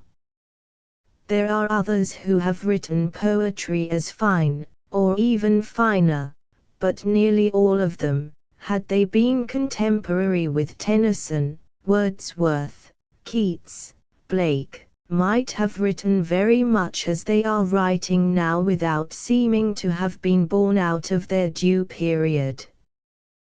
The 5 I have named could not have done this, either in theme or manner. Their poems are too intimate a growth of our own generation, as unmistakably of today as the motorbus or as wireless is. I am not forgetting Crabbe, the father of modern realistic poetry, but he mitigated his unorthodoxies by observing a respectable reticence of phrase, by subscribing to poetical conventions of language, and clothing his newness in the old-fashioned mantle of Pope. The philosophy of my chosen 5 may be sometimes akin to that of Fitzgerald's Omar, but the old wine is in aggressively new bottles. And I am not forgetting that Hardy was Tennyson's contemporary, and not a little of his poetry was written in the 60s and 70s, though it was not published then. If it had been published, the tastes and standards of that formal age would have found it so wanting that it never would have won for Hardy then the fame it has given him now.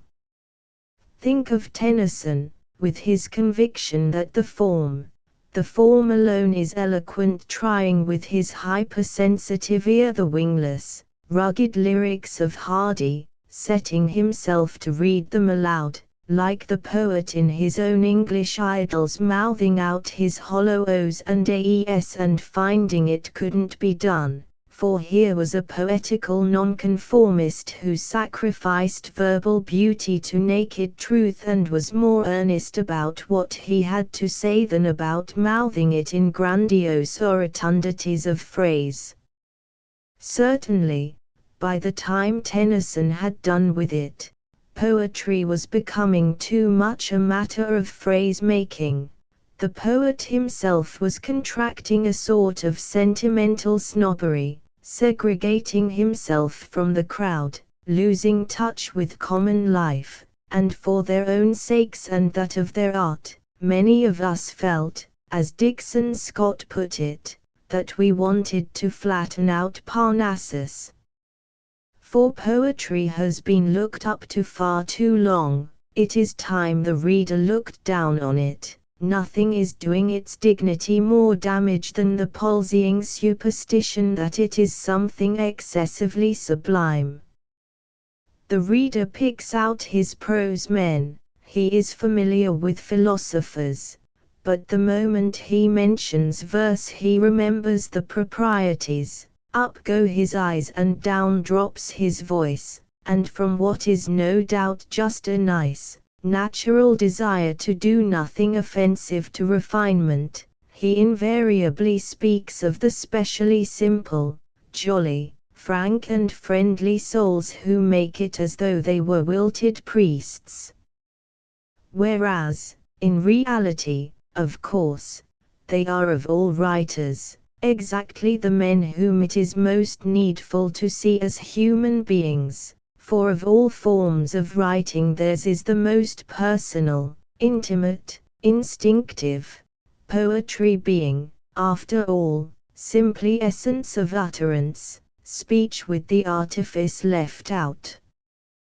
To this it now approximates, but it was not this, nor were the poets such simple, unaffected souls until Kipling had begun to outrage their delicacies, shock their exquisite, artistic refinements with the noise and dazzle of his robust magic, and others, like Hardy, Gibson and Masefield, had brought poetry out of her sacred temple and made her at home in inns, and kitchens, and workshops, cottages and mean streets and all manner of vagabond places, restored her to plain nature and human nature, and taught her to sing her heart out in the language of average men, sometimes in the language of men who were quite below the average.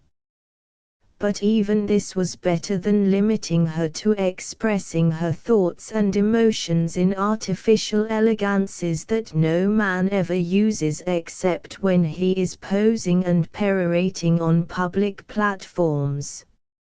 In his beginnings Masefield was not unaffected by the Kipling influence. You can trace it in the lilting measures of some of his early salt-water ballads, perhaps here and there in his early prose stories and sketches, a tarpaulin muster a mainsail haul.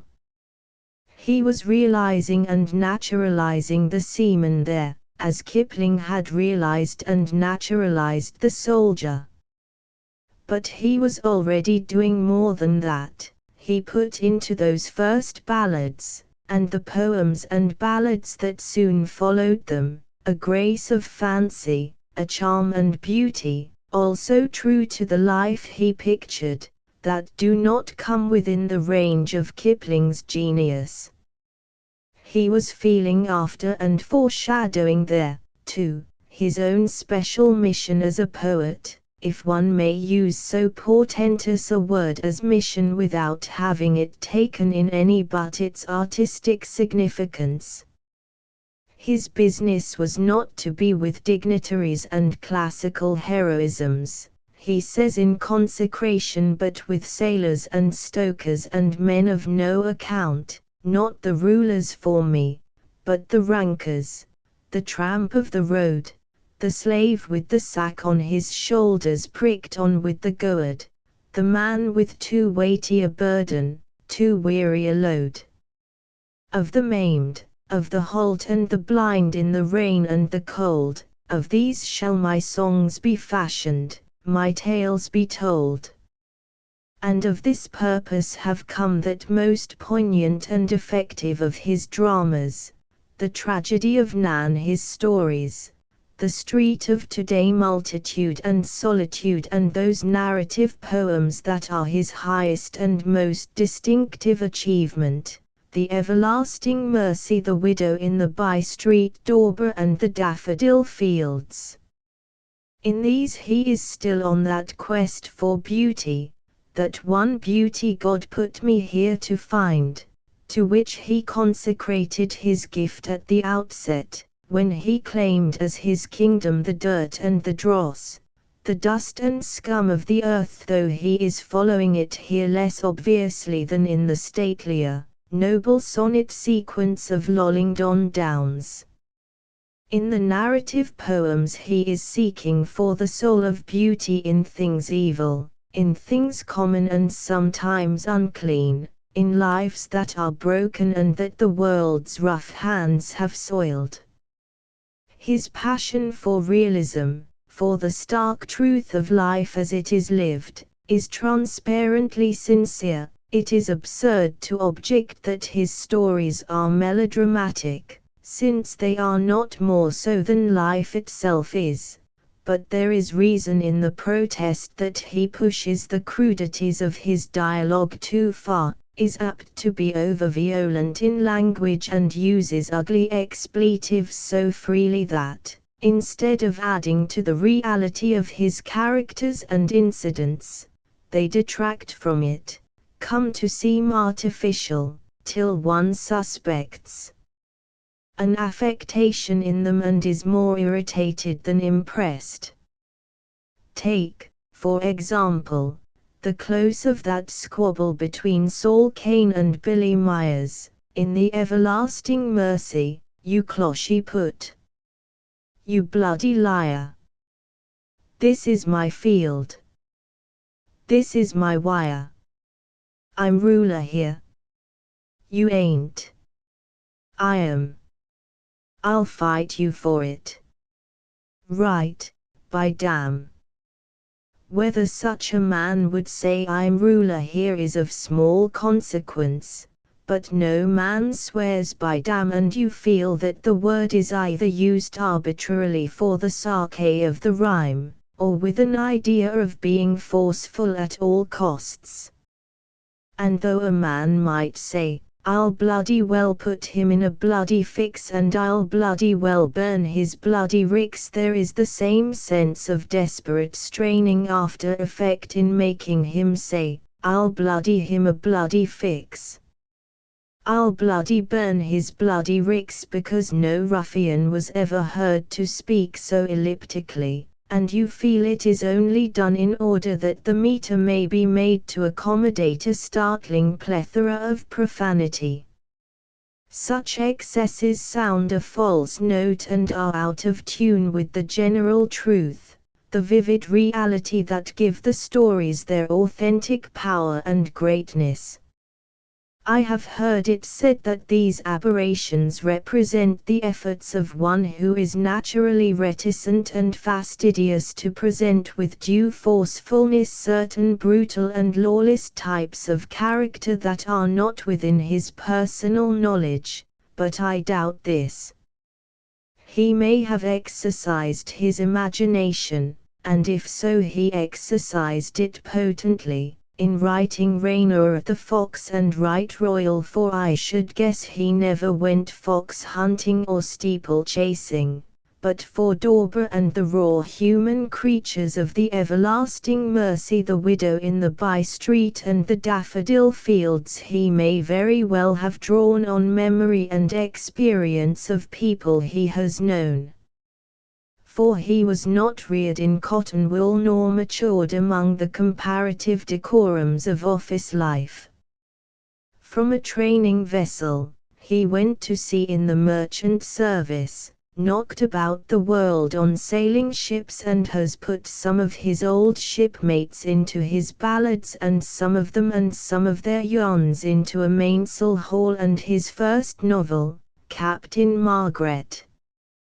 Quitting the sea, he went tramping in America, picking up a livelihood by casual work on farms, and after a while settled down to serve behind a bar in New York, escaping from the noise and squalor and drudgery of it at night to solace himself with the Morte d'Arthur after he had gone up to his garret to bed. It was a harsh apprenticeship, that on sea and on land, but it broadened his outlook and his sympathies, and fitted him to be, as he was presently resolved to be, the interpreter of the men of the tattered battalion.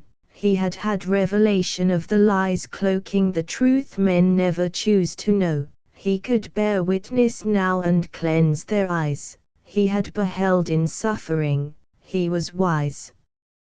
His work as a critic is in a certain newspaper where he used to review new poets before he was recognized as one, and in his scholarly, revealing study of Shakespeare, but his finest, most imaginative prose is in that poignant book Gallipoli which he wrote after he came home from serving there in the Great War.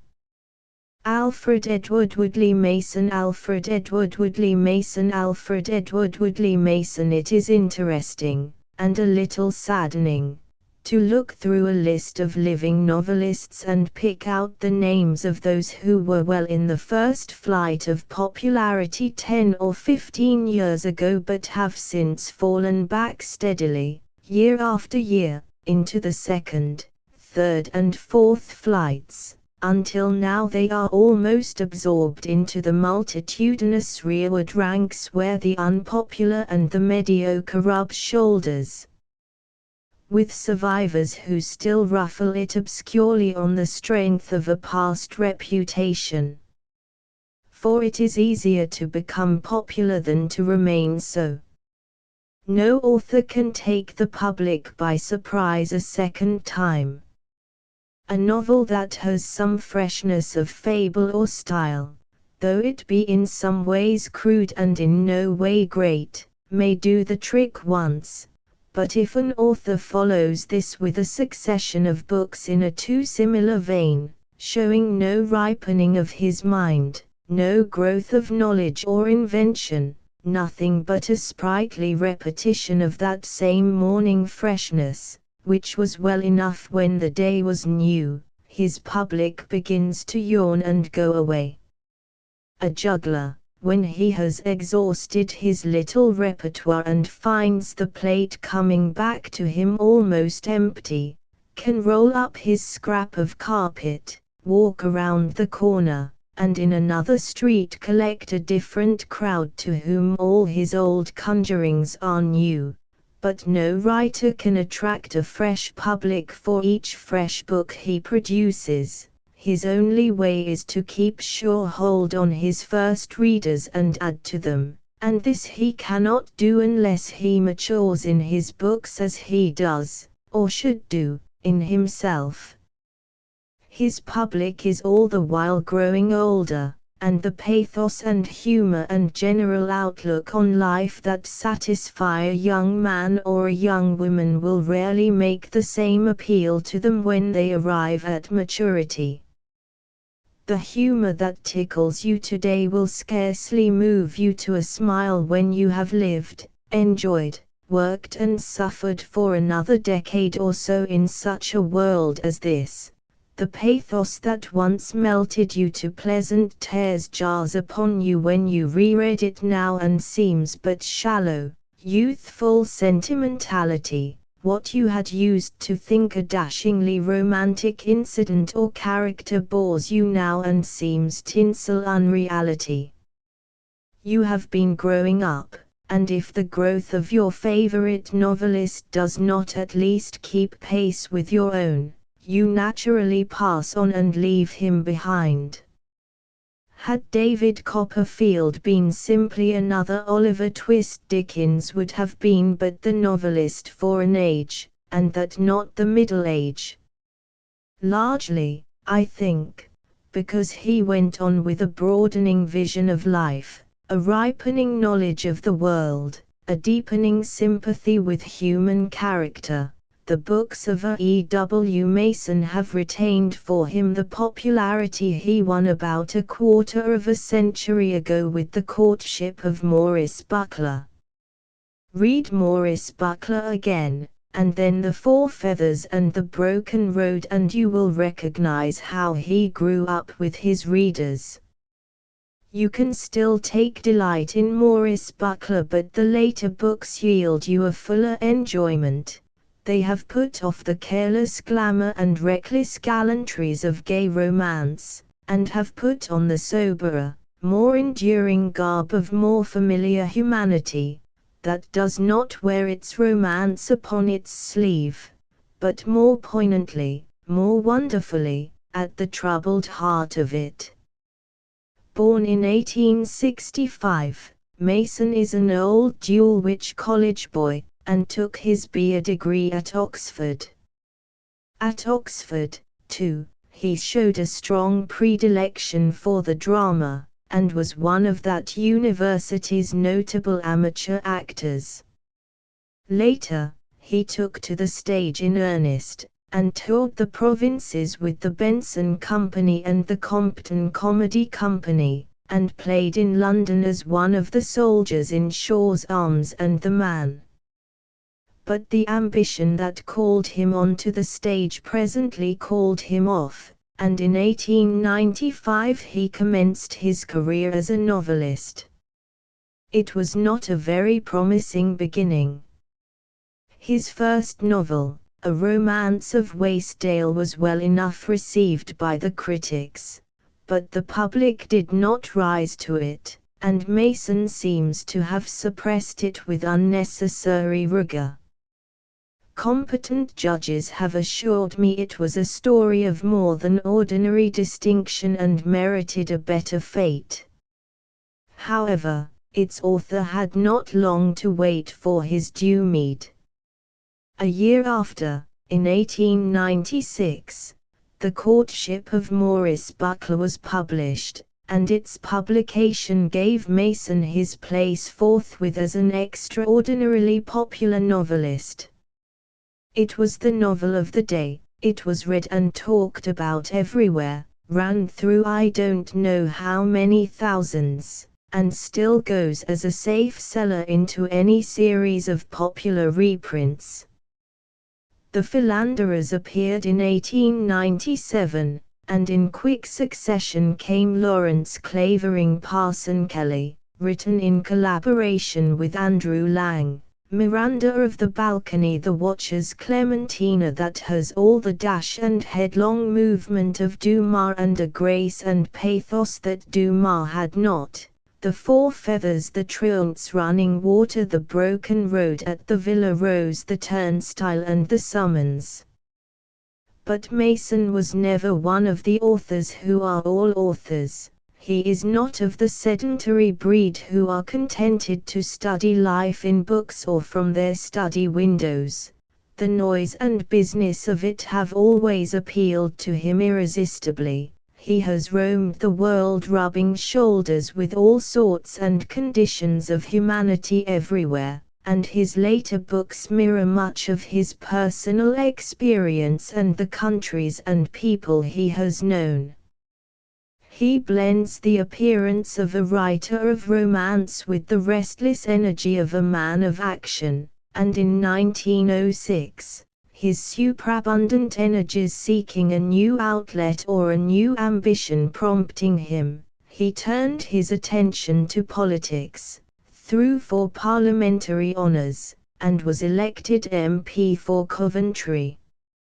He signalized his advent in the House with a notable maiden speech, did not speak there often but proved himself shrewd and eloquent in debate, and if he had not escaped we might have been the richer by a sagacious, sympathetic cabinet minister and one brilliant novelist the poorer.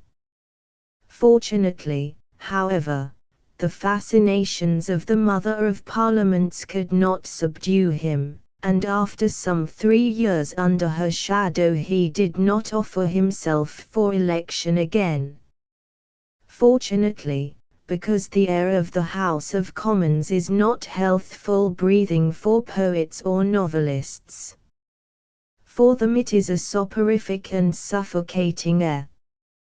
You may note that when a writer of imaginative literature has sat in the House for more than a limited period his spirit puts on flesh, dullness settles on his faculties and communicates itself to his pen. What plays did Sheridan write after he took his seat there? And who shall say that Lytton might not have written with fewer capital letters and less of the manner of the big bow wow if he had never ventured into that fatal atmosphere? Mason's sojourn in the House had no influence on his fiction, unless it was his stay there that turned his thoughts toward India and the grave problem of the education of its native princes in England, and so resulted in his writing one of the most powerful of his books, The Broken Road, in which case he has brought more good out of it than any novelist who ever went into it, except Disraeli. And Disraeli was really a politician in his romances and a romancist in his politics, so he can hardly be counted. I could never imagine the author of Miranda of the Balcony sitting out interminable debates, or trooping with his party into the voting lobby. He must have felt much more at home in uniform when he became in the first days of the war a captain of the Manchester Regiment, and later, a major on the General Staff. If he wrote no more romance for a time, his only book through those years was a collection of short stories, The Four Corners of the World in 1917, it was because he was too busy living it.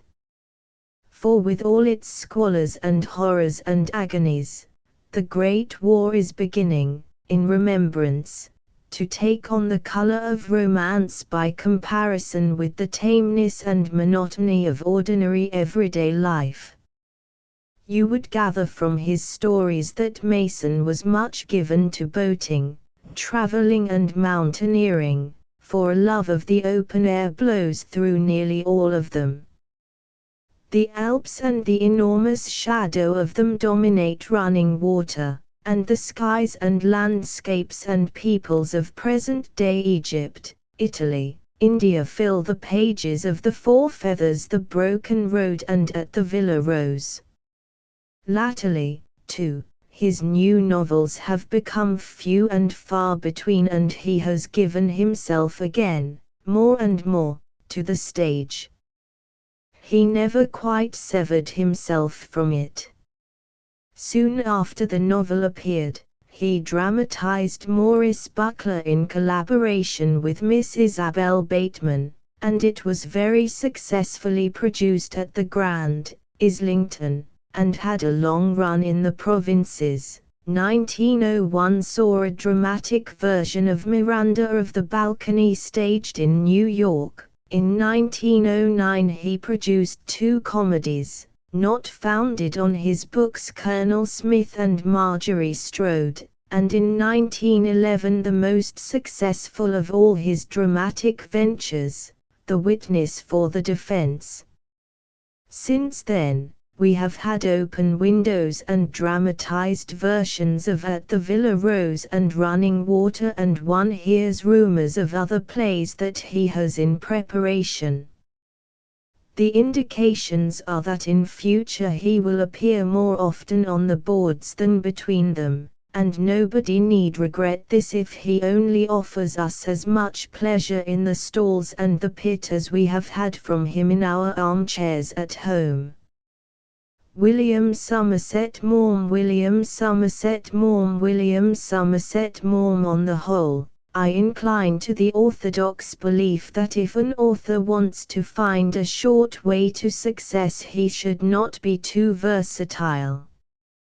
Nearly all our famous writers have been contented to do one thing well, have seemed to say with Marvel, "Let us roll all our strength and all our sweetness up into one ball."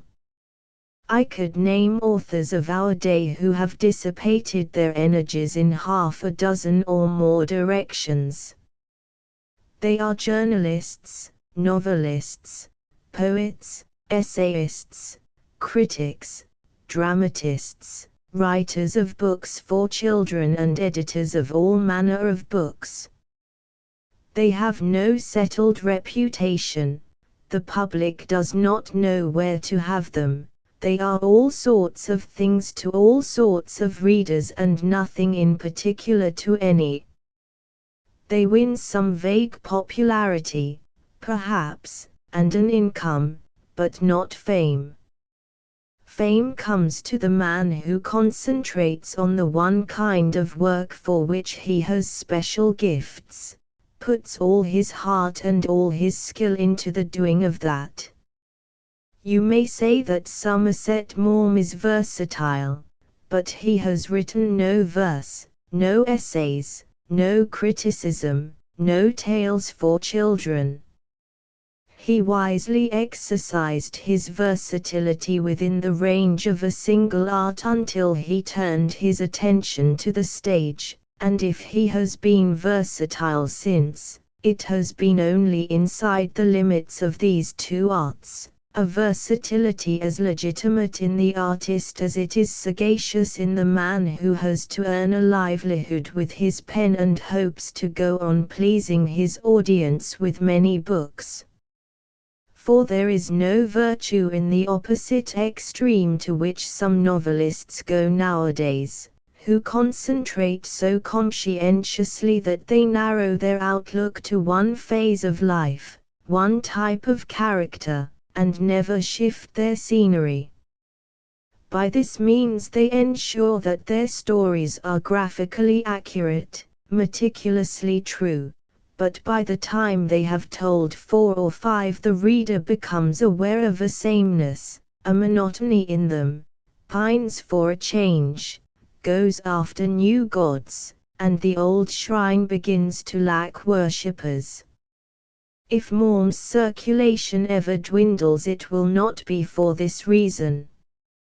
Happily he has a sense of humor which prevents him from adopting anything in the nature of a pose, but, however unassuming, he is not diffident, he is without affectations, and assured me once he was without ideals, by which I believe he meant no more than that he was not too idealistic to be a practical man.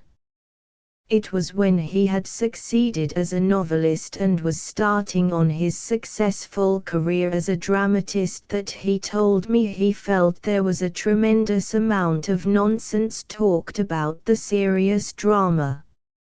All this highfalutin chatter about ideals, said he.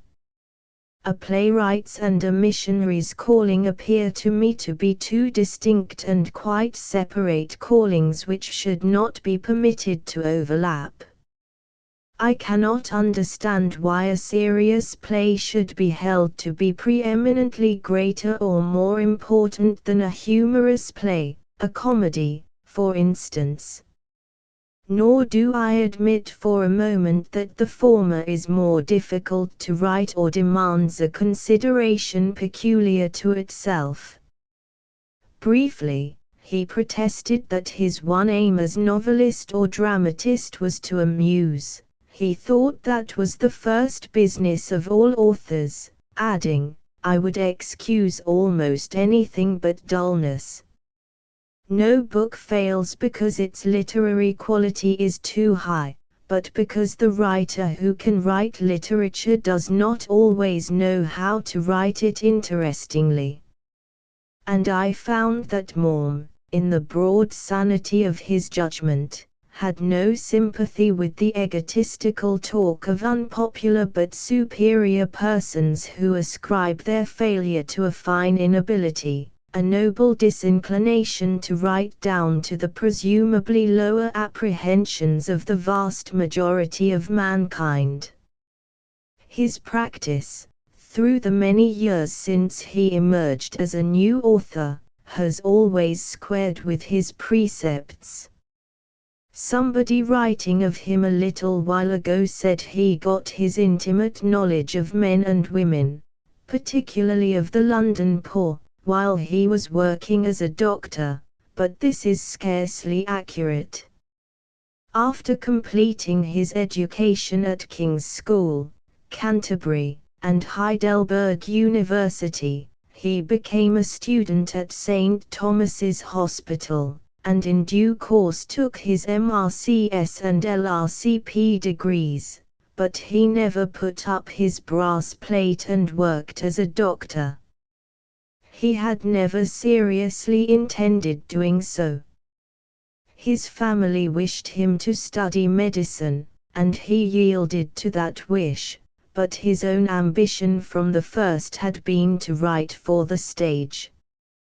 He was convinced that stagecraft was a knack he could acquire if he made up his mind to it, but he had a saving leaven of common sense and had seen enough of things to know that it was infinitely harder to worry through all the difficulties between writing a play and getting it produced than to find a publisher for a novel. So he resolved to turn novelist as a means of earning bread and butter and winning a large enough reputation to move theatre managers to feel that it was at least worth their while to look at his dramas. That was in the 90s. the glamorous 1890s, when some would persuade us the whole world of letters in this country was dominated by Oscar Wilde and his circle. But Maugham was one of the many authors of the period, I have referred to others already, whose work shows little trace of that influence. There is nothing much of romance in the story of his literary beginnings. He did not cast himself upon the town and drudge in the byways of journalism, nor did he undergo the disheartening experience of having his manuscripts persistently rejected by the magazines. While he was still a student at St. Thomas, he sent Fisher Unwin a collection of stories that eventually appeared under the title of Orientations, and that astute publisher at once accepted it, but strongly advised Maugham that it would be much better for himself that he should make a start with a novel, and he accepted the advice and went away to act upon it. Just then the slum story was all in the air, so much so that slumming had become a popular pastime with young ladies of leisure. The vogue of gissing was at its height. Arthur Morrison had written in Tales of Mean Streets and The Child of the Jago some of the most powerfully realistic of any pictures of London low life. Edwin Pugh had revealed the same underworld in A Street in Suburbia and The Man of Straw. Petridge's more dimly showing something of the happier side of that drab underworld, was running serially, and various other writers were finding themes for fiction in those ugly facts of existence that the city keeps as much out of sight as possible. In any case, the slums of Lambeth lay beside St. Thomas's Hospital.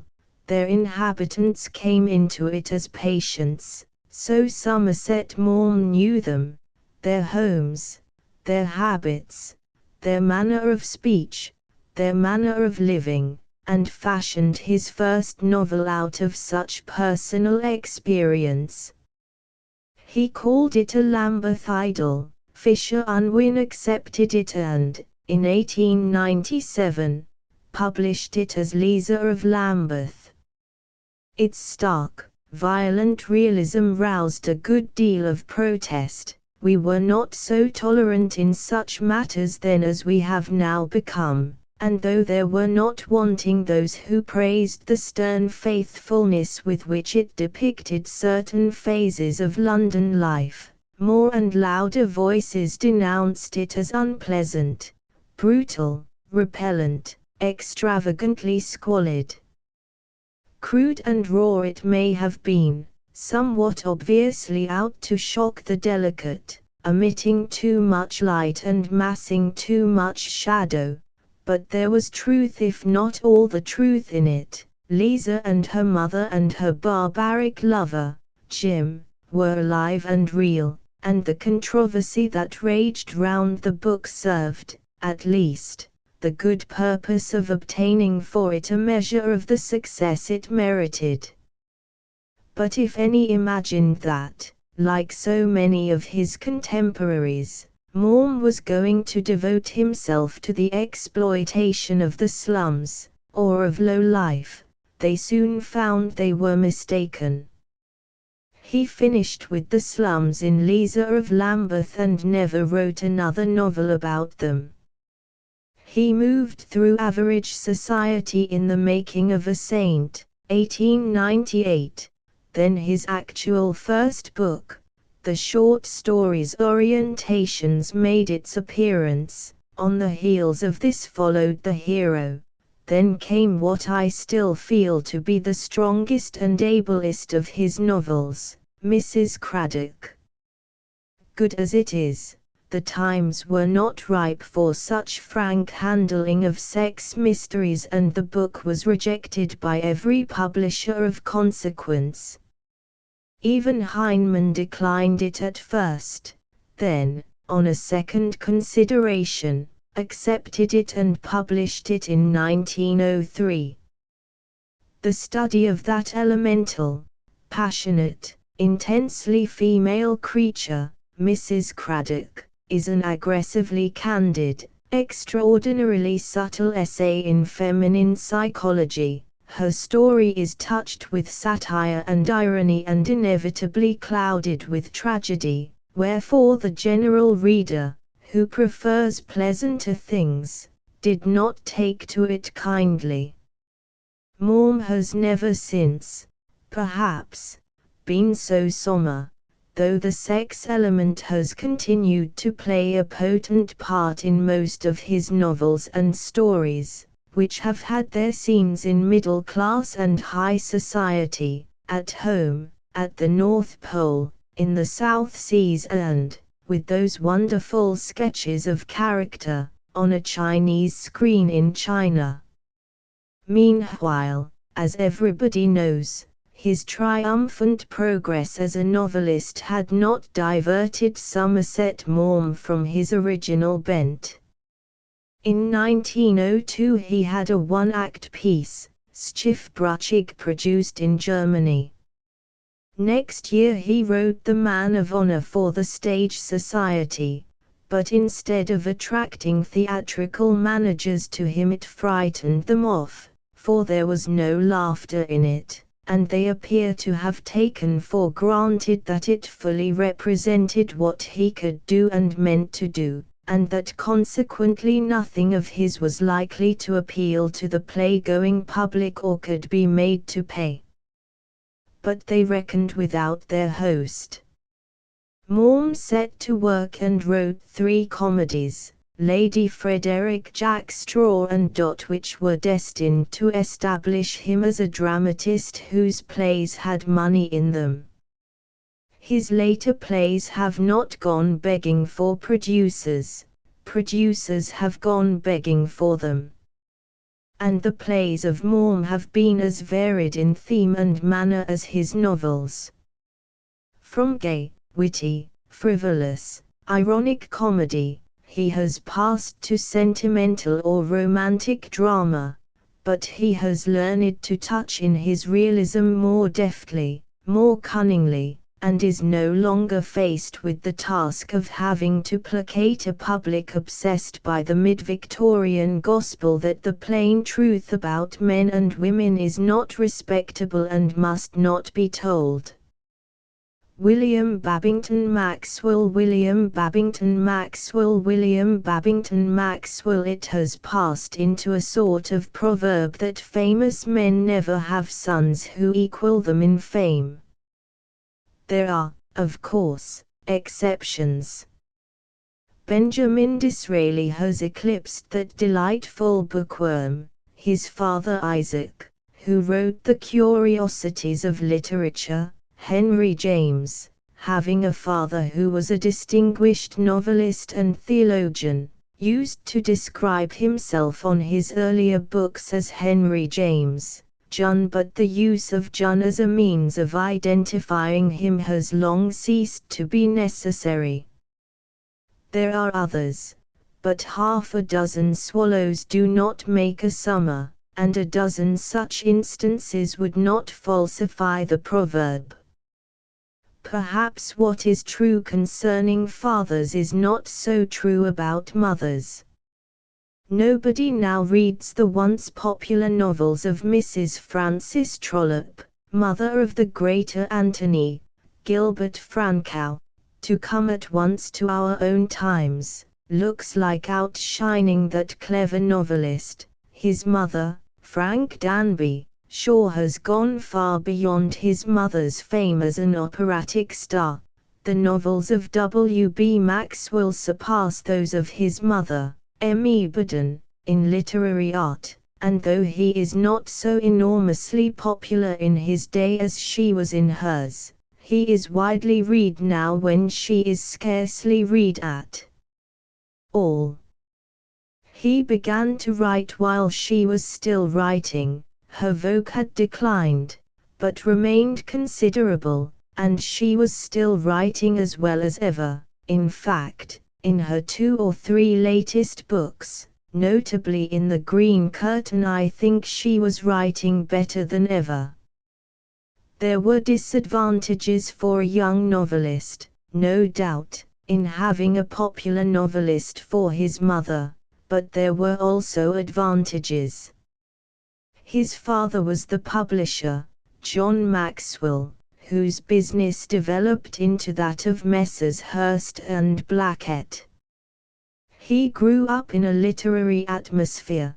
The very men who could open doors for a beginner, and make his way easier, were friends of the family. Moreover, he had a critic on the hearth who could prompt his first steps and check his prentice errors with knowledge drawn from a long and very practical experience.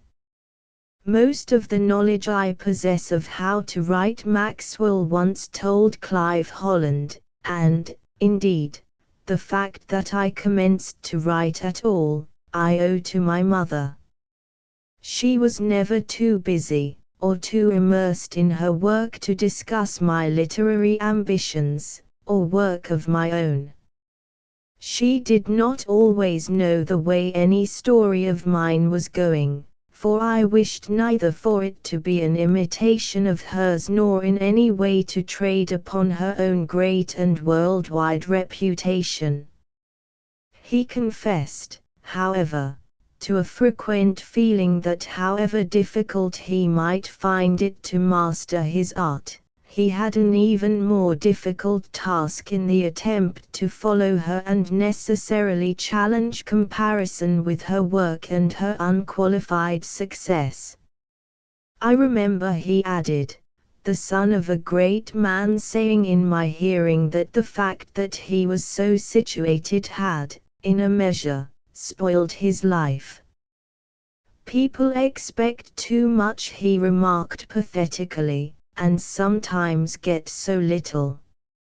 I might have been quite a success if I had not been overshadowed by my great father.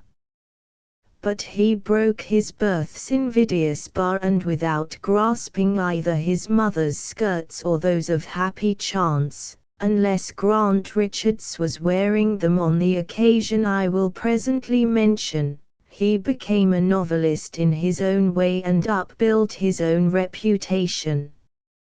Considering the influences that must have been round him in his childhood, taking it that he inherited his literary gift from his mother and that she, as he tells us, taught his young idea how to shoot, if his stories had been more or less of the amoebadan pattern, it would not have been surprising.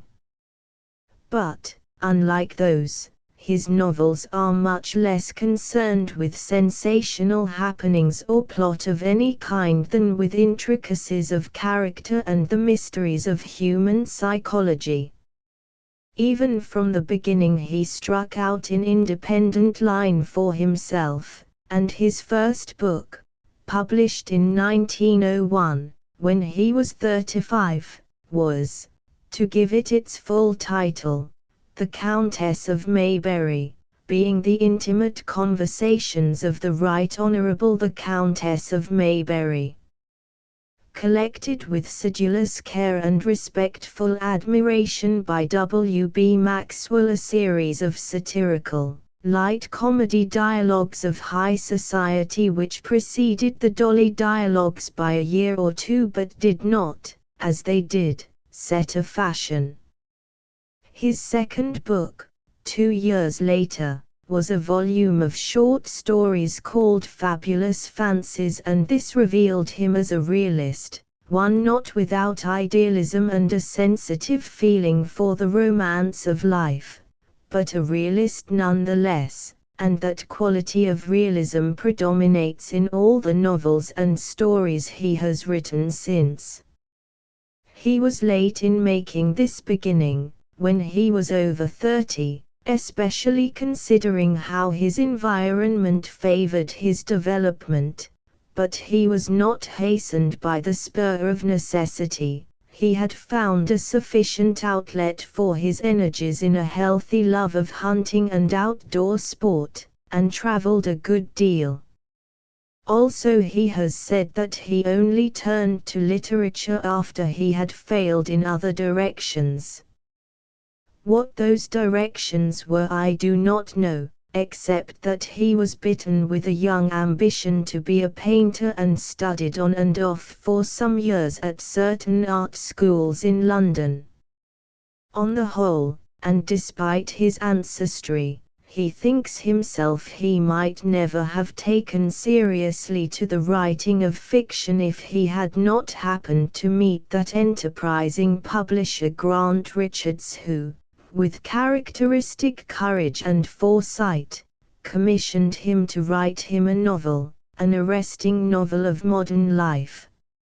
Not many publishers would have risked giving such a commission to an almost untried author, but the result amply justified the publisher's prescience, and with The Ragged Messenger in 1904, Maxwell scored the first and one of the biggest of his successes.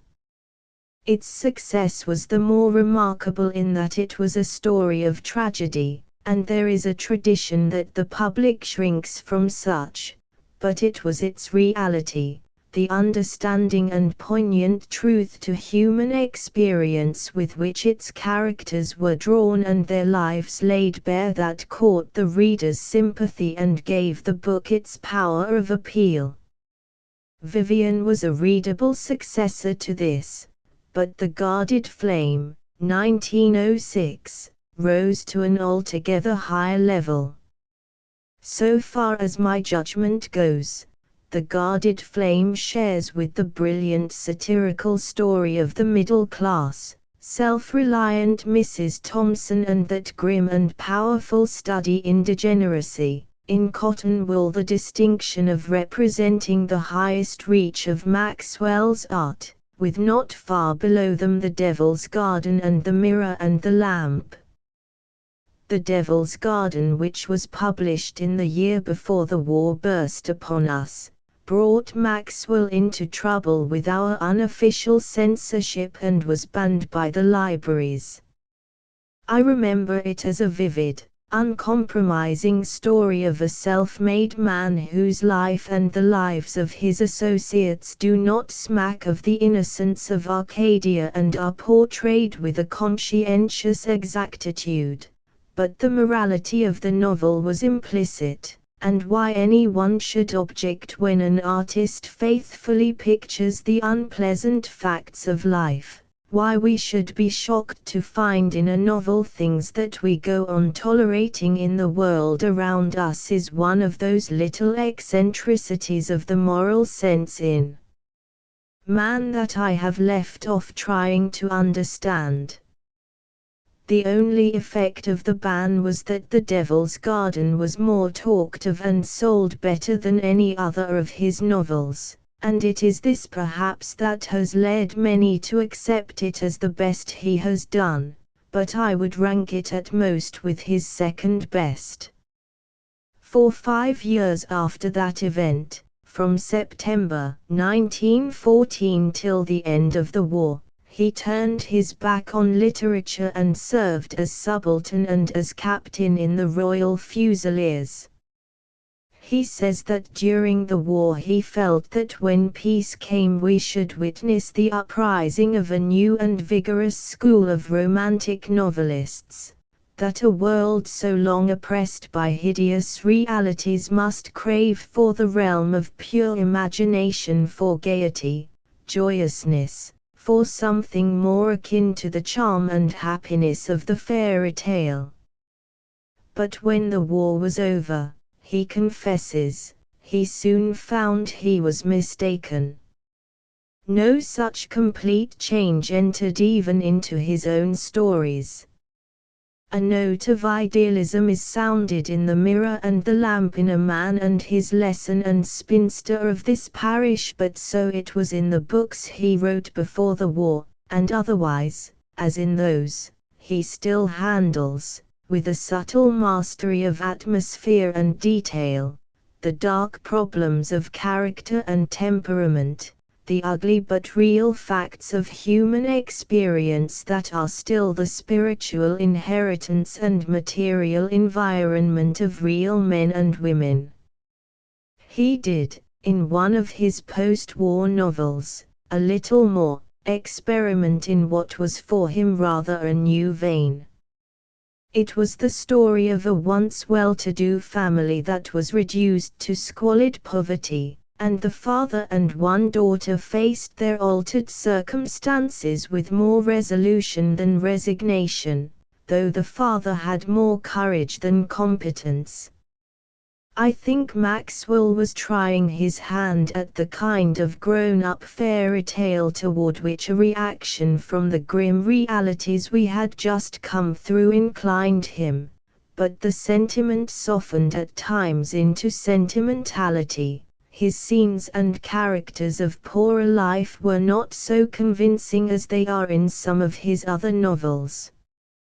The spirit of the time had too thoroughly subdued him, but he made a quick recovery and with Spinster of this parish triumphantly found himself again and proved that his hand had not lost its earlier cunning. Leonard Merrick until a collected edition of his novels and stories appeared in 1918. Leonard Merrick had been writing for 30 years without receiving a tithe of the recognition that was overdue to him. I doubt whether even now he has such popularity as is enjoyed by many novelists who have not half his capacity, his sure and delicate art, his supreme gift as a storyteller. I can only explain this with a theory I have sometimes played with, that a book draws its life from its author, and most books that are immediately and noisily successful are written by men of robust and pushful personality. They impart these qualities to what they write and so give their books an impetus that carries them to success, makes them as pushful and aggressive in the reading world as the personality behind them is in the world at large. This may be purely fantastic, but the fact remains that Leonard Merrick is a personality of a gracious and retiring order. He is seldom seen in literary circles, and has no skill in self-advertisement. Once, not long ago, I told him I had often wondered that such stories as his had not from the first taken the public by storm, and asked if he could to any extent help me to understand why they had not done so. He accepted the implications in my question with a smile and said, in the quietest, most impartial fashion, "I don't know. Of course I have been disappointed when my books were freely praised by the critics and did not meet with the large circulations I had hoped for them, and sometimes, when I have thought about it, I have had a suspicion that perhaps I wrote too much of artists, of novelists, journalists, actors, and, moreover, too much about artists who failed. I fancy the public are not particularly interested in the artist. They prefer to read about people more like themselves, people with whom and whose ways they are more familiar. Or if they are to be told of the artist, they want him to be a hero. They want to be told how he struggled through thrilling trials and difficulties to happiness and prosperity at last. They don't want to be saddened by a tale of his failure. They don't want to know about him unless he was the sort of man who could conquer fate and circumstance romantically and, as the Americans say, make good in the end. And I have seen a good deal of the artist's life, and seen how there is bound to be far more failure than success in it, and I suppose I have tried to picture it truthfully. Perhaps that was a mistake and I ought, in the language of the theatre, to have kept my eye on the box office? I don't know. That is merely a casual notion of mine, and may not account for anything. However that may be, and whatever it was that kept the large public that has come to him by degrees from promptly appreciating him, Merrick's greatness as a novelist has from the beginning been fully realized by his fellow craftsmen. He has all along been the novelist's novelist, somewhat as Keats was the poet's poet, and the collected edition of his works bore testimony to this in prefaces to the various volumes by Barry, Wells, Locke, Chesterton, Neil Munro, Neil Lyons, and other distinguished authors.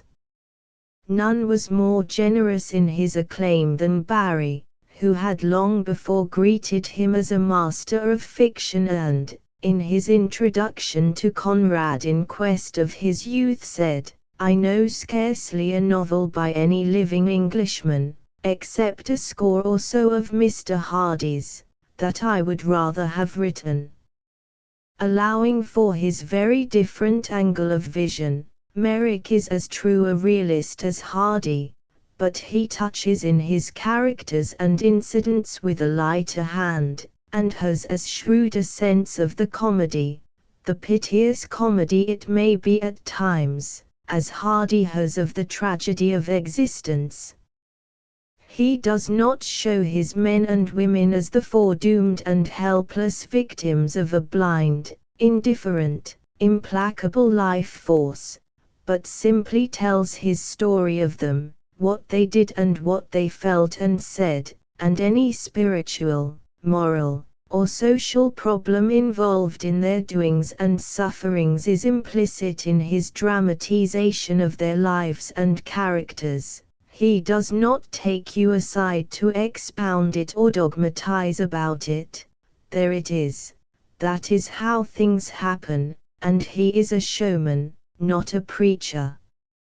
His prevailing qualities are a Gallic sparkle and effervescence of wit and gaiety, especially in such tales as Make Up While Paris Laughed and A Chair on the Boulevard, a limitless charity and pity for the follies, weaknesses, caprices of mankind, a charm of sentiment that just stops short of sentimentality, a quick sensitiveness to the humor and pathos of common life, the anxieties of living by precarious employment, the tragedy of straitened circumstances, the sheer joy of living in spite of everything. He has experienced much of the life he has depicted, and has put not a little of his personal experiences into the worldings into Laurels and the Lady, one of the stories of the man who understood women, and into other of his books. Usually there is nothing to tell of a novelist's early days, except that he went to certain schools, practiced journalism for a while, then wrote a book or two which found acceptance sooner or later, and thereafter took up permanent residence in the literary world. But Merrick's career has been less orthodox and more varied. A Londoner born, he went with his people to South Africa when he was 18 and, entering the South African civil service, became clerk in the magistrate's court on the Diamond Fields. But he had not the smallest intention of settling down to that. He was, as he told me, born stage-struck, and his one ambition as a youth was to tread the boards and achieve fame as an actor. In 1884 he returned to England and obtained an introduction to Augustus Harris, who gave him an engagement to act in a touring company that was travelling the country with one of the big Drury Lane autumn melodramas. He proved himself a thoroughly capable player, yet would have lost his part, because the touring manager was bent on pushing him out and supplanting him with a friend of his own, but for the voluntary intervention of another member of the company who wrote privately to Harris urging him to go down and see Leonard Merrick's acting for himself before making any change. Harris did so, with the result that Merrick retained his position in the company for 2 years, at the end of which period, his enthusiasm for the actor's life being cooled, he retired from the profession for good. Not until some years later did he discover by chance that the member of the company who, without his knowledge, had befriended him and saved him from dismissal, was Arthur Collins, who, in due season, was to succeed Augustus Harris as Drury Lane's managing director. When the disillusioned mummer strutted his little hour before the footlights for the last time he was 23, and the position of Peggy Harper is by no means the only one of his books to which his 2 years in Motley have yielded a rich harvest. Since then, except that he wrote The Free Pardon with F.C. Phillips and some very popular dramas in collaboration with George R. Sims, the stage has ceased to lure him and he has devoted himself to the writing of stories. Nor did he lose much time in passing from the one calling to the other, for his first book appeared when he was 24. His second novel, Violet Moses, was rejected by Chatto and Windus, but accepted by Bentley, and his third, The Man Who Was Good, was rejected by Bentley as not up to the level of the other, but promptly accepted by Chatto and Windus, one of life's lighter ironies that nobody, certainly not Merrick, would have wished to evade. He had published some half-dozen novels before he began to write short stories. He confesses that he prefers to write these, and there are stories in at least 2 of his volumes that for delicate satirical comedy and subtle art of narration have not been surpassed by any of his contemporaries.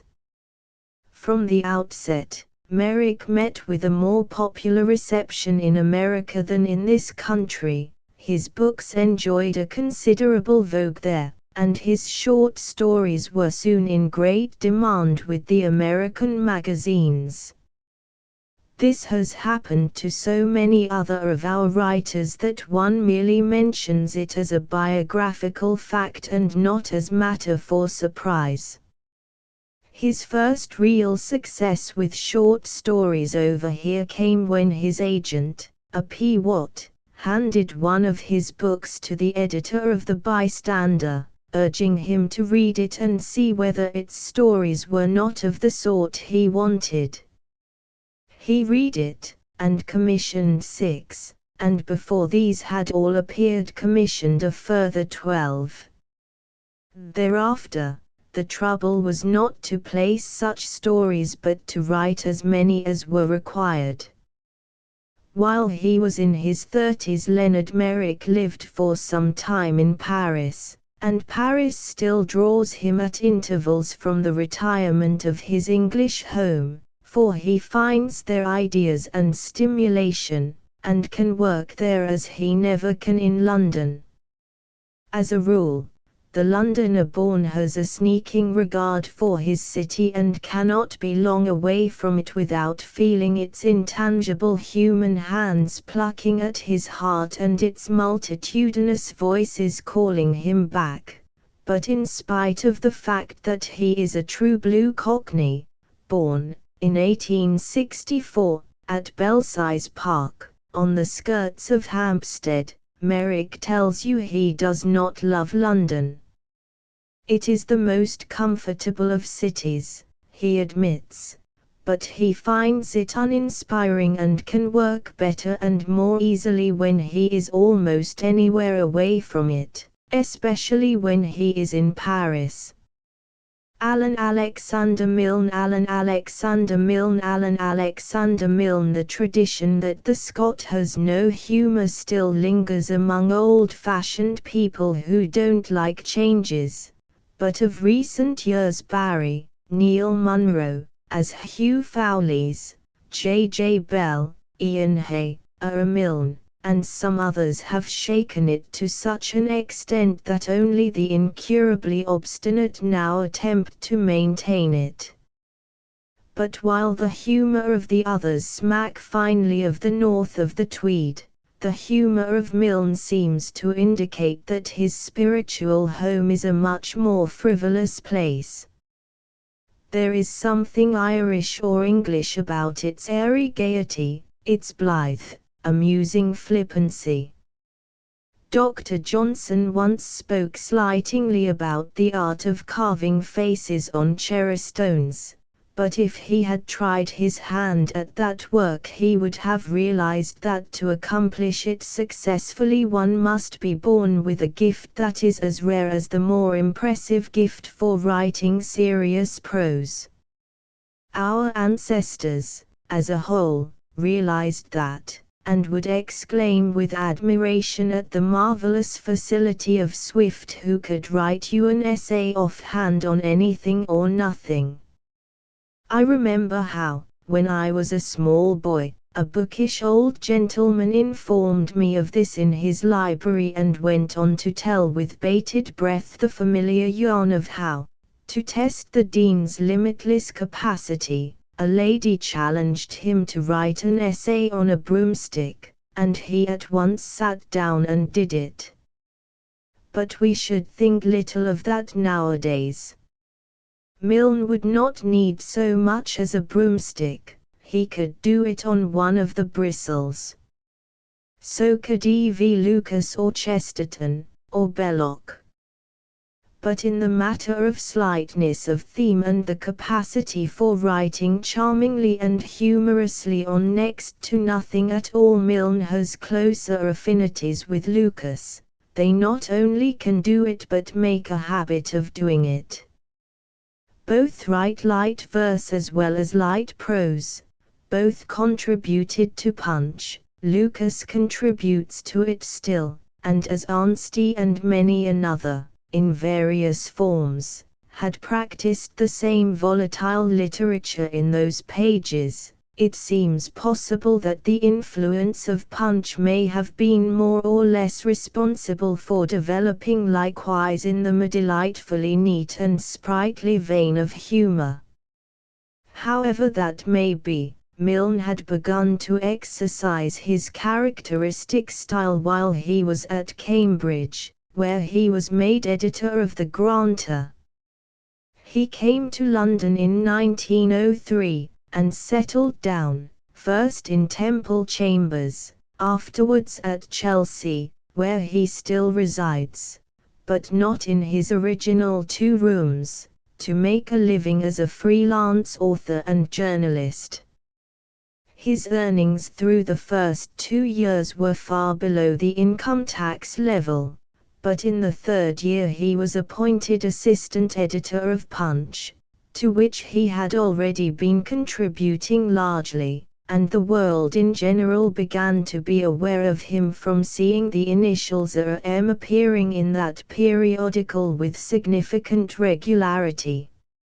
It not only saw them, but looked out for them, and was soon betraying curiosity in public places as to the identity of the person who owned them, an infallible sign that a writer is giving the public what it wants as well as what it ought to want.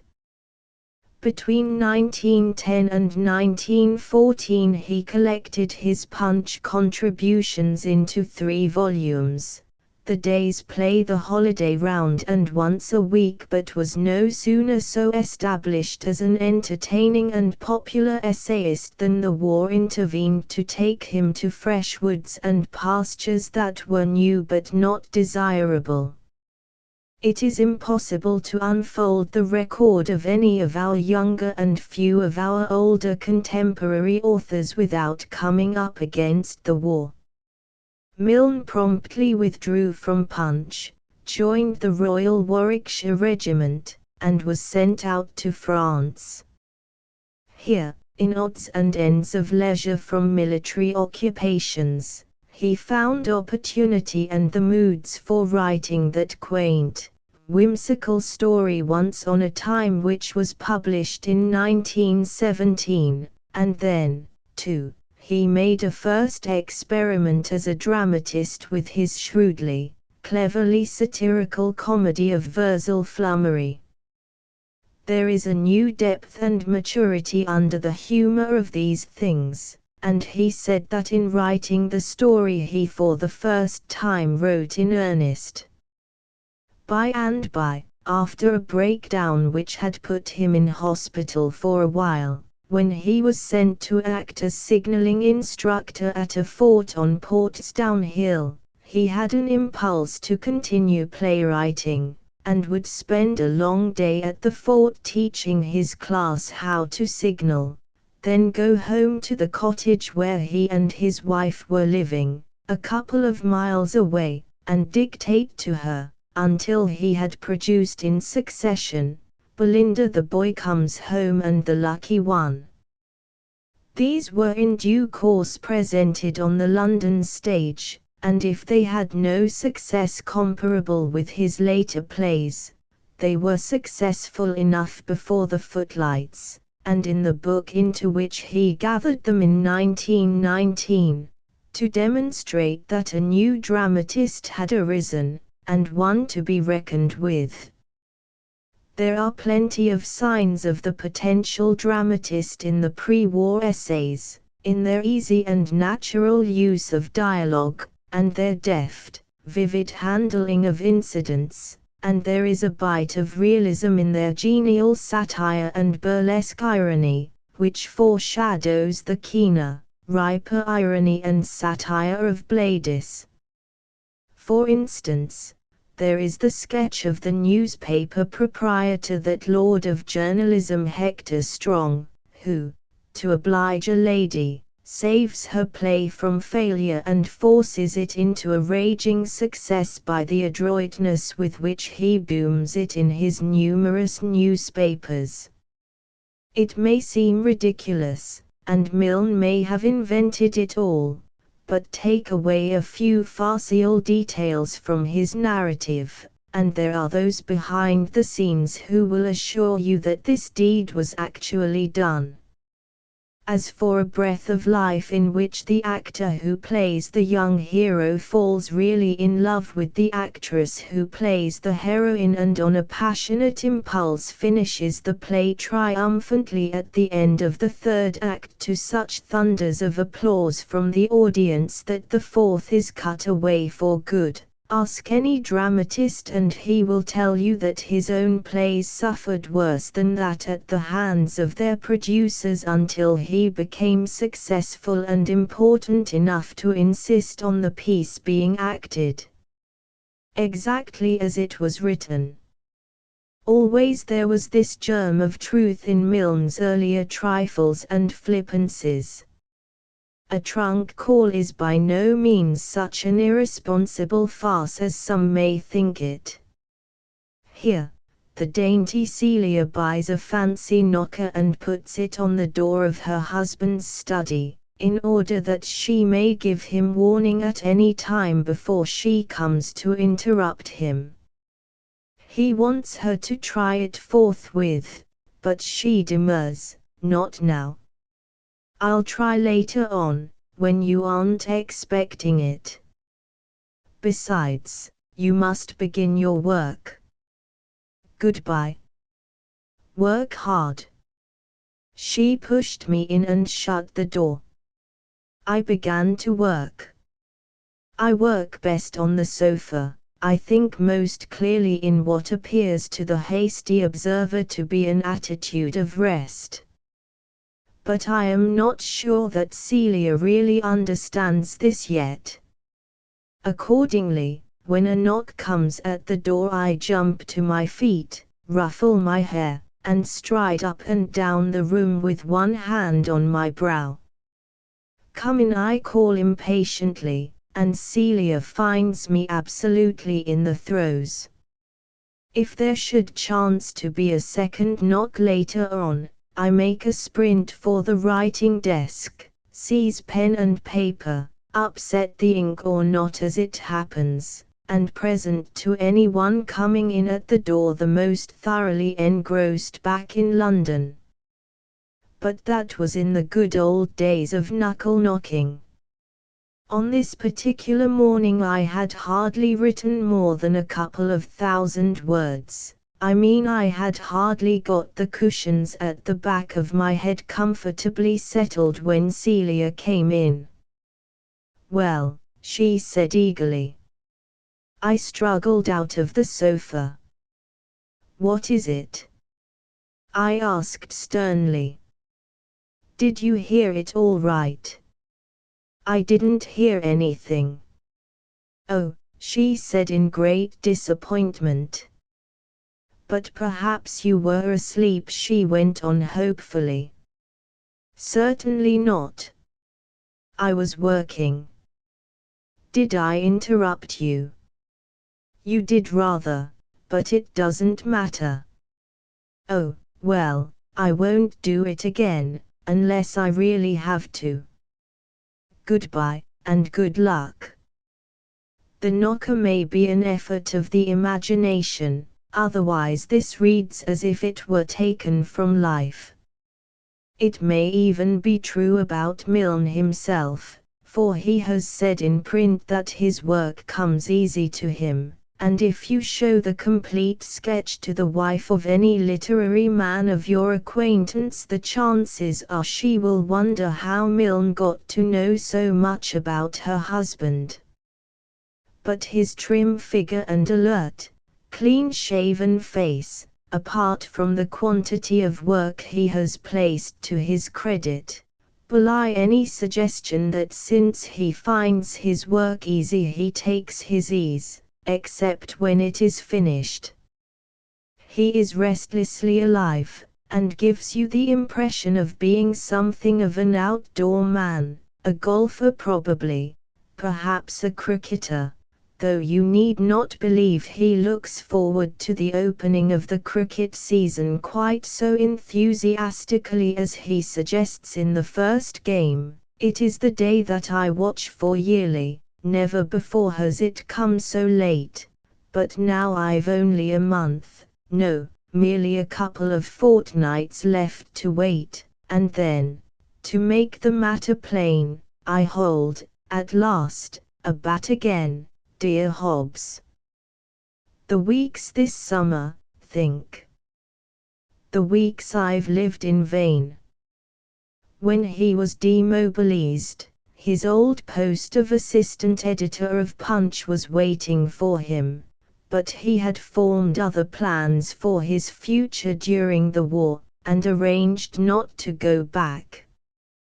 He did not just then intend to abandon the light essay, and in If I May, 1920, his hand for it is as cunning as ever, but the theatre had got into his blood, his ambition was taking higher flights, and Mr. Pym passes by. He wrote it also into a novel as quaintly humorous and sentimental as the play, and the mordantly ironic truth about Blady's soared at once and almost simultaneously to such heights of popularity that if the dramatist has not presently absorbed the essayist altogether, it won't be for want of an excellent excuse. Alfred Noyes early in his career, being rash as well as young, Alfred Noyes made the tactical mistake of writing poetry that became popular. He was crowned with eulogy by leading critics who, naturally, could not foresee that he would also win the applause of the multitude, or, no doubt, they would have been more careful. Meredith helped to mislead them. He praised the beauty and finely restrained pathos of Michael Oaktree, a narrative poem in Noyes's very first volume, The Loom of Years. but it was his third and fourth books, those exquisite fairy tales in verse, The Flower of Old Japan, 1903, and The Forest of Wild Thyme, 1905, that carried him right into the popularity which disillusioned those self-centered experts who cling to a narrow faith that poetry cannot be poetry if it makes a triumphant appeal to the large world that lives and works in outer darkness beyond the limits of their own select, small circle. Noyes has always been reckless in these matters. He never took the precaution to attach himself to any of our little groups of poetasters who ecstatically give each other the glory the common public withholds from them. Before he made a book of his great epic, Drake, and it is great not only by comparison with what has been done by his living contemporaries, instead of treating it as something too rare and delicate for human nature's daily food, he ran it serially in Blackwood's magazine, as if it had been a new novel. No poem had ever appeared in that fashion before. I believe he had not written more than half when the first installment of it was printed, and the orthodox could not be expected to approve of that sort of thing. They began to say Noyes was too facile, wrote too hurriedly and too much, began to take it for granted that no man who wrote thus copiously and fluently could be an authentic poet, when they might more reasonably have assumed that he did by a certain native gift what was only possible to themselves by the slower, sedulous exercise of an average talent. Howbeit, from being lauded freely, Noyes is now more misrepresented, by a group of poet critics, whose judgments are too often sound in the wrong sense, than any other poet of our day. Whether anything less respectable than a restricted poetical outlook can account for this misrepresentation I shall not attempt to guess, but, noticing it, I have sometimes been reminded of lines he puts into the mouth of Marlowe, in his Tales of the Mermaid Tavern. I tell thee 'tis the dwarfs that find no world wide enough for their jostlings, while the giants, the gods themselves, can in one tavern find room wide enough to swallow the wide heaven with all its crowded solitary stars. Unprofessional lovers of poetry read Noyes not because it is the proper, highbrow thing to do, but solely because they enjoy reading him. It is an excellent reason, and for the same reason Tennyson and Browning are famous, so, in these times, are Masefield and Davies, de la Mare and William Watson. Noyes differs from most of his contemporaries in being at once, like Chaucer, a born storyteller and, like Swinburne, an amazing master of metre and rhyme. He is not alone in being able more readily and adequately to express himself in metre and rhyme than in prose, and it is ridiculous to assume that this ability indicates any shallowness of thought. It indicates, rather, that he is really efficient in an art he has taken pains to acquire. It is equally ridiculous to dub him old-fashioned, as some of our superior persons do, because he accepts the classical tradition in poetry. He has not accepted it unintelligently or slavishly. If you look through his books you will note how cunningly he makes old meters new again, and that he has invented enough new meters or variations in accepted metrical forms to give him a place even with those who claim to be rebels against authority. One such rebel, a prominent American poet, included the other day in his collected works a goodly proportion of vers libre, from which one of our advanced critics chose 2 passages for admiring quotation.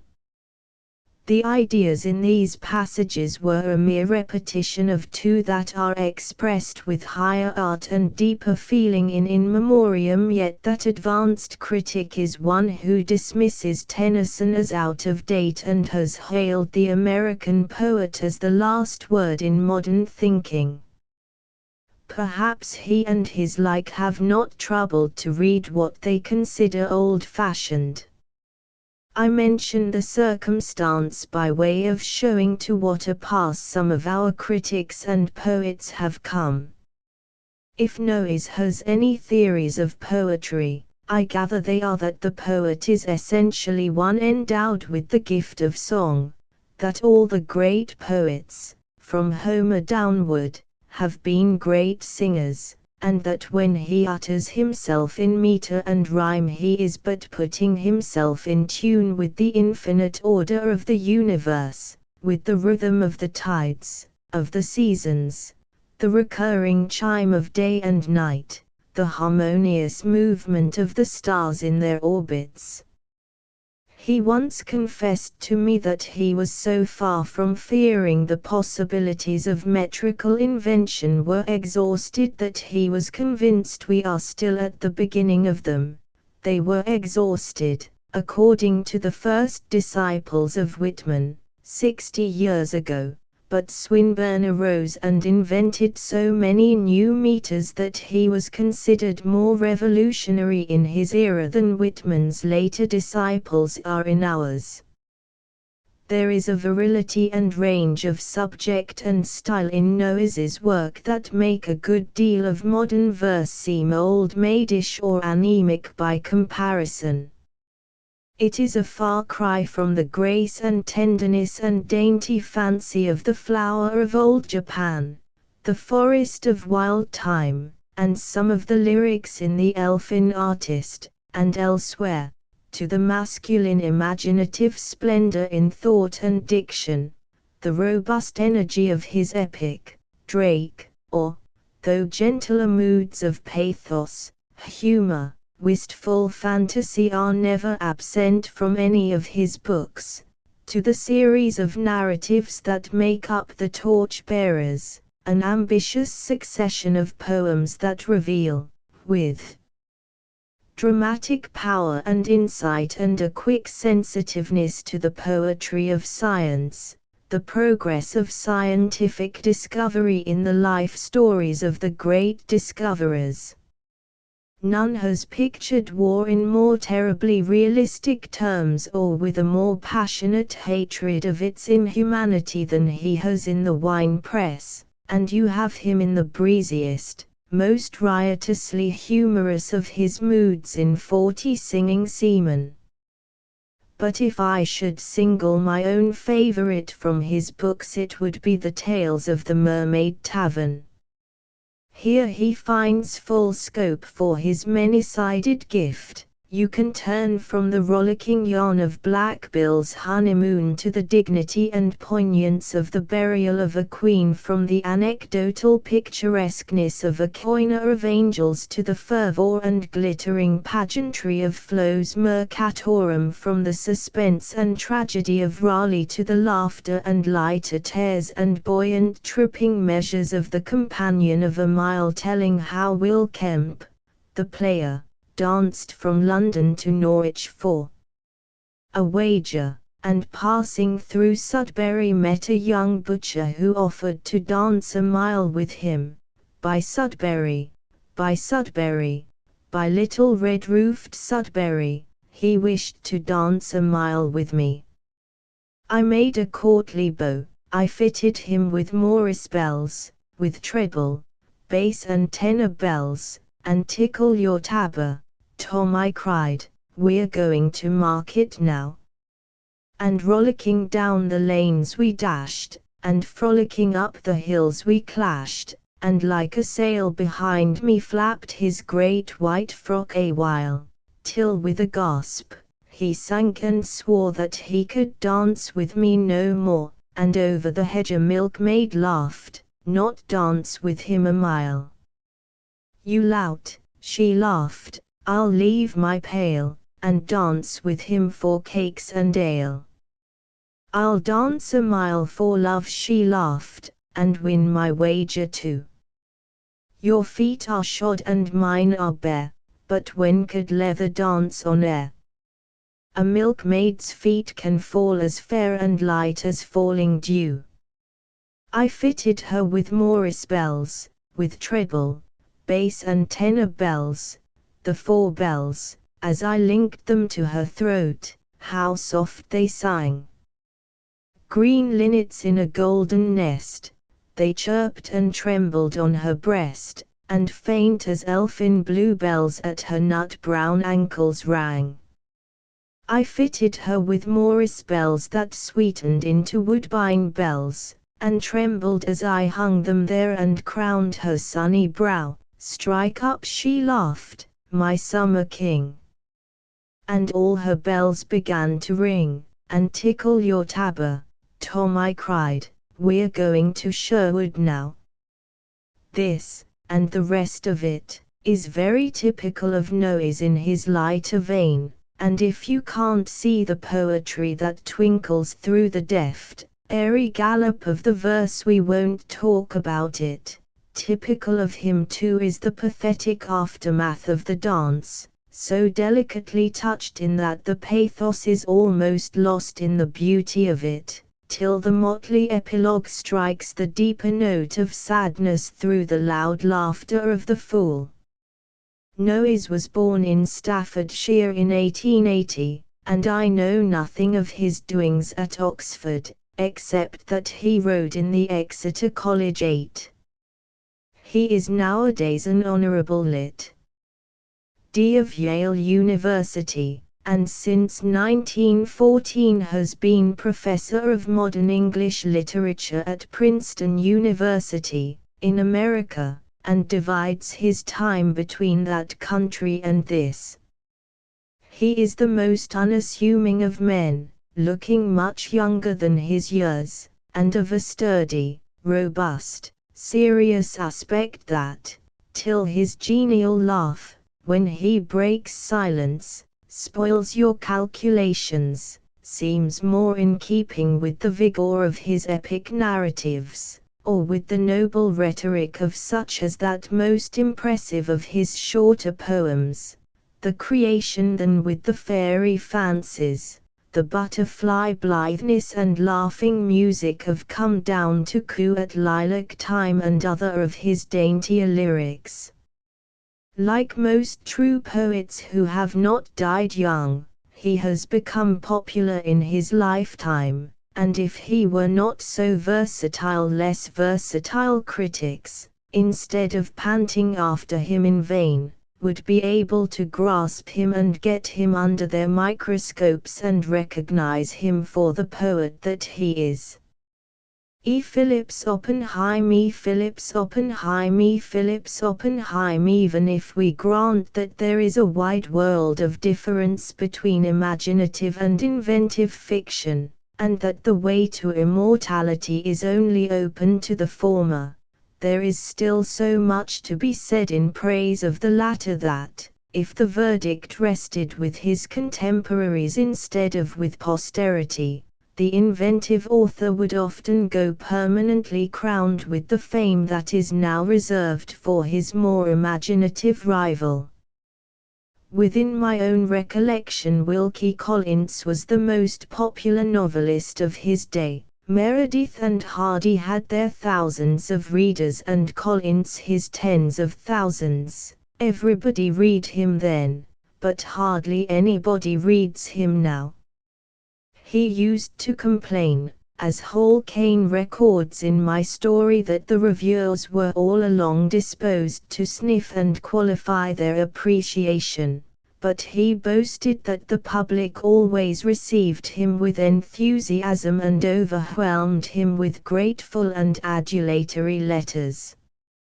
Moreover, his brother novelists admired and lauded his amazing ingenuity. Dickens collaborated with him, and his influence is perhaps traceable in the mystery of Edwin Drood, in the unusual dexterity and subtlety with which its plot is constructed. His own formula for holding the reader's attention was make him laugh, make him weep, or make him wait, and he devoted himself almost exclusively to the third of these methods. Character is of quite minor importance in his stories. Count Fosco was his one masterly creation, the only one of all his dramatis personae you recall without effort. There is little humor in them, and little pathos. For him, the plot was the thing, a cunningly contrived, carefully dovetailed plot, with a heart of mystery and sensation that should hold the reader in suspense till it was unraveled and cleared up in the last pages. His justification was that he thrilled and delighted enormous multitudes. It is enough that he did triumphantly what he set himself to do. The best and most precious things in life are not often the most lasting, and whether or not his work is immortal, it was great in its kind and an art beyond the genius of novelists who seem destined to outlive him. And, as a form of literature, the novel of sensation, crime, mystery is immortal if its authors are not. Collins has been dethroned, but his successors are legion, and none has made out a stronger title to the inheritance of his mantle than Phillips Oppenheim. For the skill with which he constructs a baffling plot, intrigues his readers from the opening, and keeps them in suspense till it is time, at last, to give away his secret, none of them excels. I am not sure that more than one of them equals him. I don't think he aims to be anything but entertaining, and how many of our novelists who claim to be much more are not even that. Two of our most distinguished critics have, at different times, confessed to me that with the passing of years they have lost their taste for fiction. The modern psychological novel seems pretentious and bores them. They are no longer young enough to be susceptible to romantic adventure. They can learn nothing and get no amusement from the crudeness and boyish or girlish knife of the latter-day sex novel. But they do find interest, excitement and a tonic recreation in novels such as Oppenheim writes. I suppose I have seen too much of actual life, said one of them, to be startled or particularly interested in what I am told about it by a novelist who knows no more of it than I know myself. I like Oppenheim because he takes me outside my personal experiences. He does not appeal to my memory but to my imagination. He tells me a tale that is new to me, that rouses my curiosity, keeps me guessing, makes me forget everything else in my keenness to follow up the clues to his mystery and see how he solves it. I don't care whether it is good literature, I know it is a good story, and that's what every novel ought to be and few are. I sometimes think we take our novelists and they take themselves and their function too seriously. The old troubadour, when he sang his ballads and told his yarns in the street, didn't do it for glory but for the coppers the crowd, if he pleased them, would throw into his hat. He was nothing but an entertainer. People didn't want him to be anything else. It is all I want his modern representative, the novelist, to be, and it is what Oppenheim emphatically is. He simply writes for the time, and the time is promptly rewarding him with popularity and hard cash, While so many of our little artists will not stoop to the present and are writing neatly for a future that will never read them. He has written some 60 novels and books of short stories, having seen his first novel published in 1886, when he was 20. I do not pretend to have read them all, but since I read Mysterious Mr. Sabin a good many years ago, I have never missed reading any Phillips Oppenheim story that has come within reach of me. Read The Amazing Partnership, The Plunderers, A Prince of Sinners. Mr. Lessingham Goes Home, and you will find that while he is as ingenious as Wilkie Collins at fashioning a plot that captures your interest in its complexities, he gets more rapidly into his story, handles dialogue more skillfully, unfolds his incidents as vividly but with a lighter hand, and loses no time on the way. After he left school, Phillips Oppenheim went into his father's leather business at Leicester, but he had started writing stories for his own amusement before that. The leather business was so successful that Blumenthal's, the big American and Paris leather firm, bought it up, and appointed Phillips Oppenheim their director at Leicester. His experience in that trade has proved immensely useful to him. It has not only helped him to material for his tales, but it was through the American head of Blumenthal's that he had his chief incentive to the writing of the type of story that has brought him such success as a novelist.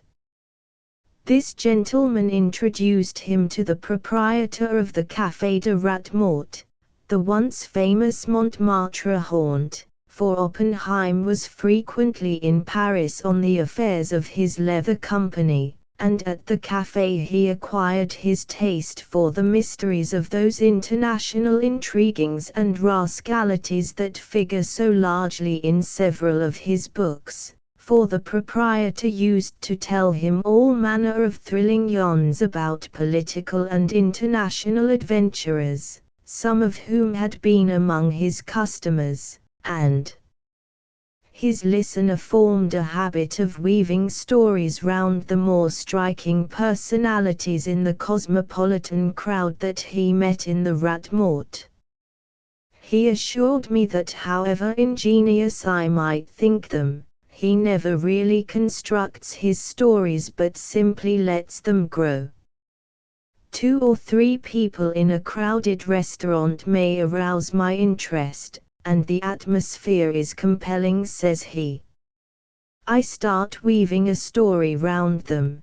The circumstances and the people gradually develop as I go on, dictating to my secretary the casual thoughts about them that arose in me while I was looking at them and their surroundings.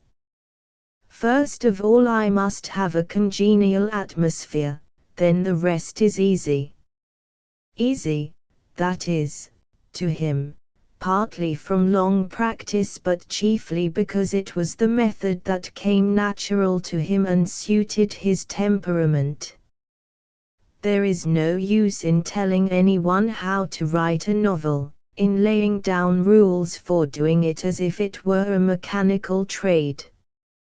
James Paine's plan was to prepare an elaborate synopsis, divide this into chapters, then write down a description of each character, and keep these details pinned on a screen where they were handy reference while he was working. William de Morgan would start with little more than a general idea of what was going to happen in future pages. He would get his characters together and give them their heads and let them develop the story as it went along. Every way is the best way, for the author who finds it for himself and can do as well in it as Phillips Oppenheim has done in his. He has traveled considerably, spent much of his time in America, where he was married, and, by the way, large as his vogue is in Great Britain, he is another of our authors whose vogue is even larger in America, but for the most part he divides his days of work and leisure now between his home in London and his other home by the sea, in North Devon. He is fond of the country, and of golf and all kinds of sports. He is an equally keen theatre-goer, but gets more enjoyment out of writing stories than out of anything else, and since he draws more inspiration for these from the town than from the country, he is never happier than when he is in town. "The city's for me," he said to an interviewer. "Half a dozen thoroughfares and squares in London, a handful of restaurants, the people one meets in a single morning, are quite sufficient for the production of more and greater stories than I shall ever write." He wrote Mr. Laxworthy's adventures while he was staying at a hotel in Paris, but though Paris and New York attract him, London is his spiritual home and, with its endless streets and motley crowds, is the chief begetter of his sensational romances. Yet his appearance is less suggestive of the city than of rural life. Ruddy, genial, smiling, with his sturdy figure and bluff manner, it is easier to fancy him, in gaiters, carrying a riding whip, as a typical country squire, than as a brilliant imaginative author creating fictitious villains and preoccupied with dreams of strange crimes and the mysterious doings of lawless and desperate men. Which is to say only that he no more gives himself away to the casual observer than he gives away the secret of any of his plots in the first chapter of the book. May Sinclair in a rush moment. Recently, Michael sadly committed himself to the retrospective and prophetic assertion that there never had been a great woman novelist and never would be. The first part of that statement is, of course, open to argument, the second cannot be proved. If he had said the greatest novelists, so far, have been men, he would have been on safe ground, for I don't think even the most politely complaisant master of the ceremonies would suggest that Fielding, Dickens and Thackeray should step back and allow Jane Austen, Charlotte Brontë and George Eliot to lead this particular procession of the immortals. Which is not to say that these last are not great, but only that there have been greater. Turning to living authors, if, so far as this country is concerned, and here we are not concerned with any other, the same order of precedence still obtains, the distance between the men in the first rank and the women in the second has, at least, sensibly diminished. Leaving Hardy apart in his incontestable supremacy, have we any novelists alive who are, on the whole, superior to Wells, Conrad, Bennett, Galsworthy? It is a question time alone can decide with certainty, but fallible men must needs, meanwhile, make up their separate minds as best they can, and, for my part, I would answer in the negative. But should anyone claim that there are 4 women novelists who, if they do not surpass, are equal in achievement with the 4 men I have named, I could not begin to deny it until I had read them all over again. So nice, so delicate a matter is not to be settled offhand.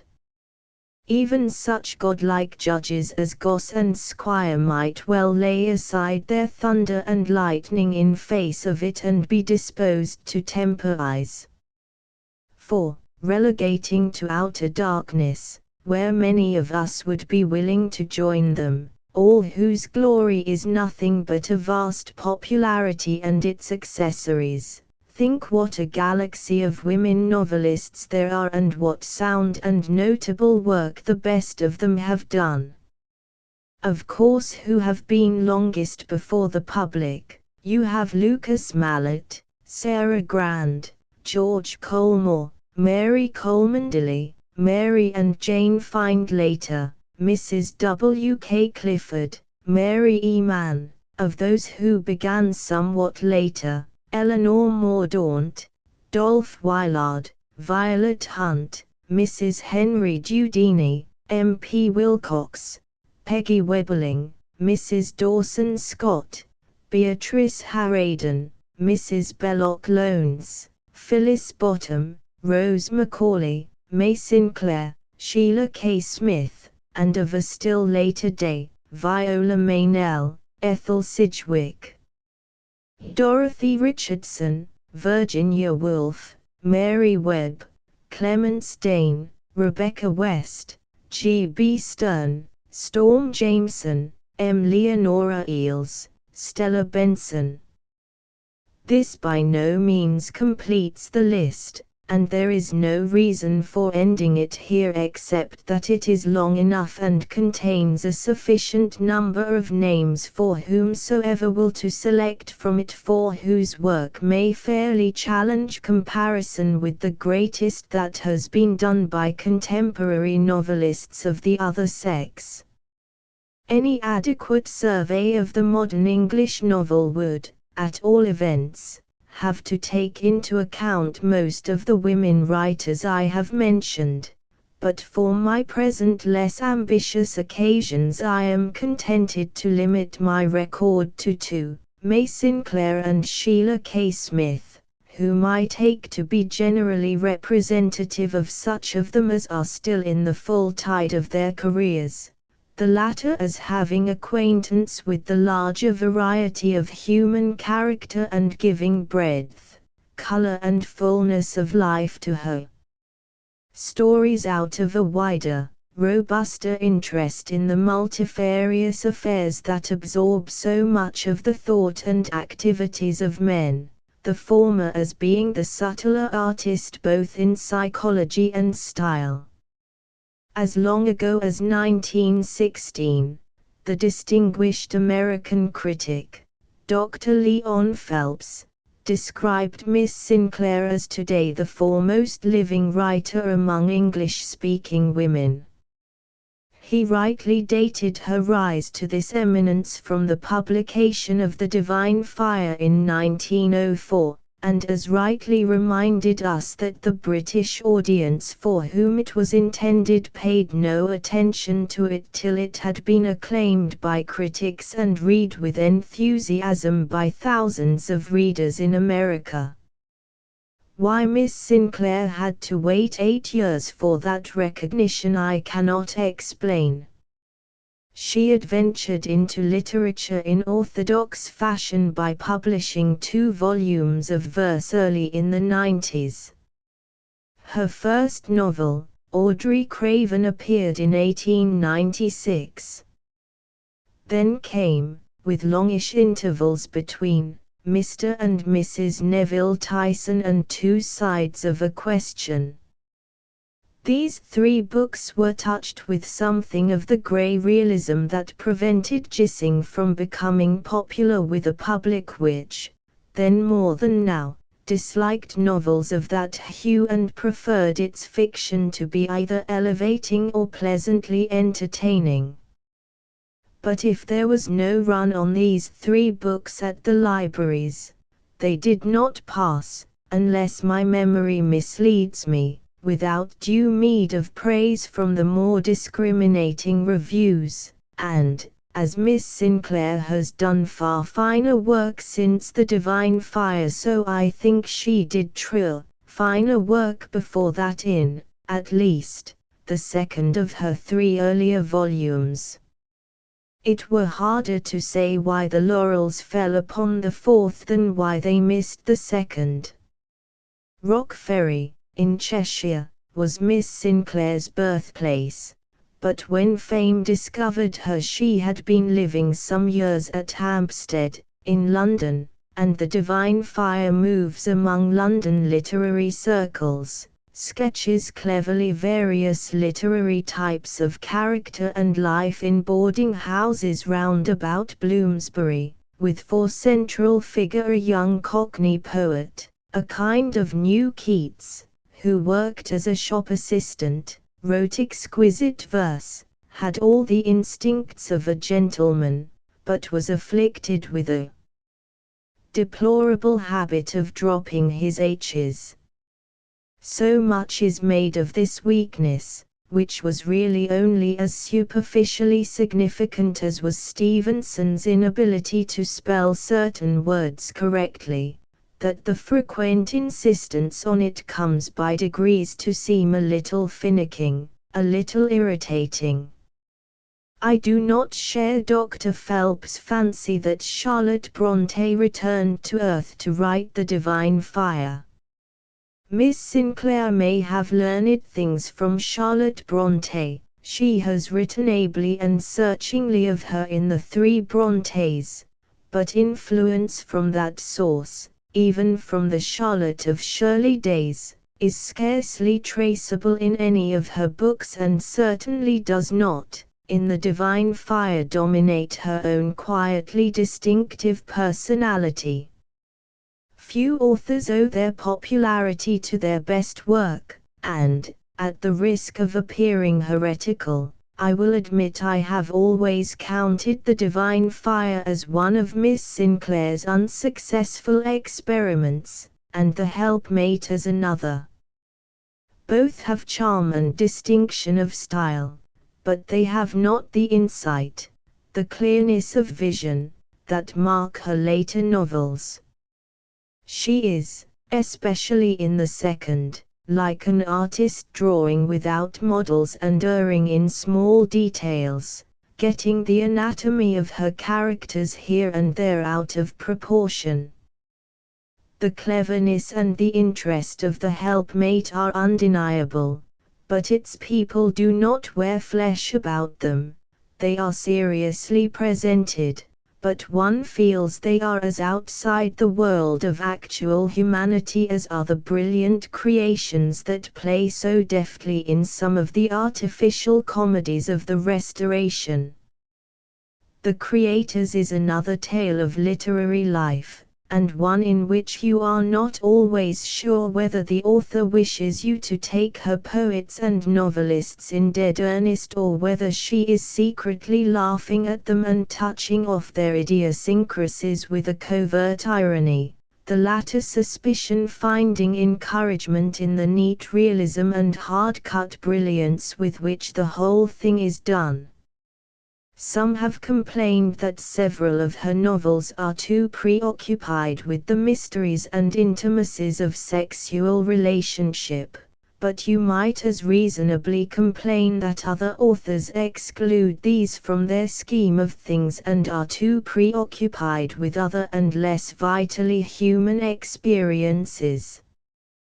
There is no forbidden tree in the garden of literature. All the world is the artist's parish and he is justified of any theme so long as he can handle it with such artistic success as Miss Sinclair does in Kitty Taylor in The Combined Maze and in that tragically poignant short story The Judgment of Eve.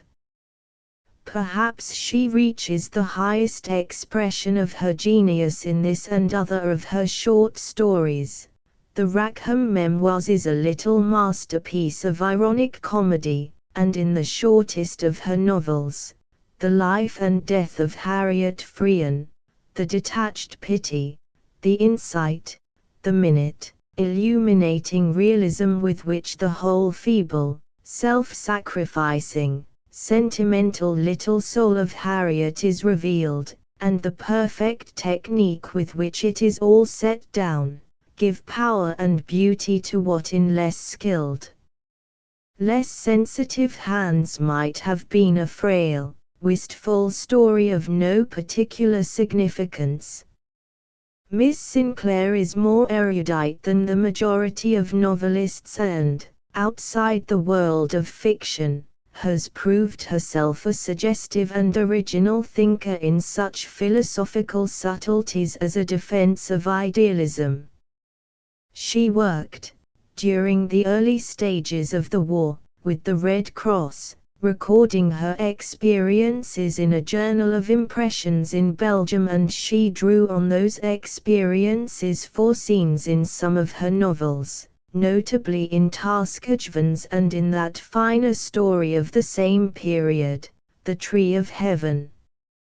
Literary characters, the literary life, and sex problems enter pretty largely into Miss Sinclair's novels, but she has never, like so many of the successful, settled down to run in a groove. She does not repeat herself. She has not accepted ready-made formulas of art, but has been continually reaching out for new ways of advance. She was quick to see virtue in the literary method of James Joyce and Dorothy Richardson, and the possibilities inherent in the novel, which should look on everything through the consciousness of a single one of its characters, and proclaimed it as the type of novel that would have a future. She may not have convinced us of this when she applied the method in the ejaculatory, minutely detailed Mary Olivier, but its maturer development in Harriet Freehan demonstrated that it was a manner which could be used with supreme artistic effectiveness. All the same, the method is not so new as James Joyce. You may find the beginnings of it, employed less self-consciously, with more reticence and more humor, in the first and last novels of that very old-fashioned novelist William de Morgan. Frank Swinnerton, when his first novel, The Merry Heart, was published, in 1909, Frank Swinnerton was still so youthful that I remember persons of my own age had a way of referring to him, with an avuncular air, as young Swinnerton. He was 24, but his smooth, boyish face, his unassuming manner, that hovered between a natural vivacity and a sort of shyness, made him look and seem younger than he was. In the 14 years since then he has done work, as novelist and as critic, that has made him famous on at least 2 continents. He has grown a moustache and a trim, pointed reddish beard that, with the lurking twinkle in his eyes, give him somewhat the appearance of an acute Frenchman, though nobody could, in general, be more thoroughly English, and, so far from being shy, he will now rise on a platform or at a public dinner and make you an admirably serious or witty and humorous address, with the completest self-possession. In fact, he has so matured, in himself and in his knowledge of life, that he makes those who once called him young feel as if they had not kept time with him and he had become their senior. Yet in the best way he is still as young as ever. He has that tonic streak of frivolity in him which is better than any monkey gland for saving a man from getting old. He can be as serious as most people on occasion, but his joyous gifts for telling a droll anecdote or mimicking the voice, manner and peculiarities of an acquaintance are gifts not so commonly shared. He takes his art seriously, but unless you catch him in the right mood he is not ready to talk seriously about it. Some authors appear to be so in love with their work that they will tell you they are never happier than when they are driving the pen and putting their thoughts on paper, but Frank Swinnerton is not one of those.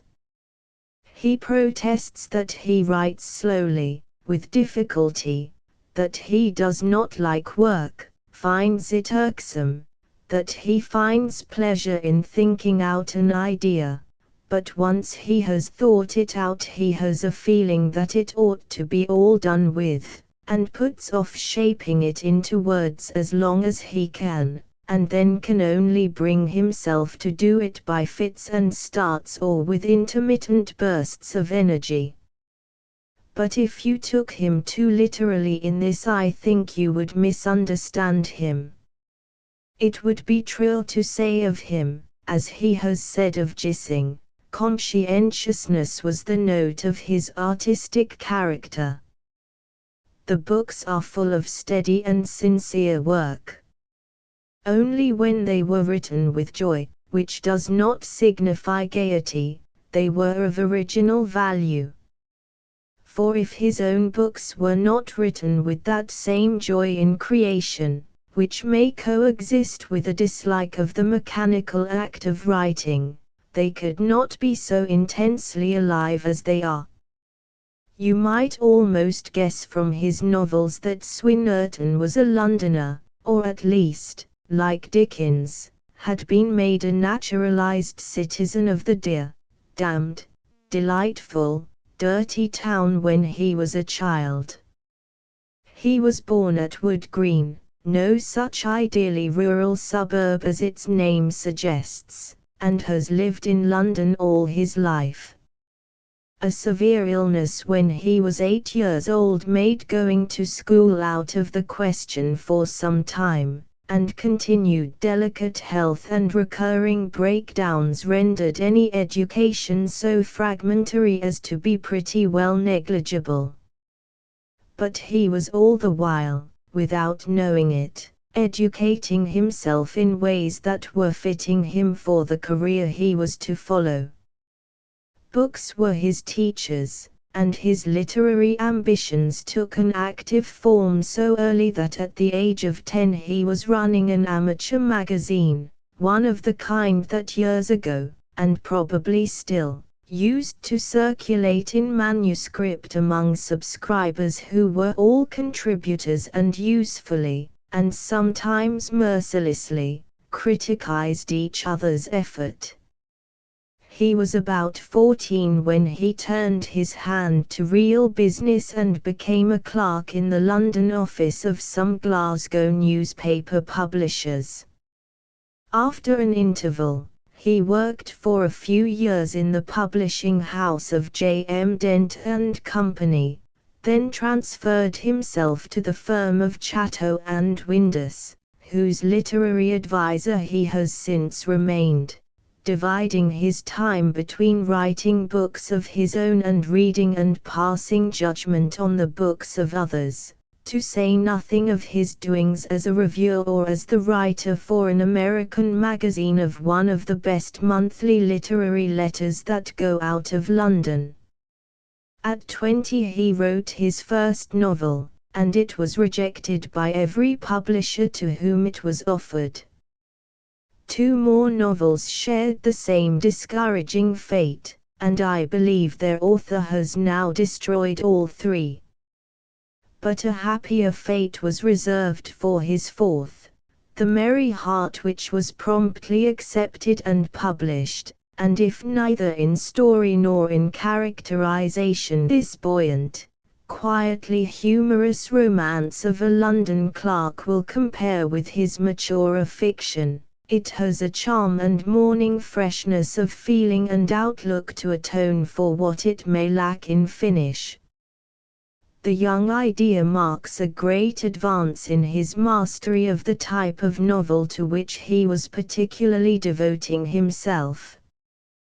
This comedy of environment traces with a wonderfully sympathetic understanding the mental and moral development of Hilda Vernon, who is a clerk in a London office.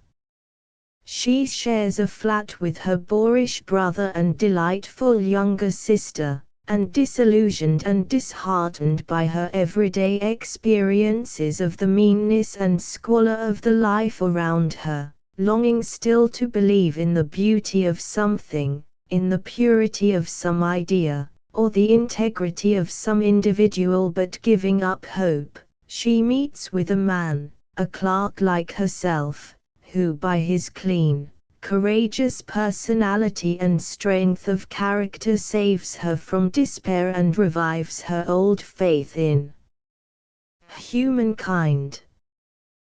The novel is remarkable for its insight and subtle analysis of character no less than for the interest of its story, but henceforth in Swinnerton's work the analysis of character grows and the story itself declines in importance. It is so in The Casement, The Happy Family on the Staircase, The Chaste Wife Nocturne, until with The Three Lovers the story begins to reassert itself. I have seen The Chaste Wife described as his one failure, but to me it seems one of the ablest and most poignant of his books, and Priscilla Evandene one of the most gracious, finely simple women he has ever drawn. Shops and Houses is perhaps less satisfactory, though it follows his favorite method and studies very skillfully and with a shrewd irony the various members of a middle-class family. It is in September a brilliant handling of the marriage of incompatible temperaments, in The Happy Family, The Casement on the Staircase, and, more than all, in Nocturne that Swinnerton's art is at its surest and highest. There are only 5 characters in Nocturne, and from the time when Jenny Blanchard is riding home in the tram to her going out and returning from a covert visit to her lover in his yacht on the Thames, the action occupies less than 6 hours. Jenny, her sister Emily, their pitiful, tiresome, amusing old father, and the homely, dull elf Rillette, who pursues Jenny with unwelcome attentions, they and their whole environment are revealed with the most graphic and intimate realism, and Jenny's impetuous rebellion against the squalor and narrowness of her lot, the spiritual tragedy of her brief, passionate self-surrender are touched with an emotional power and sense of pity that make a story which easily might have been drab and gross a thing strangely beautiful. Few who read it will wonder that H. G. Wells should have declared it is a book that will not die. It is perfect, authentic, and alive. One of his American critics, and his vogue is larger in America than in this country, has described Swinnerton as the analyst of lovers. He is that in most of his books, but he is a good deal more than that. It is loosely said that he is a disciple of Gissing, but so far as I can see he is one of the most original of living novelists and derives less from his predecessors than do most of his contemporaries. He deals with the grey, swarming London streets, and with middle and lower class London life, but that life has changed radically since Gissing's day, and Swinnerton is true to its modern developments. Moreover, he is no pessimist. He writes with a genial sympathy of the people whom Gissing despised, and there is a prevailing sense of humor in his pages that is never in Gissing's. His mental attitude, his style, his realistic art are altogether different. In his book on Gissing, I have not read his book on Stevenson, which they tell me is unorthodox, and gave offense to Stevenson's admirers. He says that in Gissing's time realism was regarded as something very repulsive and unimaginative. He did not see in realism very much more than laborious technical method. We are all realists today, trying very hard to see without falsity and to reproduce our vision with exactitude. Realism, I think, is no longer associated with the foot rule and a stupid purposeless reproduction of detail. It is not so associated in the reticent, imaginative realism he practices himself. I fancy, too, that he is getting back to his earlier manner, to the making of the story as important as the study of psychology. The Three Lovers, as I have said, moves in that direction, and if it goes so far as to be occasionally melodramatic, there is no falsity in that, for life itself is full of melodrama. He recognized in the casement that love is not the whole of life, that work of any kind seems to absorb the faculties, and some business men do, I suppose, live for their work, and recently he has owned to a feeling that in its next development the novel will be a definite and plain tale, that there will be a revival of realistic romance which will pay less attention to men's intermittent amorous adventures and more to the business and general affairs that preoccupy most of the time of the majority. And the signs are that he is of those who are beginning to travel on those lines. Hugh Walpole, Hugh Walpole, Hugh Walpole. Without reading anything of an author's works, or anything that was written about them, you might form a practical notion of his value and follow his progress along the path to glory by merely watching the growth of his reviews and the extent to which they climbed up from the obscure into the more prominent parts of the papers. Unless he breaks the precedents and is a roaring success from the first, and that seldom happens, he will start by receiving short, inconspicuous notices some weeks or months after his book is issued, or be grouped with 4 or 5 others in a collective article, on the sardine principle. Perhaps he will never escape out of that limbo.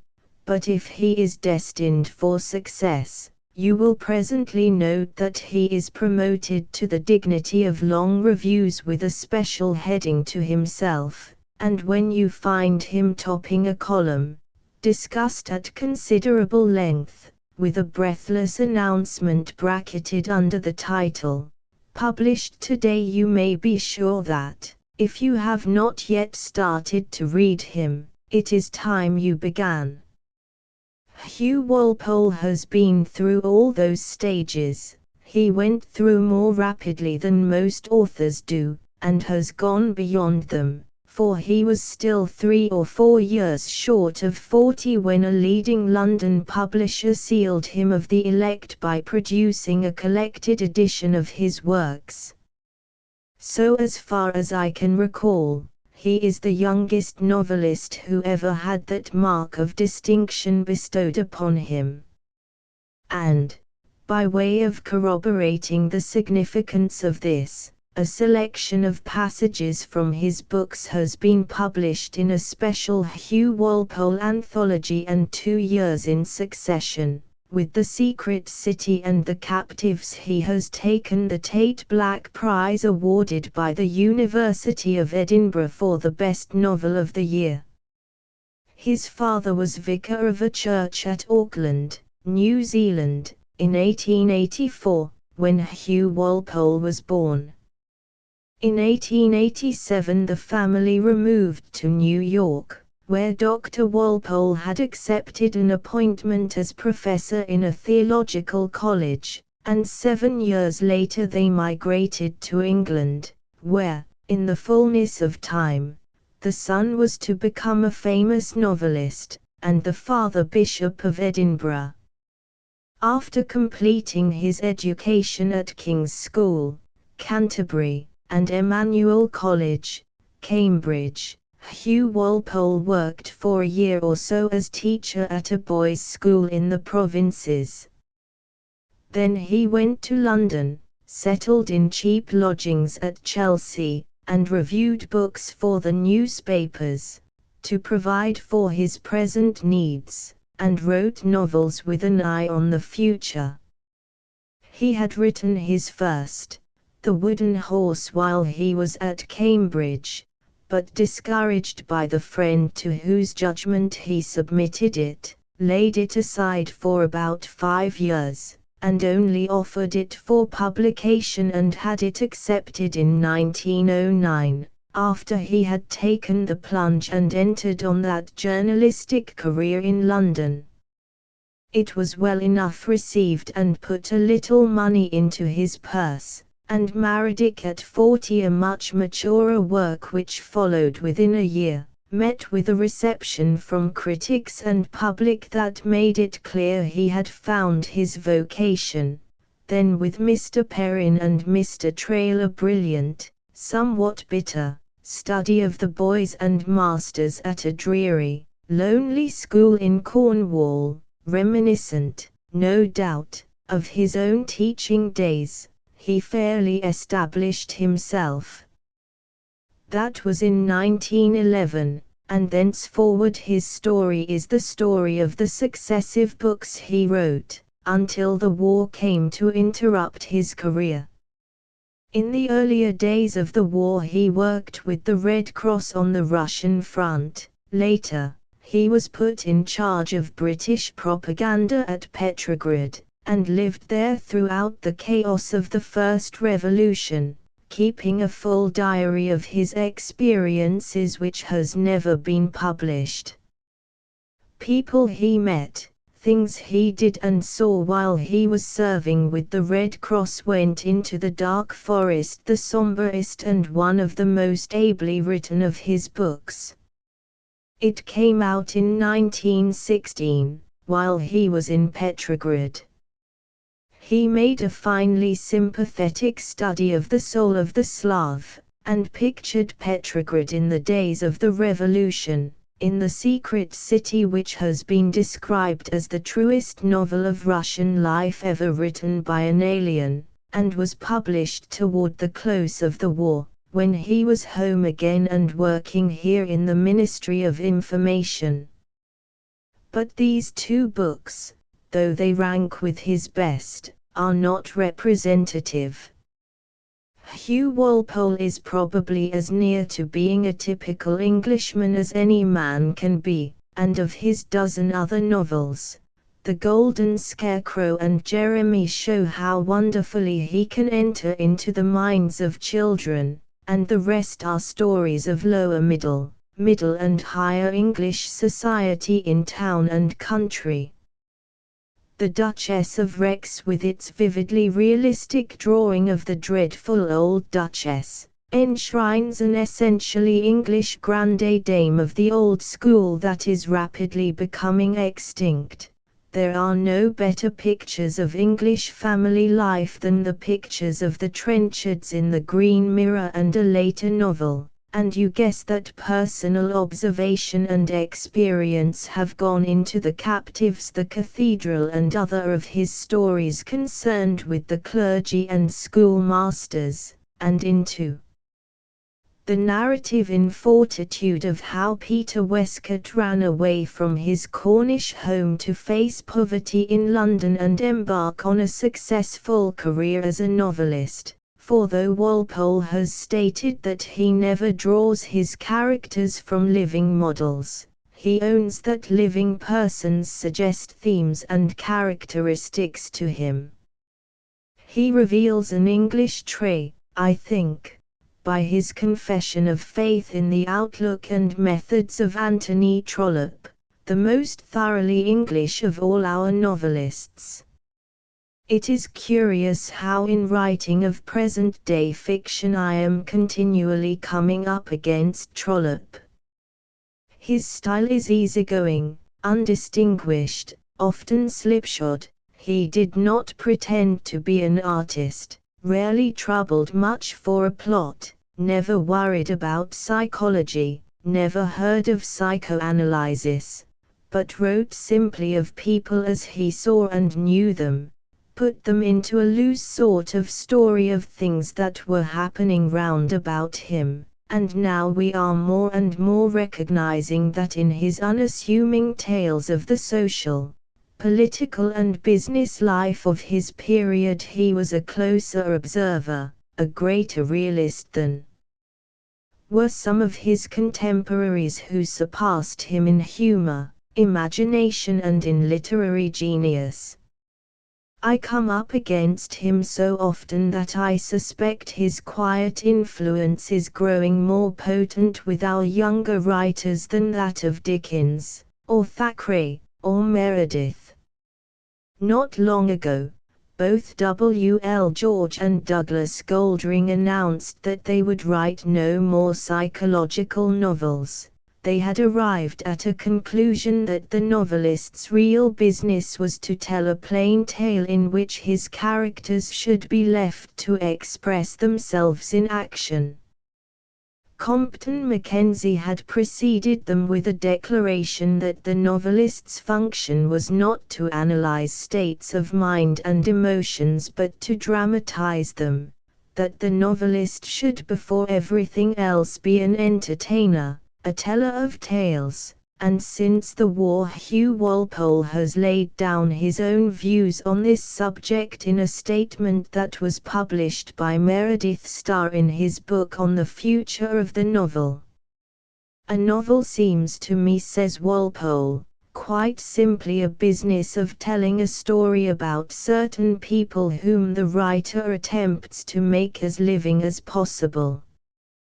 Probably behind the lines of these people there would be some philosophy of life either stated definitely or implied in the attitude of the author. If I were to make any prophecy about the future of the novel, I would say that many of us are growing tired of the thirst for novelty and are turning back with relief to any simple presentment of real people in a real way. A good instance of this is the wonderful recrudescence of Anthony Trollope, who cared nothing about form or technique or style, and had, indeed, the smallest pretensions of himself as a novelist. But he kept his eyes fixed on the characters about whom he was writing and tried to tell the truth about them as he saw them. He was indeed too deeply interested in their adventures to think about anything else. And I believe that it is this kind of simplicity of interest on the part of the narrator to which we will return. The Trenchards are a kind of family Trollope might have created had he been living now. The Cathedral is a kind of story he might have told, with its realistic melodrama and its clerical atmosphere, but Walpole tells it with a subtler art in the writing and the construction, with a conciseness and charm of style that are outside the range of the earlier novelist. Trollope was fat, ponderous, bewhiskered. Walpole is tall, well-knit, clean-shaven, looks even younger than his years, is nimble-witted and modern-minded, and the two do not differ more in personality than in their manner of telling a tale. The tale, and the truth of it, may be the law for both, but though they row in the same boat, to apply the pun to Douglas Jerrold, it is with very different sculls. Most of Walpole's work is done at his cottage by the sea in Cornwall. He retires to that seclusion when a new idea has taken hold upon him, stays there for some months at a stretch, then, with another novel completed, returns to London for recreation, and is a very familiar figure again at all manner of social functions, and one of the cleverest and most popular of after-dinner speakers. "We love him out yonder," an American assured me. "None of your author lecturers who come over to us has larger or more delighted audiences."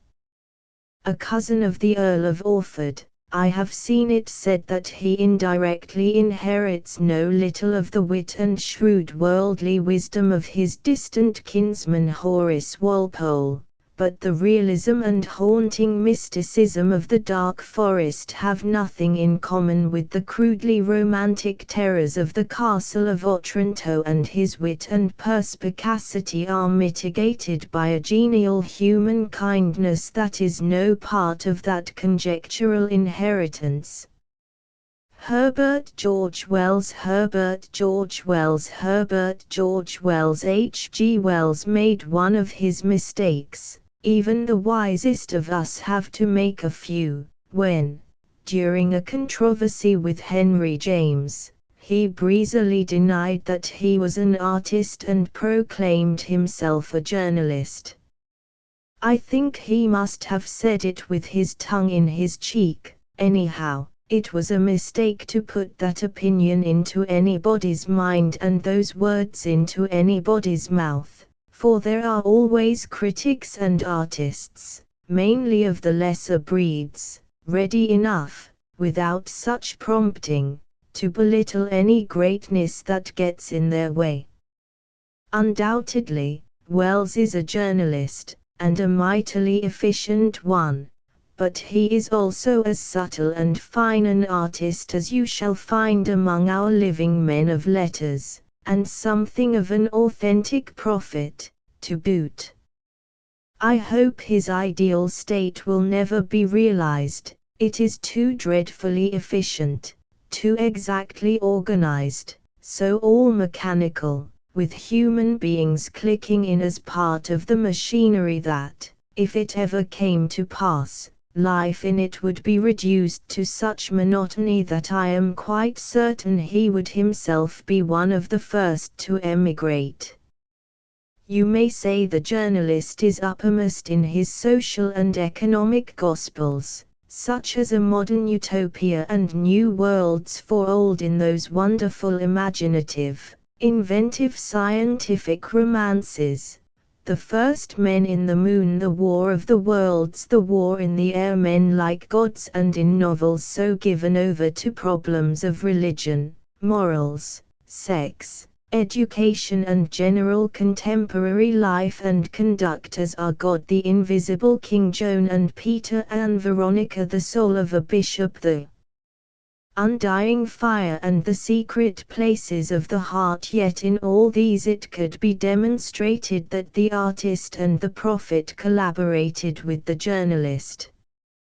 It has been said that when in those early romances he foresaw the coming of the Great War and the part the aeroplane would play in it, he was no prophet but a clever prognosticator who had followed the progress of invention, noted certain tendencies and calculated their developments as one might work out a problem in mathematics, and that a prophet needs no such guides to knowledge but speaks by inspiration and is concerned only with the things of the Spirit. However that may be, it is with the things of the Spirit that he is mostly preoccupied in at least 3 of the 6 later novels I have just mentioned, and, to name but one, his vision of God the Invisible King is more like prophetic utterance than any we have had in our time. But he is before all else an artist in the greatest of his novels, in The Wheels of Chance, Love, and Mr. Lewisham Kipes, The History of Mr. Politono Bungay, and The New Machiavelli, in The Country of the Blind, and nearly all the other short stories in the same volume. That book epitomizes Wells's versatile genius. Its stories represent in little nearly every variety of his work. They are by turns fantastic, humorous, supernatural, visionary, grimly terrible, and sternly or sympathetically realistic. Personally, I like him best here, as in his larger works, when his stories are all of ordinary men and women living average human lives in the light of common day, but his bizarre studies in psychology, his short tales of the eerie, nightmare order, and those that grow out of surprising scientific discoveries are fashioned with an art as sure and as strong and as finished. If the author of The Country of the Blind and Kipes is not an artist but a journalist, the sooner our other writers of fiction take to journalism the better, both for them and for us. He is one of those exceptional authors who are in themselves exactly what they seem to be in their books. Unaffected, alive with energy, sociable, genially talkative. It is an amusing object lesson to see him seated at a public dinner next to some distinguished but orthodox philosopher of less learning than himself, younger but looking older, with none of his imaginary power, his far-seeing vision, his originality and suggestiveness as a thinker, who is yet clothed in the gravity, reticence, aloofness that are supposed to denote superior wisdom. There is nothing so impressive in Wells's manner, his quick gestures, his high, not unpleasant voice, but his keen grey eyes, with a humorous twinkle in the depths of them, look out from under a broad, massive forehead that prevents his appearance from being commonplace. Sidney Dark has called him the Superman in the street. He is a great deal more than that, but he owes his deep knowledge of humanity, his broad sympathy with its sufferings and aspirations to the fact that he did at the outset share the homely satisfactions, the limitations and disadvantages that are the lot of the man in the street, grew wise in those experiences, and carried the memory of them with him into the study. A far more profitable proceeding than to arrive in the study ignorant and learn of the outer world from hearsay or from what others have written. Socialist, scientist, practical idealist, immensely interested in men and affairs, insatiably curious about all life, its origins, implications, possibilities, restlessly delving into the history and mystery of the past for truths that would light his guesses at the darker mystery of the future. It was natural for Wells to put his latest interests into each new book that he wrote, whether it was a matter-of-fact philosophical treatise or romantic or realistic fiction. If this habit of using as material for his work whatever was readiest to hand led to his scandalizing friends and acquaintance by putting even them, under thin disguises, into certain of his novels, he has, at least, put himself into them also and know little of his autobiography. You may trace the growth of his mind, the development of his ideas through his successive books. He has been accused of inconsistency by those who fancied his opinion had changed because it had matured, that he had acquired a new root when he had merely grown new branches. All his life, as somebody once said, he has been thus educating himself in the public eye, but he was educating himself strenuously and in face of many difficulties long before the eye of the public became aware of him.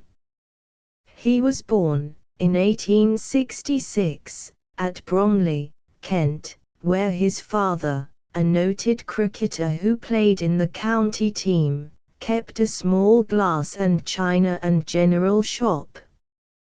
But the business failed. His father had to find employment, his mother went as housekeeper to a great house near Petersfield and Wells, then about 13, was apprenticed to a draper at Windsor.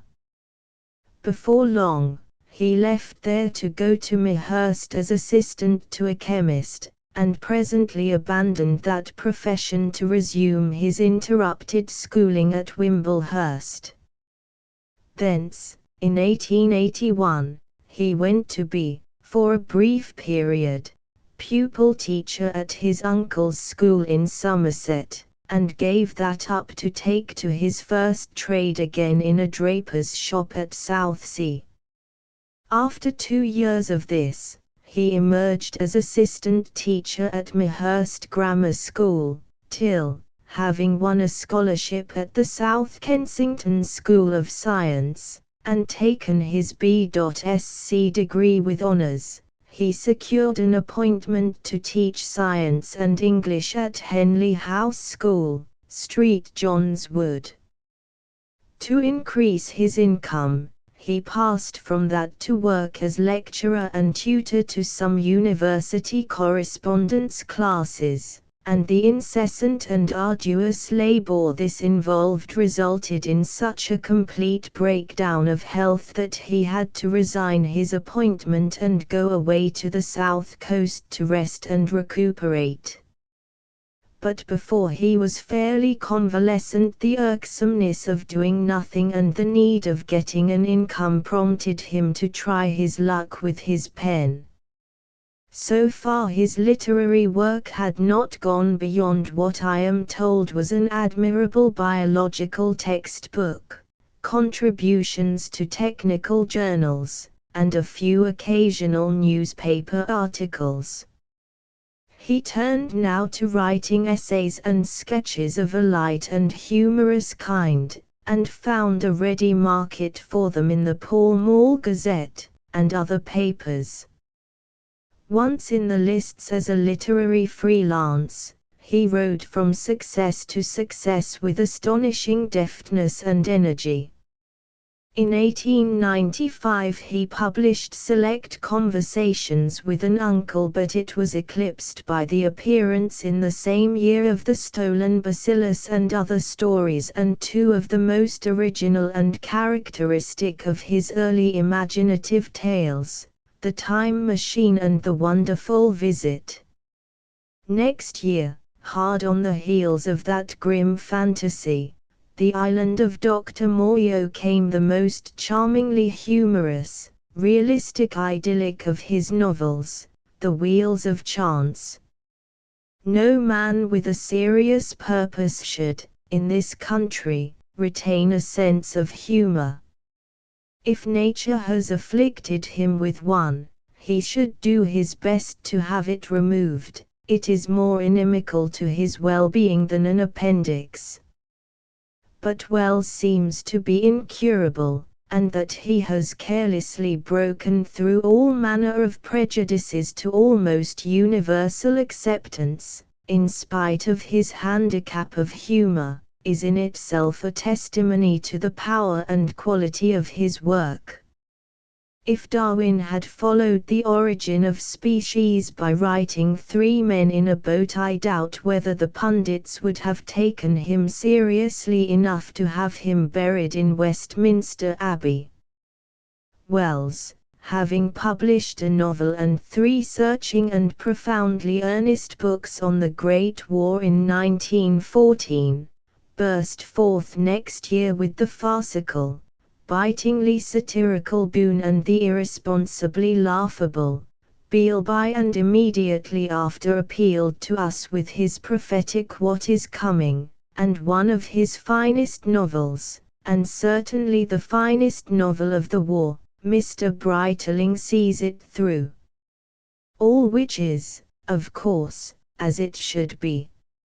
It is your little man who has only one mood for all occasions, and dare not laugh and unbend from his pose and come down from his pedestal lest he should seem no bigger than those who had looked up to him. While other scholars are toiling laboriously to write the record of a single nation, or a single reign, Wells sandwiches between novel and novel that stupendous survey, the outline of history, which is not only a scholarly and vastly comprehensive chronicle of the evolution of man and the progress of humanity the world over from the dawn of time to the day before yesterday, but is, as Macaulay rightly said all history ought to be, as easy and fascinating reading as any work of fiction. No English author has a wider vogue outside his own country. He is popular in America, and in Russia, Germany, Scandinavia, where many other of our famous writers are unknown. And who was that Frenchman that, on a visit to London, expressed himself as agreeably surprised to discover that Wells is nearly as much appreciated over here as he is in France? Israel Zangwill, Israel Zangwill, Israel Zangwill. Although I don't think I ever exchanged a dozen words with him until recently, since the days of my youth I have felt a special personal interest in Israel Zangwill. With the passing of time, as it became possible to know him from his books and his public doings, that interest has strengthened to admiration and a real regard alike for the great qualities of his work and the courageous sincerity of his character, but I fancy it had its beginnings in quite trifling associations. We were both born Londoners, and started in the same way. When we were 20, or less, we were competing against each other for prizes in a weekly paper called Society, and I believe his first appearance in print was with a prize story in that long-deceased periodical. I am a little uncertain of the exact dates, but he was still in his 20s when he started Ariel, a brilliant rival to Punch, and I sent him some contributions for it which he did not use. About the same time I ran another short-lived rival to Punch myself, but he sent me no contributions for it, or, without desiring to heap coals of fire on his head, I should have used them. Then we both became members of the New Vagabond Club, and used to meet at its dinners occasionally and sometimes nod to each other, but never spoke. As a matter of fact, I don't suppose he knew who I was and cannot have suspected that I entertained such warm and proprietorial sentiments toward him. For many years now, since his marriage, his wife, the daughter of Professor W. E. Ayrton, is herself a novelist of distinction. He has made his home at East Preston, in Sussex, and his visits to London have been few and far between. But when he was up on business, staying at his chambers in the Temple, I used to come across him at long intervals careering down the Strand or Fleet Street, and always felt I was meeting a sort of old friend, though, until recently, we passed without recognition. It was in 1864 that he was born, his father being an exile who, lying under sentence of death for a trivial military offense, had escaped to this country from a Russian prison. He was educated at the Jews' Free School, in East London, where, a year or two before taking his B.A. degree, with triple honours, at the London University, he became a teacher. But teaching, though he proved extraordinarily successful at it, was not to be his career. In 1888, he wrote in collaboration with Louis Cowan a farcical political romance, The Premier and the Painter, and presently resigned his scholastic engagement and proceeded to earn a livelihood by freelance literature and journalism.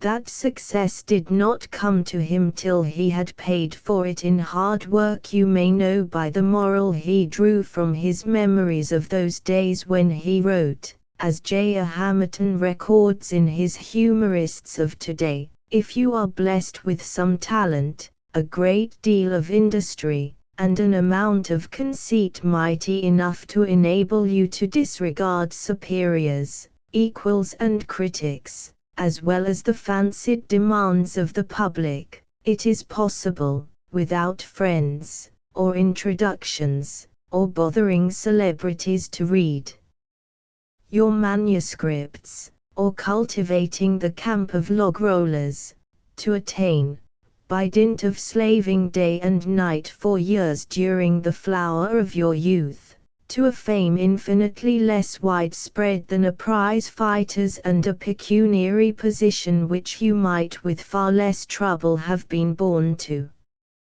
But in the first 2 years of the 90s he had established himself as a humorist with the Bachelors' Club, the Old Maids' Club, and the Big Bow Mystery, an ingenious burlesque of the popular detective story which was as exciting as the real thing, and as a new novelist of high and original achievement with the children of the ghetto. Just then Jerome and Robert Barr started The Idler, with G.B. Burgin as their assistant editor. A year later Jerome launched Today, and Zhang Will, who, on the strength of his earlier books, had been branded by the Superior as a humorist, was among the notable group of young writers that J.K.J. collected on his 2 magazines. Many of his short stories appeared in the one, and to the other he contributed a causerie, Without Prejudice, which re-emerged in due course as a book, and his novel, The Master, as a serial. The Master is a sustained and revealing study of a single character, the story of a young painter, Matt Strang, who comes from Nova Scotia to London, self-centered, afire with ambition, but it is not till, broken by disillusion and failure, he withdraws from the babble and dazzle of art circles and social swaggerings, returns to the obscurity of his own home and subserviates his hopes to his wife's happiness, that he finds himself and is able to do the great work he had dreamt of doing. There is more of the ironic, satirical Zhang Will in The Mantle of Elijah. He places his scenes in the days of Palmerston, but drives home a big-minded gospel that is as badly needed in the politics of these days as it was then. Broza, a strong, self-confident political leader, rises to power by breaking his promises and changing his convictions as often as necessary, and is acclaimed the savior of his country. But he has a wife, Allegra, whose conscience is not so accommodating, who cannot abandon her principles whenever he abandons his, and in the hour of his triumph she leaves him, to devote herself to working for the cause that, in the interests of his career, he had betrayed. Nearly 20 years later Zhang Will gave us Ginny the Carrier, a very charming story of mid-Victorian life and character in rural Essex, but his finest, most memorable work in fiction has been done as the interpreter of his own people. This he is in Children of the Ghetto, in the whimsical grotesque, broadly and grimly humorous tales of the king of Shnuras, that glorious Hebrew mendicant Manus Bueno Barzillai Azevedo the Coster, and in the masterly little stories of light and shadow that make up the ghetto tragedies and ghetto comedies. He has his unique place in letters as the novelist of London's modern Jury. Aldgate, Whitechapel, Hoxton, Dalston, all the roads and byways, mean lanes and squalid squares there and thereabouts are a world large and varied and crowded enough for his purposes. His pride of race glows as surely in such stories of the children of his fancy, the poor of the ghetto, their profoundly simple piety, their patience, self-sacrifice, humble endurance, human kindness, as in his subtle studies of those real, yet scarcely more real in seeming, dreamers of the ghetto, Heine, Lazel, Spinoza, and other such seers and prophets of latter-day Israel. but he is too much of an artist to suppress anything of the truth, and dealing with his own people, actual or imaginary, he shows them starkly as they are, their vices as well as their virtues, their avarice, meanness, hypocrisies, as well as their generosity and loyalties. He is steeped in the Jewish tradition, and fills in the atmosphere and intimate detail of his pictures with most meticulous realism. He is ready enough to ridicule obsolete racial bigotries and ancient customs that have lost their meaning, but is sensitively reverent to the beauty and mystic significance of all old ceremonies and practices that still embody the essential spirit of the faith. Nowhere has the soul of the London Jew, and the rich Jew who lives in the West has not been overlooked, been more sympathetically or impartially unveiled than in Zangwill's novel and Tales of the Ghetto.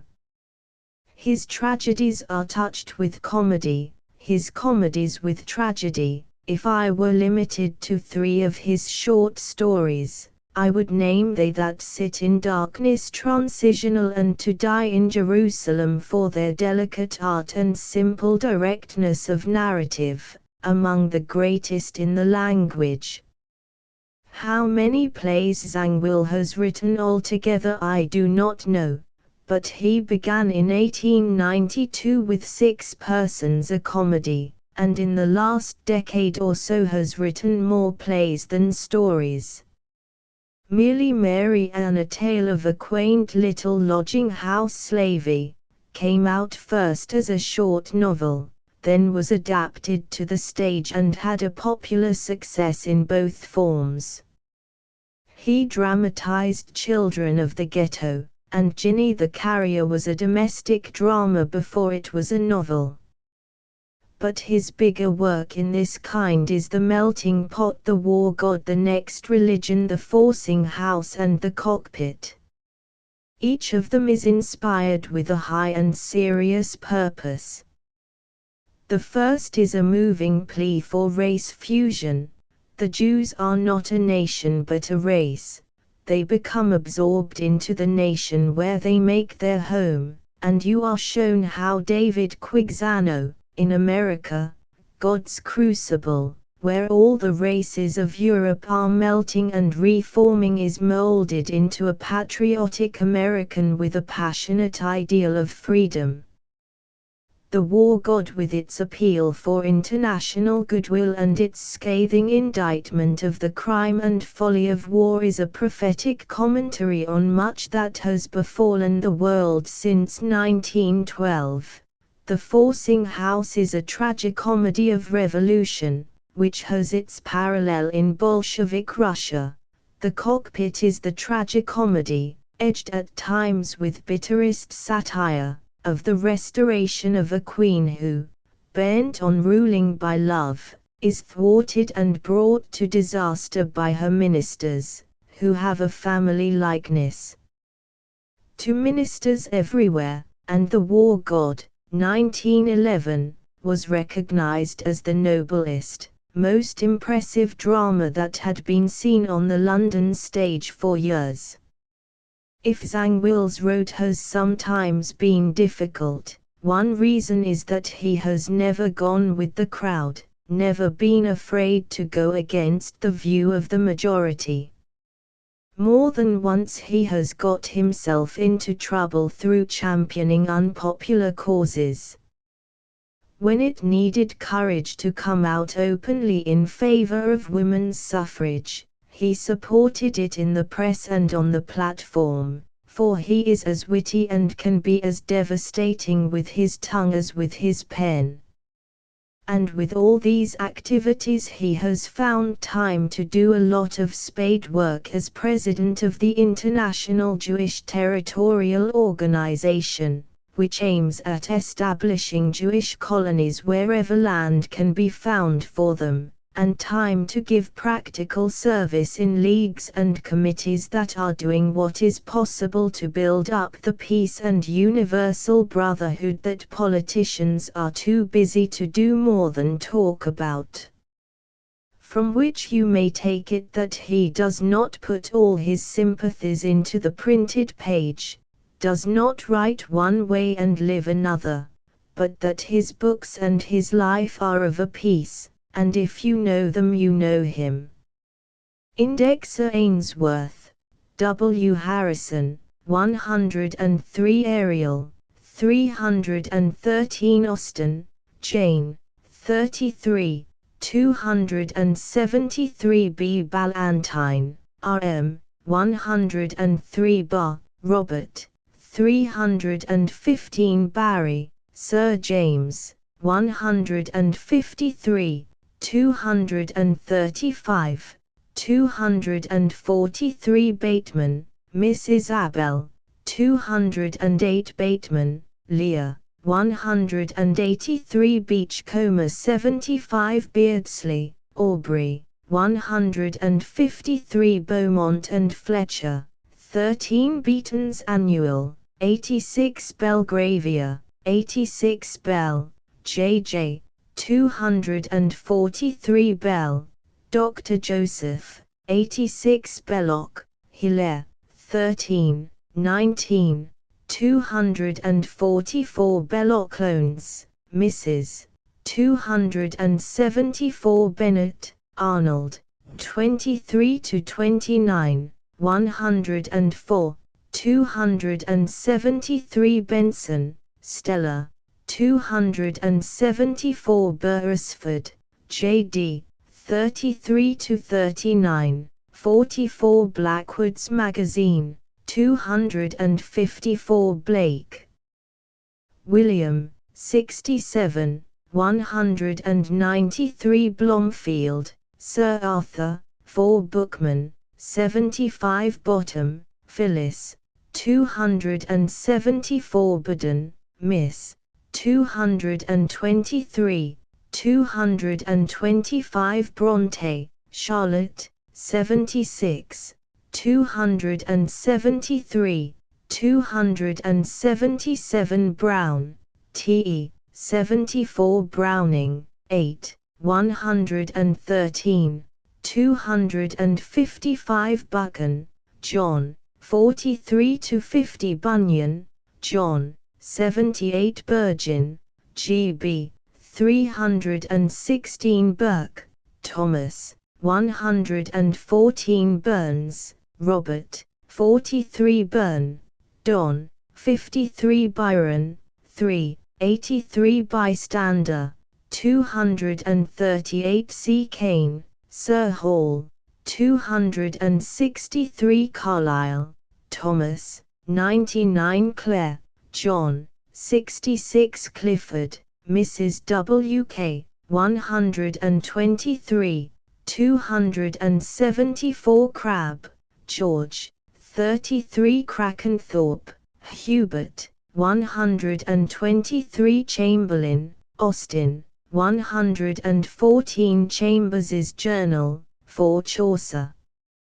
255 Chesterton, Cecil, 18 Chesterton, G.K., 13, 14, 167, 235, 244 Colmondley, Mary, 274 Coleridge, 73, 93 Collins, Arthur, 237 Collins, Wilkie, 263, 264, 266 Colmore, George, 274 Compton, Edward, 183 Compton, G.C., 183 Conrad, Joseph, 273 Cornhill Magazine, 76,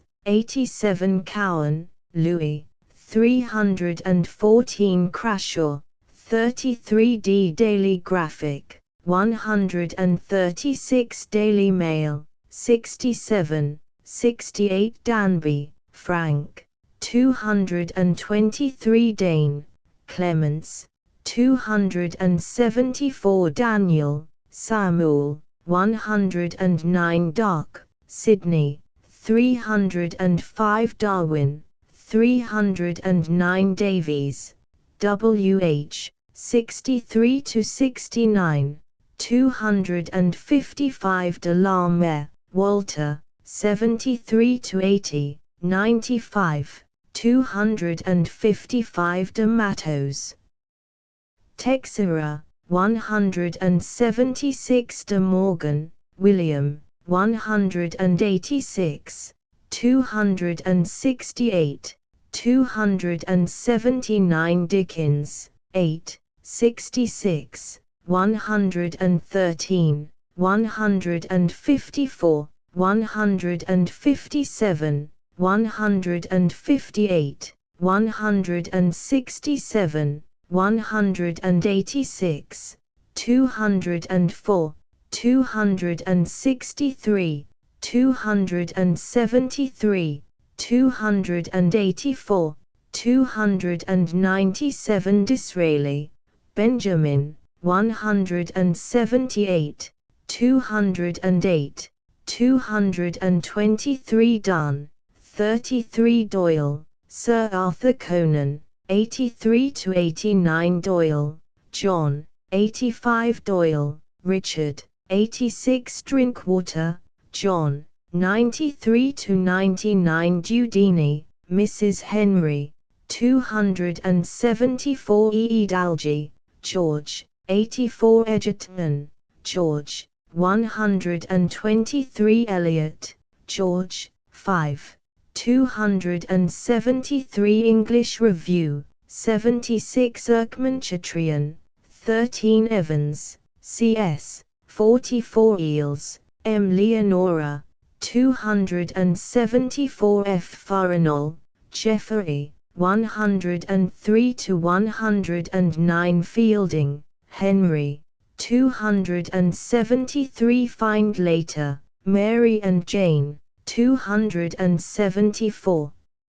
Fitzgerald, Edward, 193 France, Anatole, 164 Francois, Gilbert, 223 Freud, Professor, 189 G. Galsworthy, John, 113 to 119, 274 George, W.L., 297 Gibson, W.W., 96, 193, 195 Gissing, George, 123, 284, 288, 289 Goldring, Douglas, 297 Goldsmith, 33 Goss,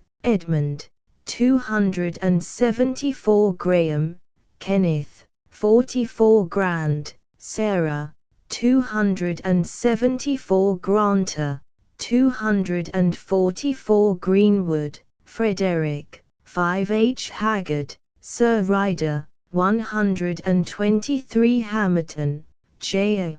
314 Hardy, Thomas, 3 to 10, 73, 193, 194, 195, 235, 263, 273 Harraden, Beatrice, 274 Harris, Augustus, 236, 237 Hawkins.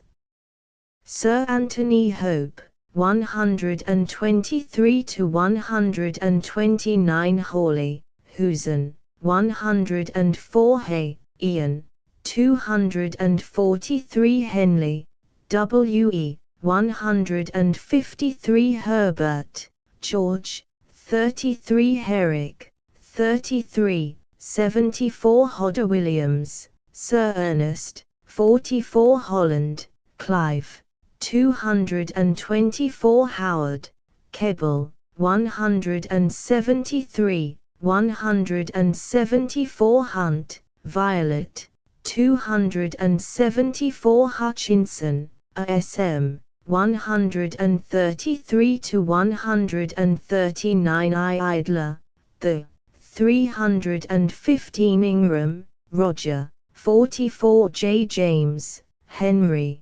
53, 223, 303 Jameson, Storm, 274 Jenkins, Herbert, 44 Jerome, J.K., 127, 315 Gerald, Douglas, 123 Joyce, James, 279 K.K. Smith, Sheila, 143 to 150, 274 Keats, 3, 8, 74, 77, 193 Kingsley, Charles, 33 Kipling. Rudyard, 15, 123, 153 to 159, 193, 195, 196 Knobloch, Edward, 29 L. Lamb, Charles, 74 Lang, Andrew, 87, 206 Lawrence, C.E., 44 Legorlian, Richard, 53 Locke, W.J., 163 to 169, 177, 235 Lucas, E.V., 244 Lynd, Robert, 75 Lyons, Anil, 235 Lytton, Lord, 207 M. Macaulay, Lord, 83, 309 Macaulay, Rose, 274 McKenna, Stephen, 173 to 179 Mackenzie, Compton, 183 to 189, 297 Mallet, Lucas, 274 Mann, Mary E., 274 Marquino, Yosho, 104 Marlowe, Christopher, 255 Marvel, Andrew, 213 Maysfield, John, 193 to 200, 255. Mason, A.E.W., 203 to 209 Matz, B.W., 44 Morm, W.S., 213 to 219 Maxwell, John, 224 Maxwell, W.B., 223 to 229 Meredith, George, 253, 263, 297 Merrick, Leonard, 233 to 239 Methuen, Sir Algernon, 44 Meynell, Viola, 274 Milne, 243 Milner, Lord, 46 Moore, George,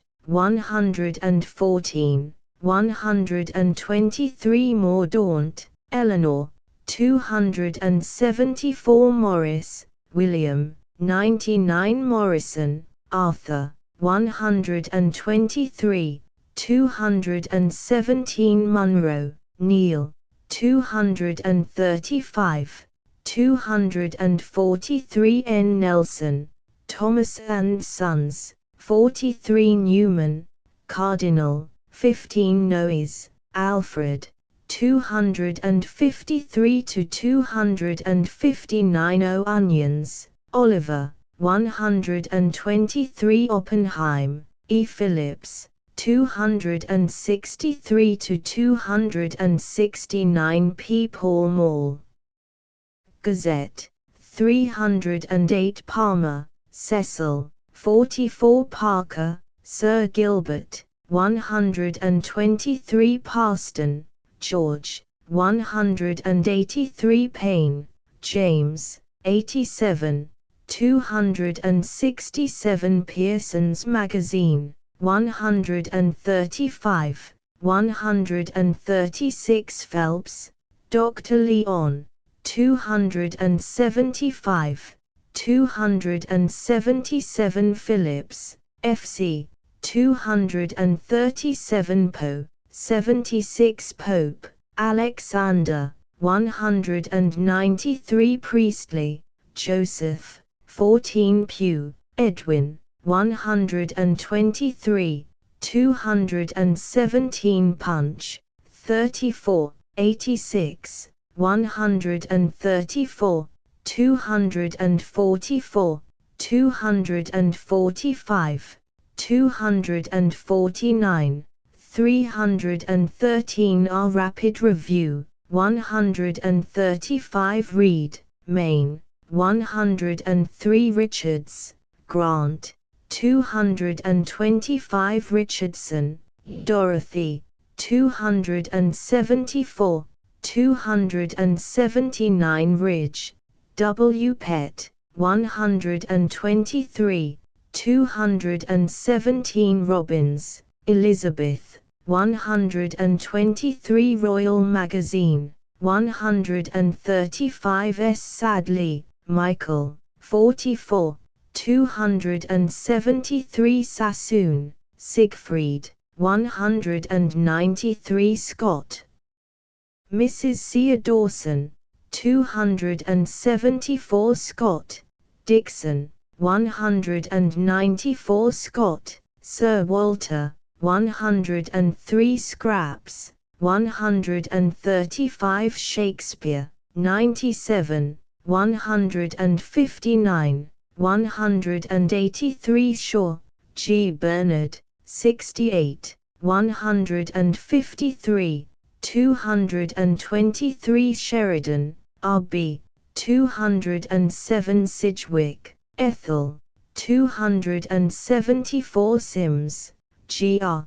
237 Sinclair, May, 273 to 279 Slater, Oscar, 84 Smith, Adam, 43 Smith, Alexander, 94 Smith, Sydney, 83 Smith, W. H. and Son, 34 Society, 313 Spectator, The, 47 Spender, J. 74 Spencer, Edmund, 74 Squire, J.C., 274 Star, Meredith, 297 Stern, G.B., 274 Stern, Lawrence, 33 Stevenson, R.L., 103,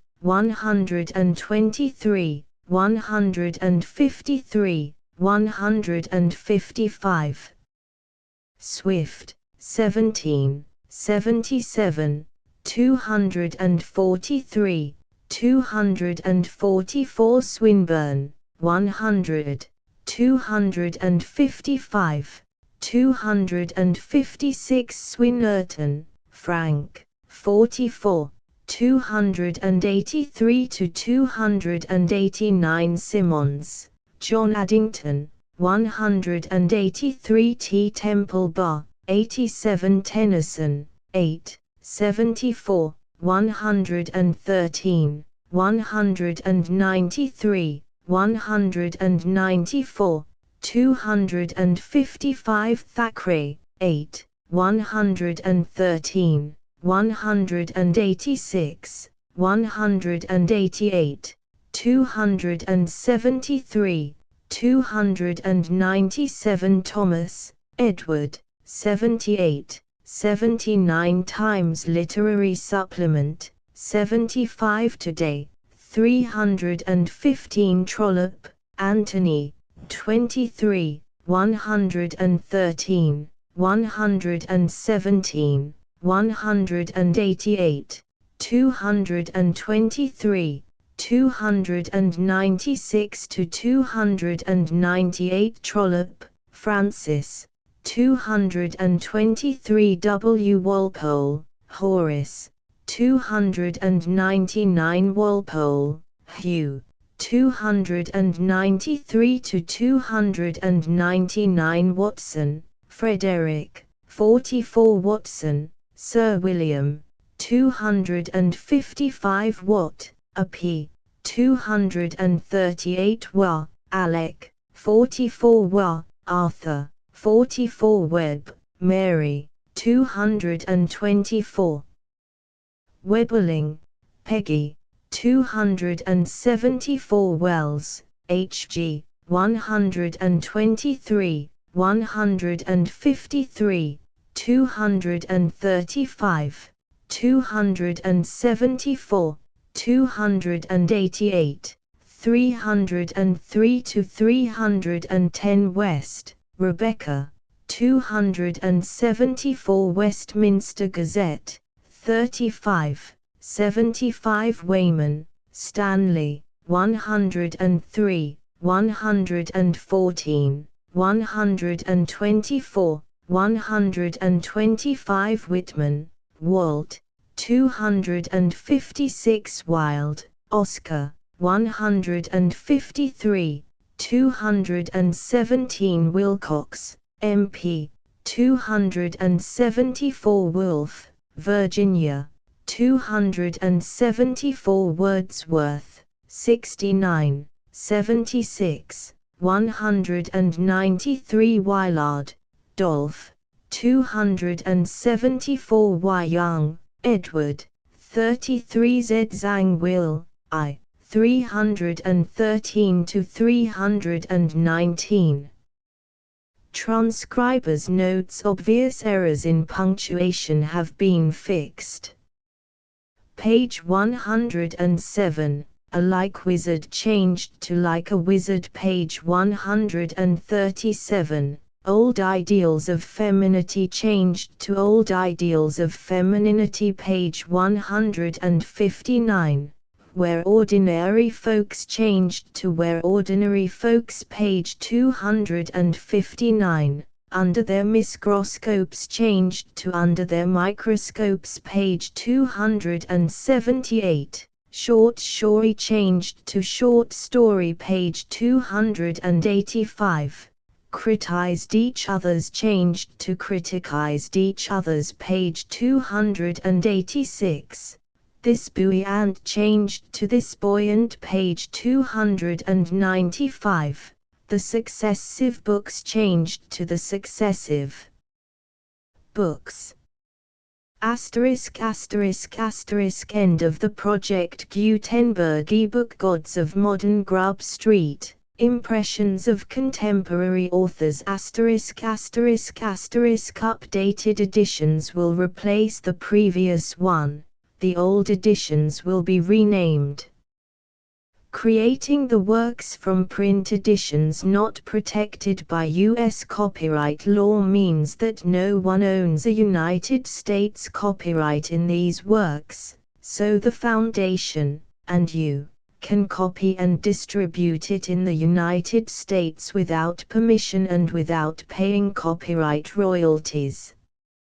Special rules, set forth in the general terms of use part of this license, apply to copying and distributing Project Gutenberg trademark symbol electronic works to protect the Project Gutenberg trademark symbol concept and trademark. Project Gutenberg is a registered trademark, and may not be used if you charge for an ebook, except by following the terms of the trademark license. including paying royalties for use of the Project Gutenberg trademark. If you do not charge anything for copies of this ebook, complying with the trademark license is very easy. You may use this ebook for nearly any purpose, such as creation of derivative works, reports, performances and research. Project Gutenberg ebooks may be modified and printed and given away. You may do practically anything in the United States with ebooks not protected by U.S. copyright law. Redistribution is subject to the trademark license, especially commercial redistribution. Start. Full license. The full Project Gutenberg license. Please read this before you distribute or use this work to protect the Project Gutenberg trademark symbol. Mission of promoting the free distribution of electronic works. By using or distributing this work, or any other work associated in any way with the phrase Project Gutenberg, you agree to comply with all the terms of the full Project Gutenberg trademark symbol license available with this file or online at www.gutenberg.org/license. Section 1. General Terms of Use and Redistributing Project Gutenberg Trademark Symbol Electronic Works 1.0. By reading or using any part of this Project Gutenberg trademark symbol electronic work, you indicate that you have read, understand, agree to and accept all the terms of this license and intellectual property, trademark/copyright, agreement. If you do not agree to abide by all the terms of this agreement, you must cease using and return or destroy all copies of Project Gutenberg trademark symbol electronic works in your possession. If you paid a fee for obtaining a copy of or access to a Project Gutenberg trademark symbol electronic work and you do not agree to be bound by the terms of this agreement, you may obtain a refund from the person or entity to whom you paid the fee as set forth in paragraph 1.e.8. 1.b. Project Gutenberg is a registered trademark. It may only be used on or associated in any way with an electronic work by people who agree to be bound by the terms of this agreement. There are a few things that you can do with most Project Gutenberg trademark symbol electronic works even without complying with the full terms of this agreement. See paragraph 1.c below.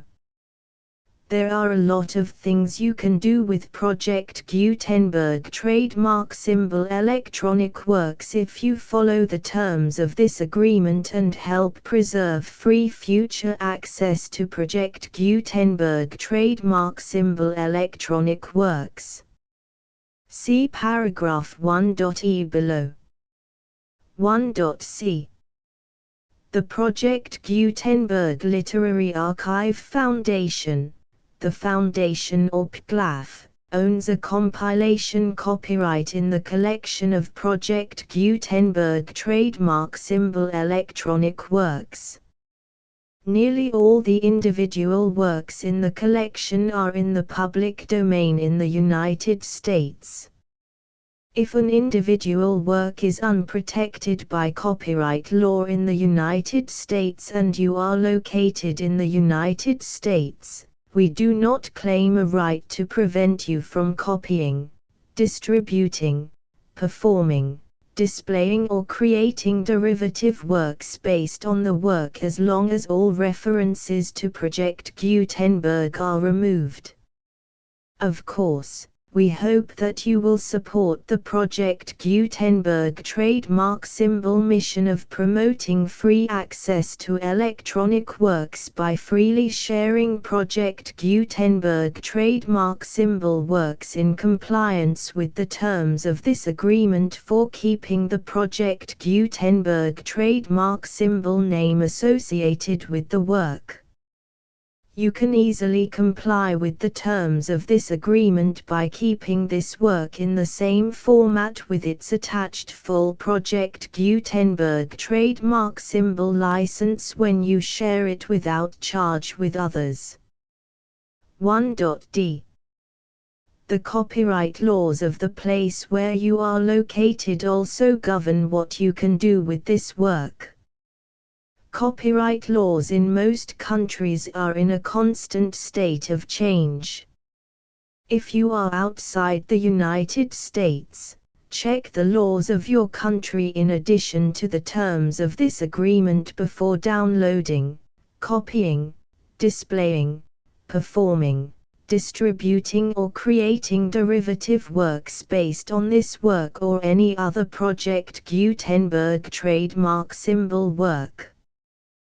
The Foundation makes no representations concerning the copyright status of any work in any country other than the United States.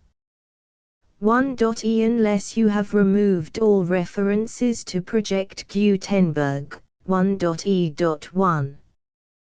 The following sentence, with active links to, or other immediate access to, the full Project Gutenberg trademark symbol license must appear prominently whenever any copy of a Project Gutenberg trademark symbol work, any work on which the phrase Project Gutenberg appears, or with which the phrase Project Gutenberg is associated, is accessed, displayed, performed, viewed, copied or distributed.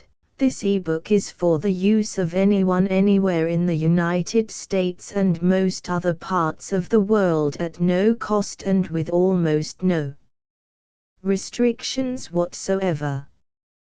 You may copy it, give it away or reuse it under the terms of the Project Gutenberg license included with this ebook or online at www.gutenberg.org. If you are not located in the United States, you will have to check the laws of the country where you are located before using this ebook. 1.e.2.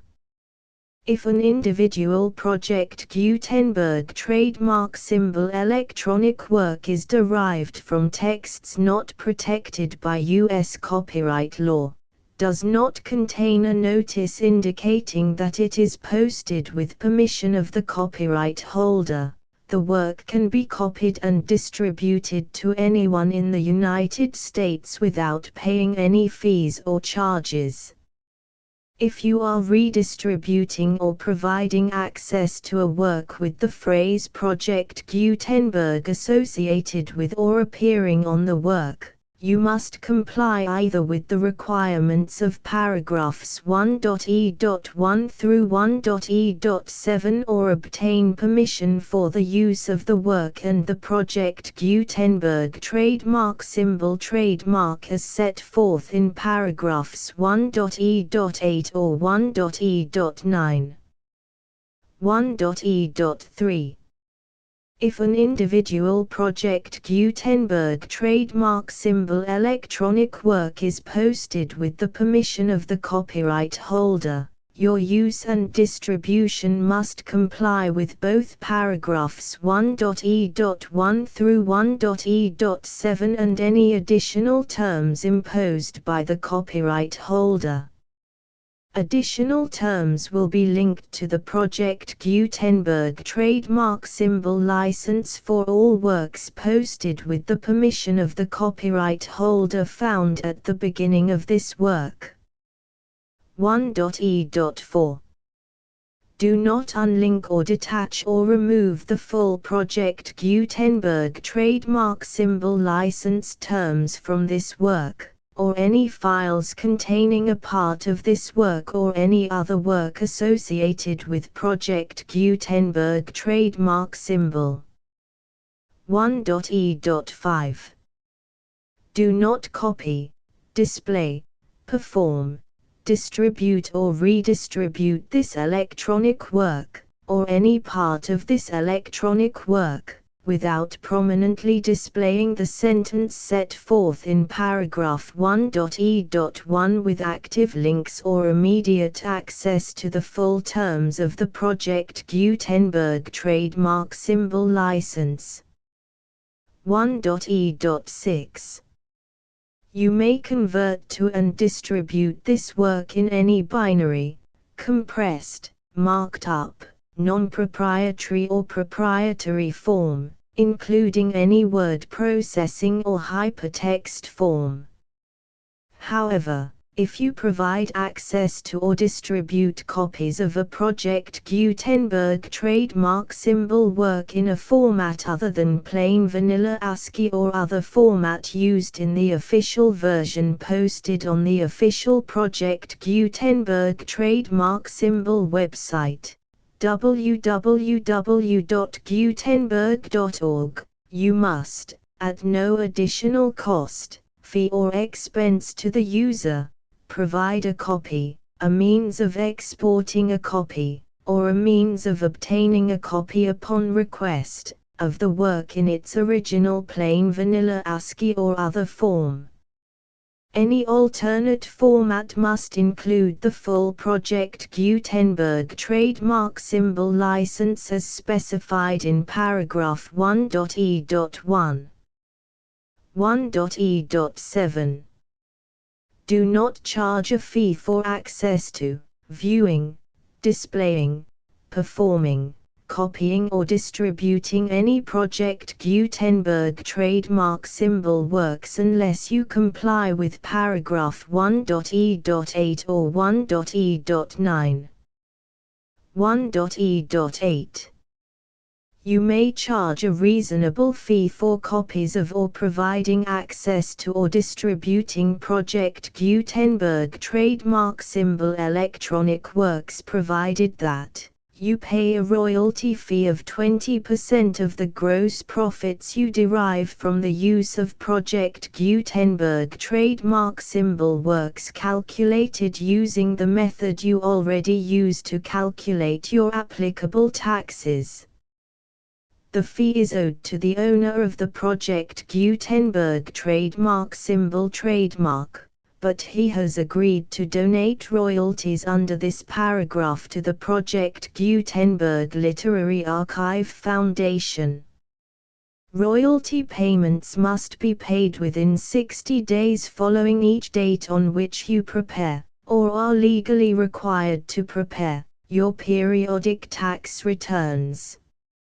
Royalty payments should be clearly marked as such and sent to the Project Gutenberg Literary Archive Foundation at the address specified in Section 4, Information about donations to the Project Gutenberg Literary Archive Foundation. You provide a full refund of any money paid by a user who notifies you in writing, or by email, within 30 days of receipt that he does not agree to the terms of the full Project Gutenberg trademark symbol license. You must require such a user to return or destroy all copies of the works possessed in a physical medium and discontinue all use of and all access to other copies of Project Gutenberg trademark symbol works.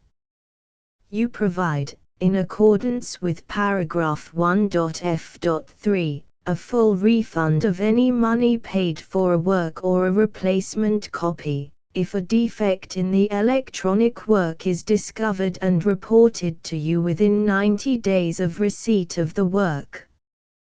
You comply with all other terms of this agreement for free distribution of Project Gutenberg trademark symbol works. 1.e.9 If you wish to charge a fee or distribute a Project Gutenberg trademark symbol electronic work or group of works on different terms than are set forth in this agreement, you must obtain permission in writing from the Project Gutenberg Literary Archive Foundation, the manager of the Project Gutenberg trademark symbol trademark. Contact the Foundation as set forth in Section 3 below.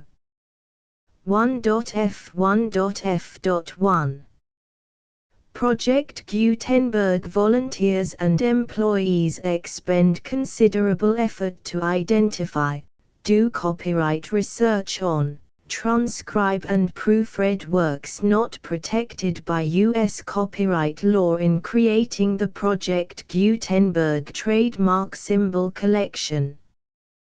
Despite these efforts, Project Gutenberg trademark symbol electronic works, and the medium on which they may be stored, may contain defects such as, but not limited to, incomplete, inaccurate or corrupt data, transcription errors, a copyright or other intellectual property infringement, a defective or damaged disk or other medium, a computer virus, or computer codes that damage or cannot be read by your equipment. 1.f.2 Limited warranty, disclaimer of damages, except for the right of replacement or refund described in paragraph 1.f.3, the Project Gutenberg Literary Archive Foundation, the owner of the Project Gutenberg trademark symbol trademark, and any other party distributing a Project Gutenberg trademark symbol electronic work under this agreement, disclaim all liability to you for damages, costs and expenses, including legal fees.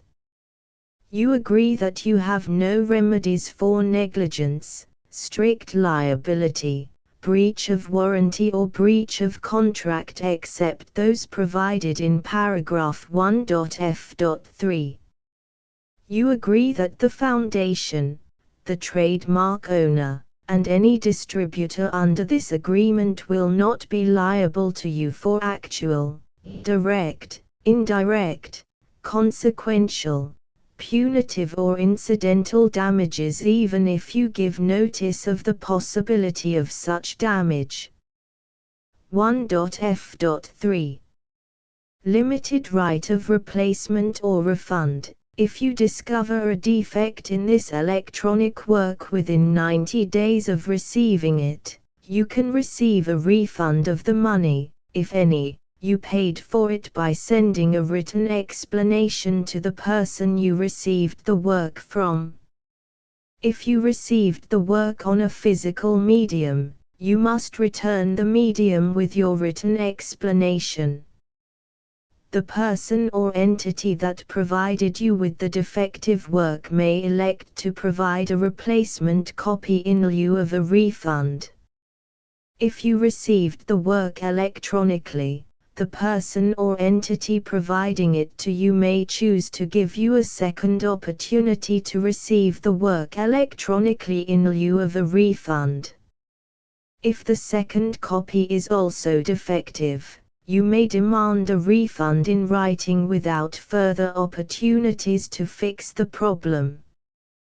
1.f.4 Except for the limited right of replacement or refund set forth in paragraph 1.f.3, this work is provided to you as is, with no other warranties of any kind, express or implied, including but not limited to warranties of merchantability or fitness for any purpose.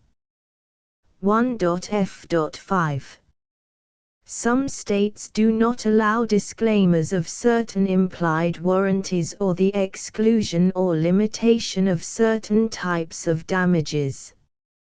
If any disclaimer or limitation set forth in this agreement violates the law of the state applicable to this agreement, the agreement shall be interpreted to make the maximum disclaimer or limitation permitted by the applicable state law.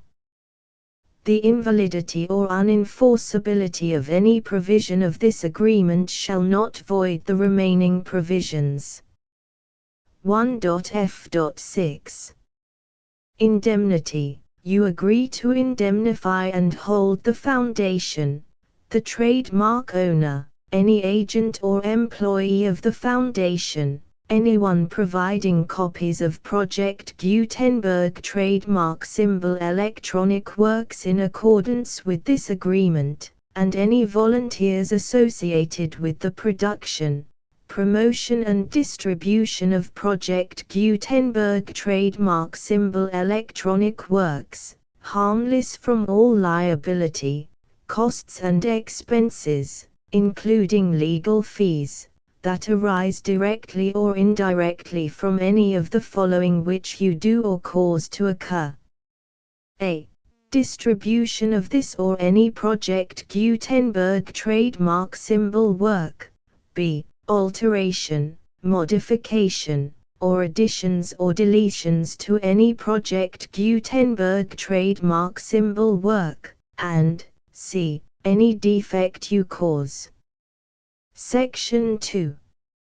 Information about the mission of Project Gutenberg trademark symbol. Project Gutenberg trademark symbol is synonymous with the free distribution of electronic works in formats readable by the widest variety of computers, including obsolete, old, middle-aged and new computers.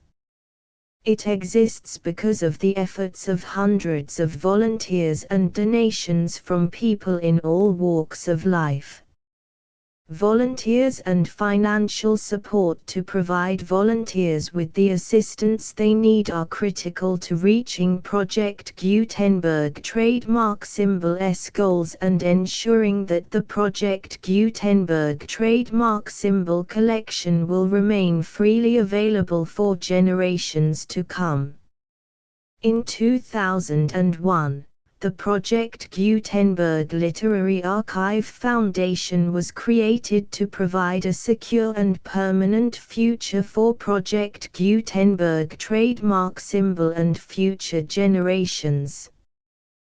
To learn more about the Project Gutenberg Literary Archive Foundation and how your efforts and donations can help, see sections 3 and 4 and the Foundation information page at www.gutenberg.org. Section 3. Information about the Project Gutenberg Literary Archive Foundation. The Project Gutenberg Literary Archive Foundation is a non-profit 501(c)(3) educational corporation organized under the laws of the state of Mississippi and granted tax-exempt status by the Internal Revenue Service. The Foundation's IN or Federal Tax Identification Number is 64-6221541. Contributions to the Project Gutenberg Literary Archive Foundation are tax-deductible to the full extent permitted by U.S. federal laws and your state's laws. The Foundation's business office is located at 809 North 1500 West, Salt Lake City, UT 84116. 801-596-1887. Email contact links and up-to-date contact information can be found at the Foundation's website and official page at www.gutenberg.org/contact section 4. Information about donations to the Project Gutenberg Literary Archive Foundation. Project Gutenberg trademark symbol depends upon and cannot survive without widespread public support and donations to carry out its mission of increasing the number of public domain and licensed works that can be freely distributed in machine-readable form accessible by the widest array of equipment, including outdated equipment. Many small donations, $1 to $5,000, are particularly important to maintaining tax-exempt status with the IRS. The Foundation is committed to complying with the laws regulating charities and charitable donations in all 50 states of the United States. Compliance requirements are not uniform and it takes a considerable effort, much paperwork and many fees to meet and keep up with these requirements. We do not solicit donations in locations where we have not received written confirmation of compliance. To send donations or determine the status of compliance for any particular state, visit www.gutenberg.org/donate. While we cannot and do not solicit contributions from states where we have not met the solicitation requirements, we know of no prohibition against accepting unsolicited donations from donors in such states who approach us with offers to donate. International donations are gratefully accepted, but we cannot make any statements concerning tax treatment of donations received from outside the United States. U.S. laws alone swamp our small staff. Please check the Project Gutenberg web pages for current donation methods and addresses. Donations are accepted in a number of other ways, including checks, online payments and credit card donations. To donate, please visit www.gutenberg.org/donate. Section 5. General information about Project Gutenberg trademark symbol. Electronic Works. Professor Michael S. Hart was the originator of the Project Gutenberg trademark symbol concept of a library of electronic works that could be freely shared with anyone. For 40 years, he produced and distributed Project Gutenberg trademark symbol ebooks with only a loose network of volunteer support. Project Gutenberg trademark symbol ebooks are often created from several printed editions, all of which are confirmed as not protected by copyright in the US unless a copyright notice is included. Thus, we do not necessarily keep ebooks in compliance with any particular paper edition. Most people start at our website, which has the main PG search facility, www.gutenberg.org. This website includes information about Project Gutenberg trademark symbol, including how to make donations to the Project Gutenberg Literary Archive Foundation, how to help produce our new ebooks, and how to subscribe to our email newsletter to hear about new ebooks.